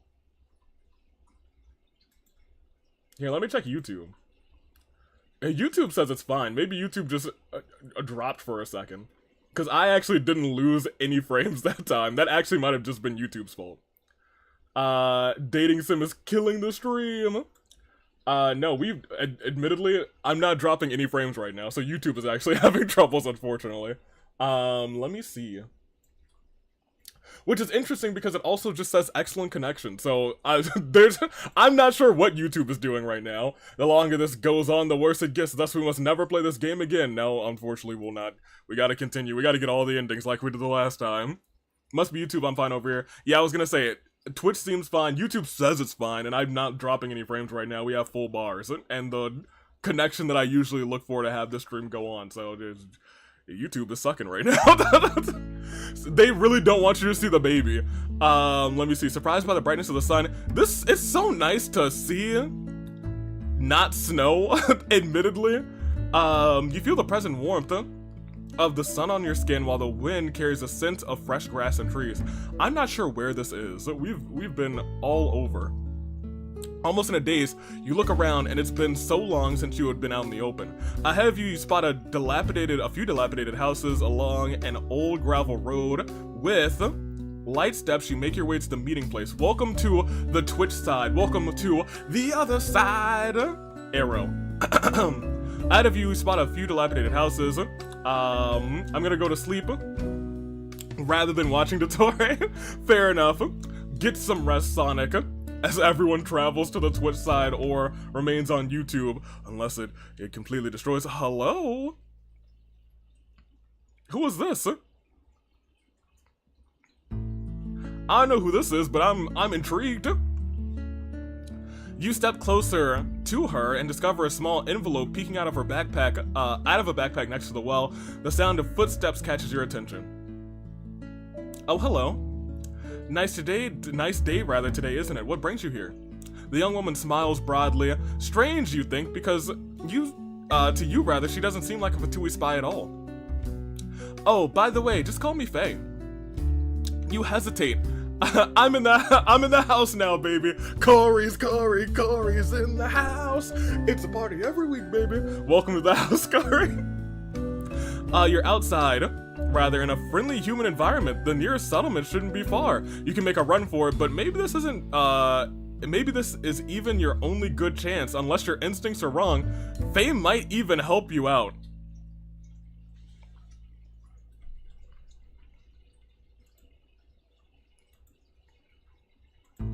We could jet.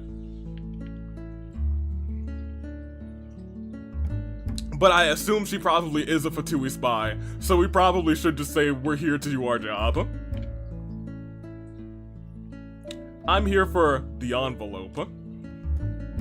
With a nod, you point to the envelope. She understands and smiles gently. So yeah, she is definitely with a Fatui, and we definitely would have died. She takes the envelope out of her pocket and takes it to herself, then holds out her empty hand rather to you, silently smiling. She waits. I have nothing to give. Was I supposed to give you something? Honestly, I might download this game myself and start playing it because I'm genuinely interested in this game. Go ahead. I don't know if I have the download link in the description, but I'll toss it there at the end of stream. Faye freezes. She looks down at you with wide eyes, then her gaze travels down to you. Were we supposed to have something? You're not here on behalf of the Qixing and oh no! Well, that's bad. Wait, we could have gotten out for real! Uh-oh. With panic in her eyes, she whirls around and sprints off. You follow right behind her for a few meters,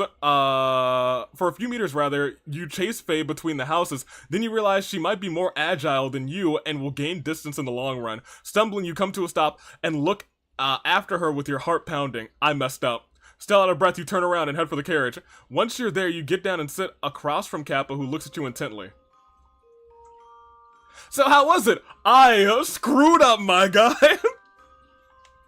I screwed up. Kappa looks at you for a moment, then tilts his head and smiles softly. It's okay, you tried. Hey, what's up, Kappa? Yeah, that's my guy. We love him. You foolish fool. I did foolishly. Is Prime going to see it that way too? Let's not think about that. Kappa, now I'm gonna die, man. Kappa quickly knocks on the window, whereupon the carriage starts moving again. Are we going back now? Of course, what could we do otherwise? We can explore the area and visit one of the nearby towns, have something to eat at the restaurant. Irritated, Kappa begins to rummage in his bag. We have food here. Why would we go anywhere on purpose? You take a long look at the landscape outside. You'll miss the light-filled forest, pristine fields, and warm rays of sunshine. Alright then, presumably Prime wouldn't like it if we wasted time here, would we? Would he, rather?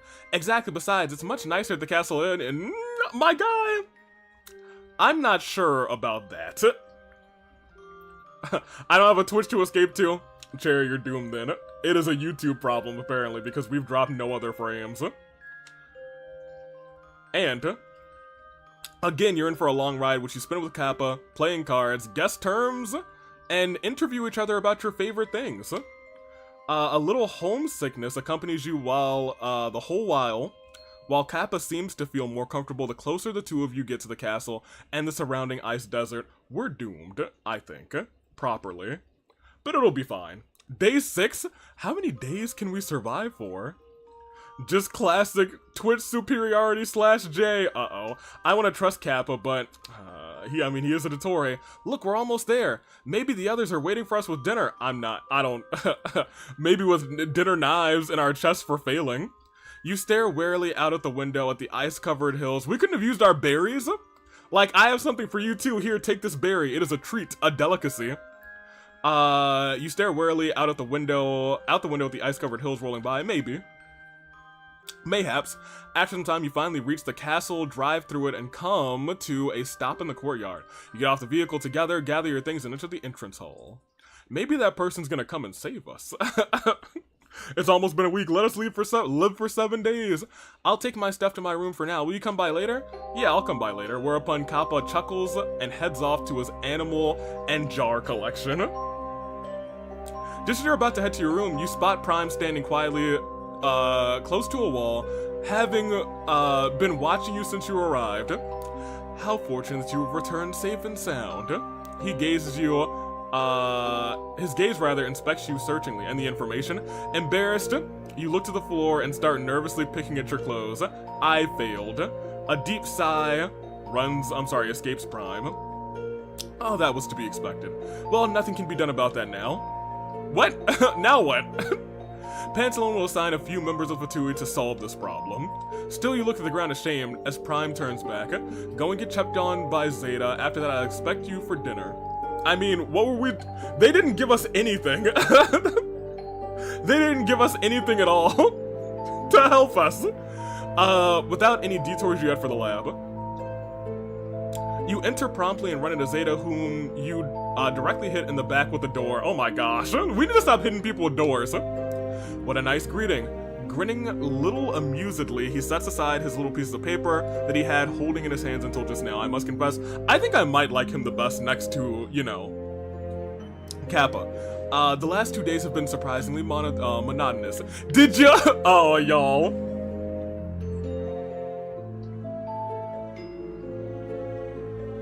Look.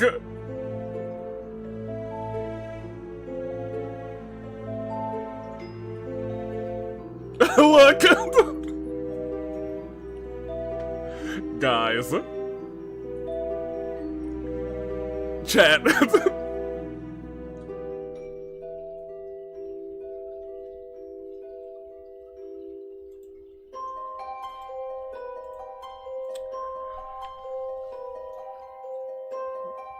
Did you miss me? I have no opinion.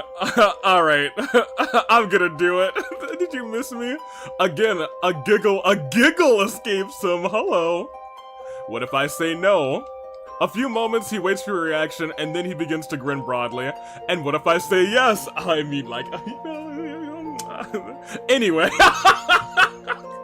I like Zeta the most, actually. Next to Kappa, of course. That's an undeniable #1, but like... I like him. He steps closer to you, raises a hand, turns his head with it so that he can take a closer look at your cheek. The scratch seems to have healed well. Probably not even a scar will remain. But we love Scar. He turns away and paces the lab, muttering. A pity, really. With small but quick steps, you follow him until he glances over his shoulder at you. Why are you here anyway? It's getting late. It is getting late. We are at 4 hours, which we are going to end relatively soon. You should get to sleep soon. I'm only here because of you, baby. Hey, you know what? Screw it. We just saved. Let's just flirt the heck with Zeta. Let's do it. Why the heck not? I'm only here because of you. What a pleasant surprise. With a small gesture, Zeta invites you into a rather secluded area of the lab. This is separated from the rest of the room by a suspended, tarpaulin. Uh-oh. Well, I mean, let's see. Sit down, chat. Although I'm sure it won't take long. A small, brief examination should suffice. While Zeta starts measuring your pulse, he takes notes, then he checks your breathing and finally your heart. A satisfied smile spreads across his lips as he makes some final notes. Great, your condition is perfectly fine. Prime will be equally pleased with this news.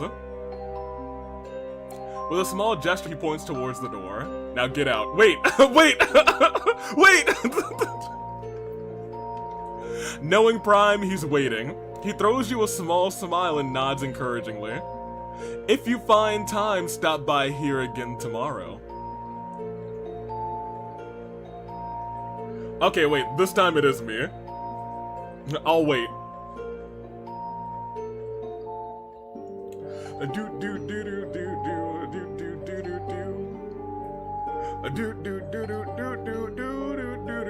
Help, Zeta, don't worry, we're back. That time, it was me. We did get a lag spike. Maybe because it's so late. There we go. Hey, also, Zeta said, if you find time, stop by here again. Zeta definitely is, he's here for it. And you know what? If there is a tomorrow, we are stopping by here again. I could use some help sorting bottles. Sorting bottles? I know what that means. Ayo. Oh, we spiked again. Jeez Louise. I gotta wait. Interesting. We're probably gonna end in a second. Because something's going on, and I'm not trying to deal with it, and it's late. Here, let's go back to our room. I'll keep an eye on that, though. Fatigue makes itself felt, causing you to yawn heartily. Although you had slept for several hours rather, during the carriage ride, your body still seems to long for the warm, soft bed in your room. Finally reach the dining hall and enter. Oh, right, we're going to dinner. The table is set for only 2 people. Prime is... Wait, just for us 2? Wait, but we were just seeing Zeta. I'm sorry. Okay. Prime is already sitting at the table, so you take your seat in the other chair, you stifle another yawn, but Prime notices it right away. I need an adult /J. I know it's late, I don't plan on keeping you for long. You begin to take a bite of the now cold food and listen intently. While you were traveling, I had time. For what? To think about you, your efforts, your potential. Oh. About me? You stop chewing your food and set aside your cutlery. Although you don't share the same values as thE, you do seem to care about this organization.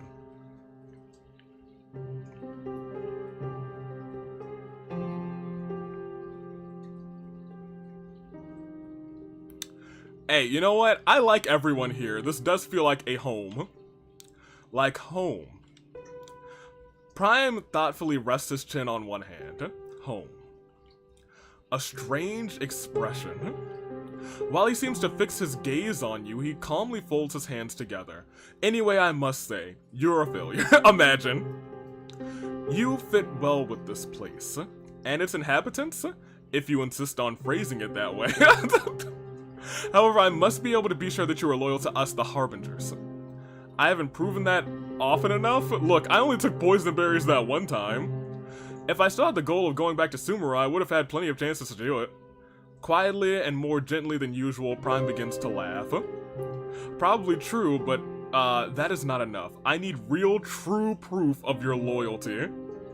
Loyalty is everything. Correspondingly, I have planned a test for tomorrow. You swallow hard. Prime doesn't seem to be joking. Should you be truly... I believe in... Kuzu Soda Shipper 2, goodness gracious. Did you unfollow and refollow? Wild, goodness gracious. Alright. I just wanted to hear the notification. You fiend. Tomorrow's test will pose no difficulty to you. Oh, okay. Easy. I got the easiest thing in the world. Then he rises from his seat and makes the way out of the hall. For a brief moment, he stops in the doorway and turns to you again. Don't disappoint us. Hey, when have I ever disappointed you guys? Other than the time earlier we got an ending and died. It ain't nothing but a thing, my guy. You two leave the dining hall shortly after. Prime's serious words haunt your mind. Just as you were about to turn a corner, a high-pitched voice resounds through the hallway behind you. It must be a little homie, Kappa. Chat, wait! Please come with me and... From across the hall, Delta appears, obviously in a hurry. Oh, Chad, here you are. The Ruin Guard is finally ready to deploy and we need to start it up. Indignant, Kappa looks at him and puts his hands on his hip. Chat doesn't have time for this. I want Chat to read me a bedtime story. Pah, a story? That's nothing compared to the Ruin Guard I've been working on for weeks. Both of them look at you demandingly. While a warm yawn escapes you, you realize that you only have enough energy for one of them. Oh, we're gonna have to start choosing between them? Well, look, chat, I don't even think I need to put up a poll, do I? I don't need to put up a poll for this. I think we all just agree that we're gonna read this man's a story. Absolutely. This is just the right answer. Kappa smiles broadly and leads you to his room, which is not far. Here we are. Neat, isn't it? So much space to myself. He walks over to his bed and points to one of the shelves. There you discover jars of preserved animals. Ta-da! Aren't they awesome? I hate his teeth, though. He's terrifying, to be honest. Still grinning broadly, Kappa settles down on the mattresses of his bed, disappears under the covers, then peeks his head out at the back. Come here, I've already chosen a book. You already know it, in fact. Oh, wait, this is adorable. He has little plushes of all of them.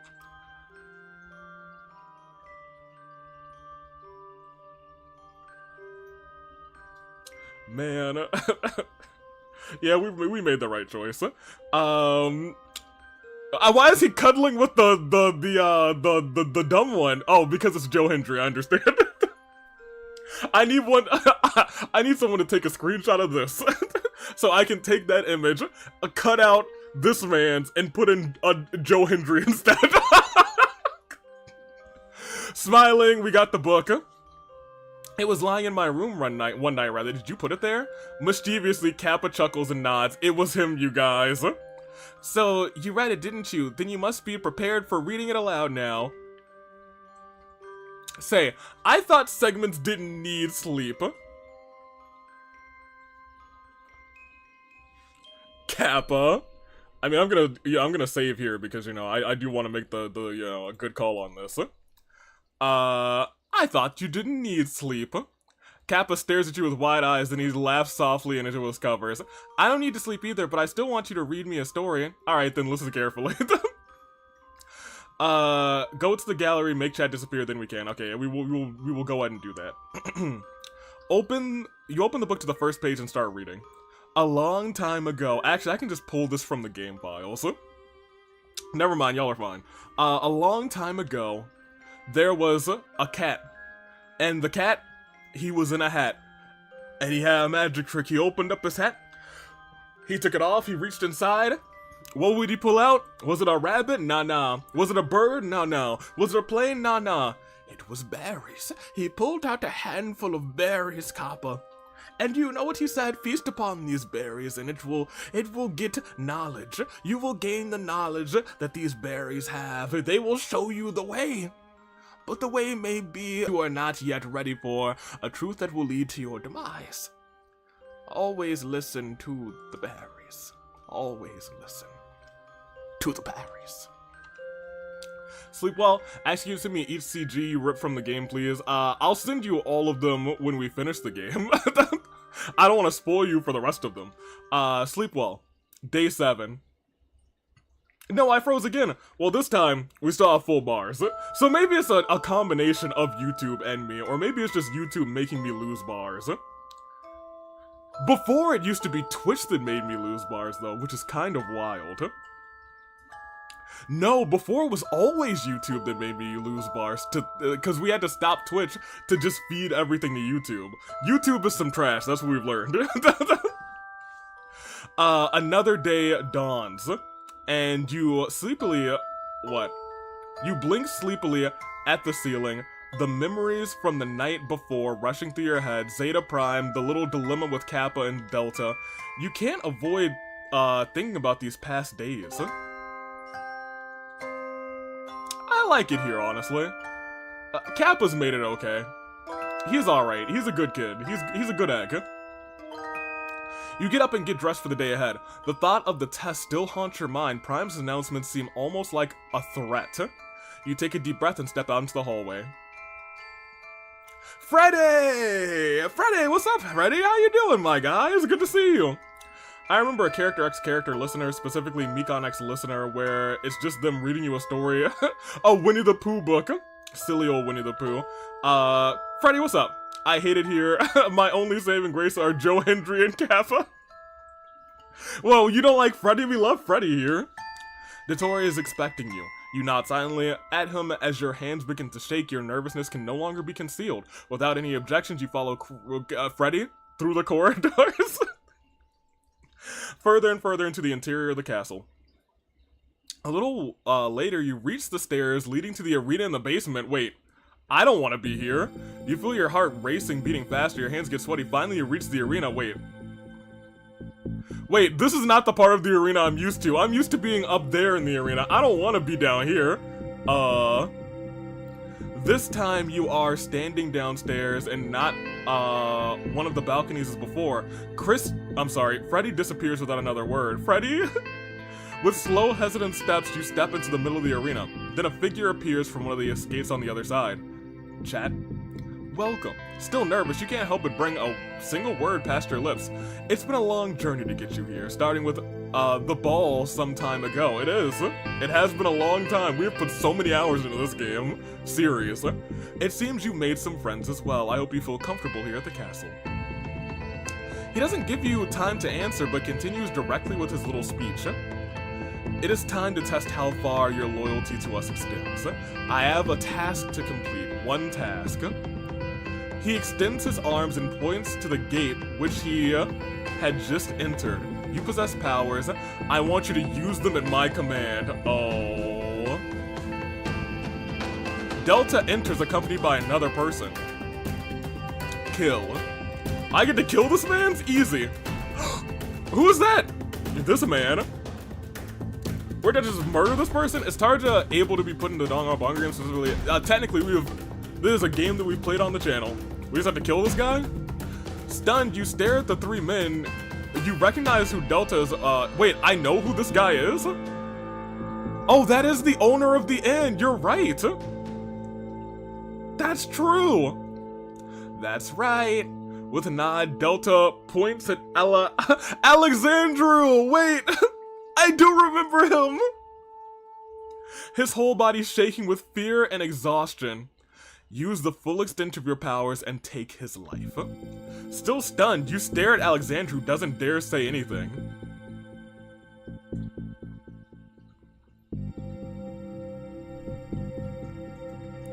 I mean, we will save here. I mean, the right answer is just sorry, Alexandru, right?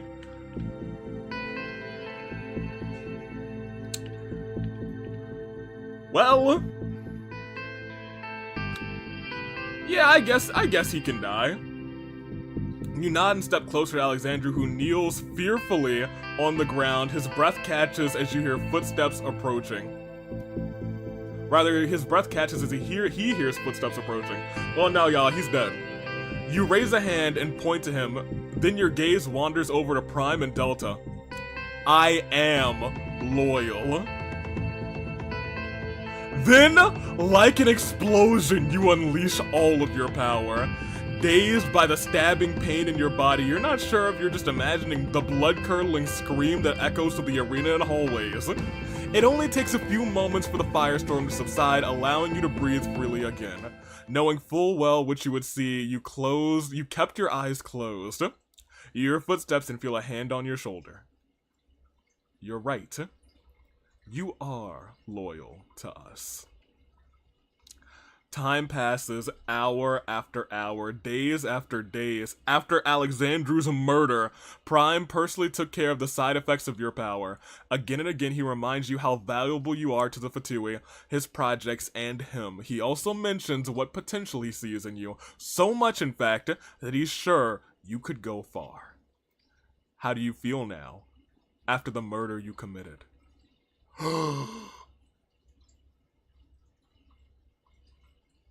Oh my gosh!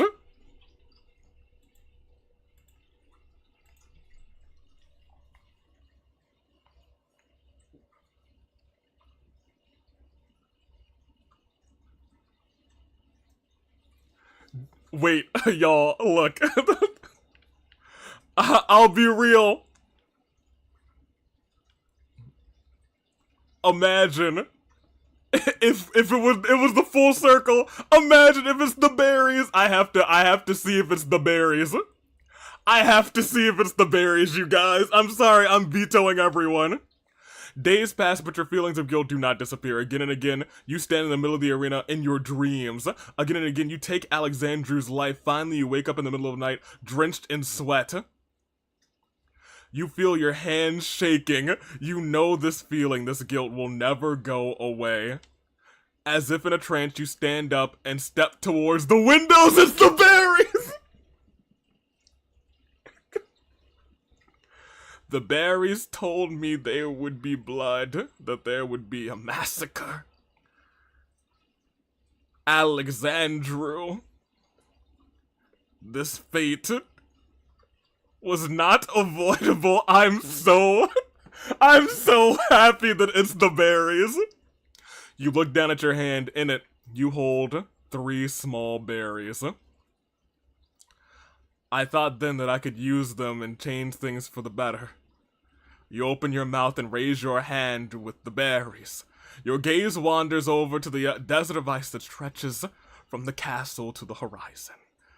This is a debt that cannot be forgiven. This is the berries. Wait, this is the berry ending? The berries, they told me that this would be my end. They whispered their knowledge said that you were born by the berries, and you will die by the berries.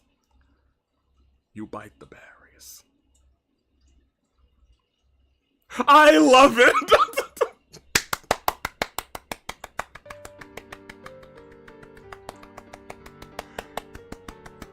Cinema. Yo. I did not know that the berries would be so pivotal.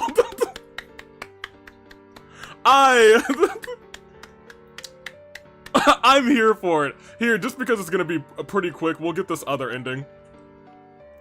And then we'll actually close off. The one that doesn't say given to the berries. I think that that's my ending. This is definitely my ending. I don't adore this ending, but I adore how we got here. I would do anything to be of use to Dottore. Even more time passes on, weeks and weeks, months upon months. Finally, another gathering of the thE approaches once again in the same place in the ball that took before. Oh, we're at the ball again. You stand somewhat apart in the ballroom while a detailed thE mask actually covers your face. With a watchful eye, you observe the nameless members who are chattering. To distract yourself a bit, you let off small flames in your hand, so we have full control over our powers now.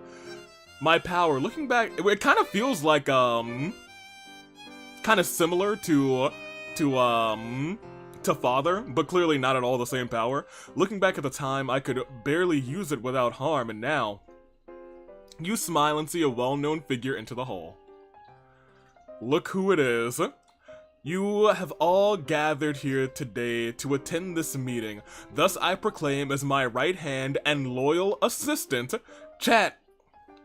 He steps aside, oh wait, auto is on, we don't want that. I don't know how that got turned on. He steps aside a bit and nods with a smile. Then you let your gaze roam the crowd. You've made it. You've become a high-ranking member of the thE. I knew you wouldn't disappoint us, Chat. Deja vu. Okay, I think that's all the endings we're gonna get today. That being said, it looks like we have 1, 2, 3, 4, 5 more endings to get. That being said, we have now been through the main 7 days of the game. I think very clearly, Refuse is to go through with the Alexandru murder, but actually refuse to murder him. Leave is probably, Leave is the, you know what the leave is. The leave is saying, hey, let's get out of here, with the member of the Chishing. Ignore Zeta's advice. I assume at some point we're just gonna, it's probably when we went to sleep instead. Doing that will probably exhaust our powers. Poison is probably trying to poison the 3 members accidentally of the thE. Pantaloon child. Find yourself, I'm unsure. And I think there actually is a hidden ending that's here. If I read correctly, I think there's a hidden ending, and I think you can't get it until you've done all of the other endings or something of that nature. We did it. I enjoyed this. I think I enjoyed this the most because of the berries. It was very much a berry type of day. I had a lot of fun, and this one is, I think, very much more expansive than the first one that we did. The first one was basically kind of just, hey, there's a ball, hey, it's a lot of you and Dottore, it's a castle. This one is a whole 7 days, and it seems like it's gonna be a lot of fun. We'll get back to this in the future, but I liked it. I was a big fan. It seemed like you guys enjoyed it too. We found a Dottore, we found 1.5 Dottores that we actually like. We kind of like Zeta, but we love Kappa. We actually stay in Kappa. We love him. I can go home again. We will go home the next time, don't you worry. Watch how Tommy back on. It's super late, so I don't think we're gonna raid unless somebody that that I know is raided, or rather streaming right now. Yeah, I can send y'all to Toxa. That's an easy raid. And he knows I'll just go to sleep. We experienced the Dottore C. I don't even know what it said, to be honest. Oh, it said it in a way that made it so I didn't know what it was, so I appreciate that. Thank goodness. Goodness gracious. You promised. You were right, Kuzu. You made it. Let me see.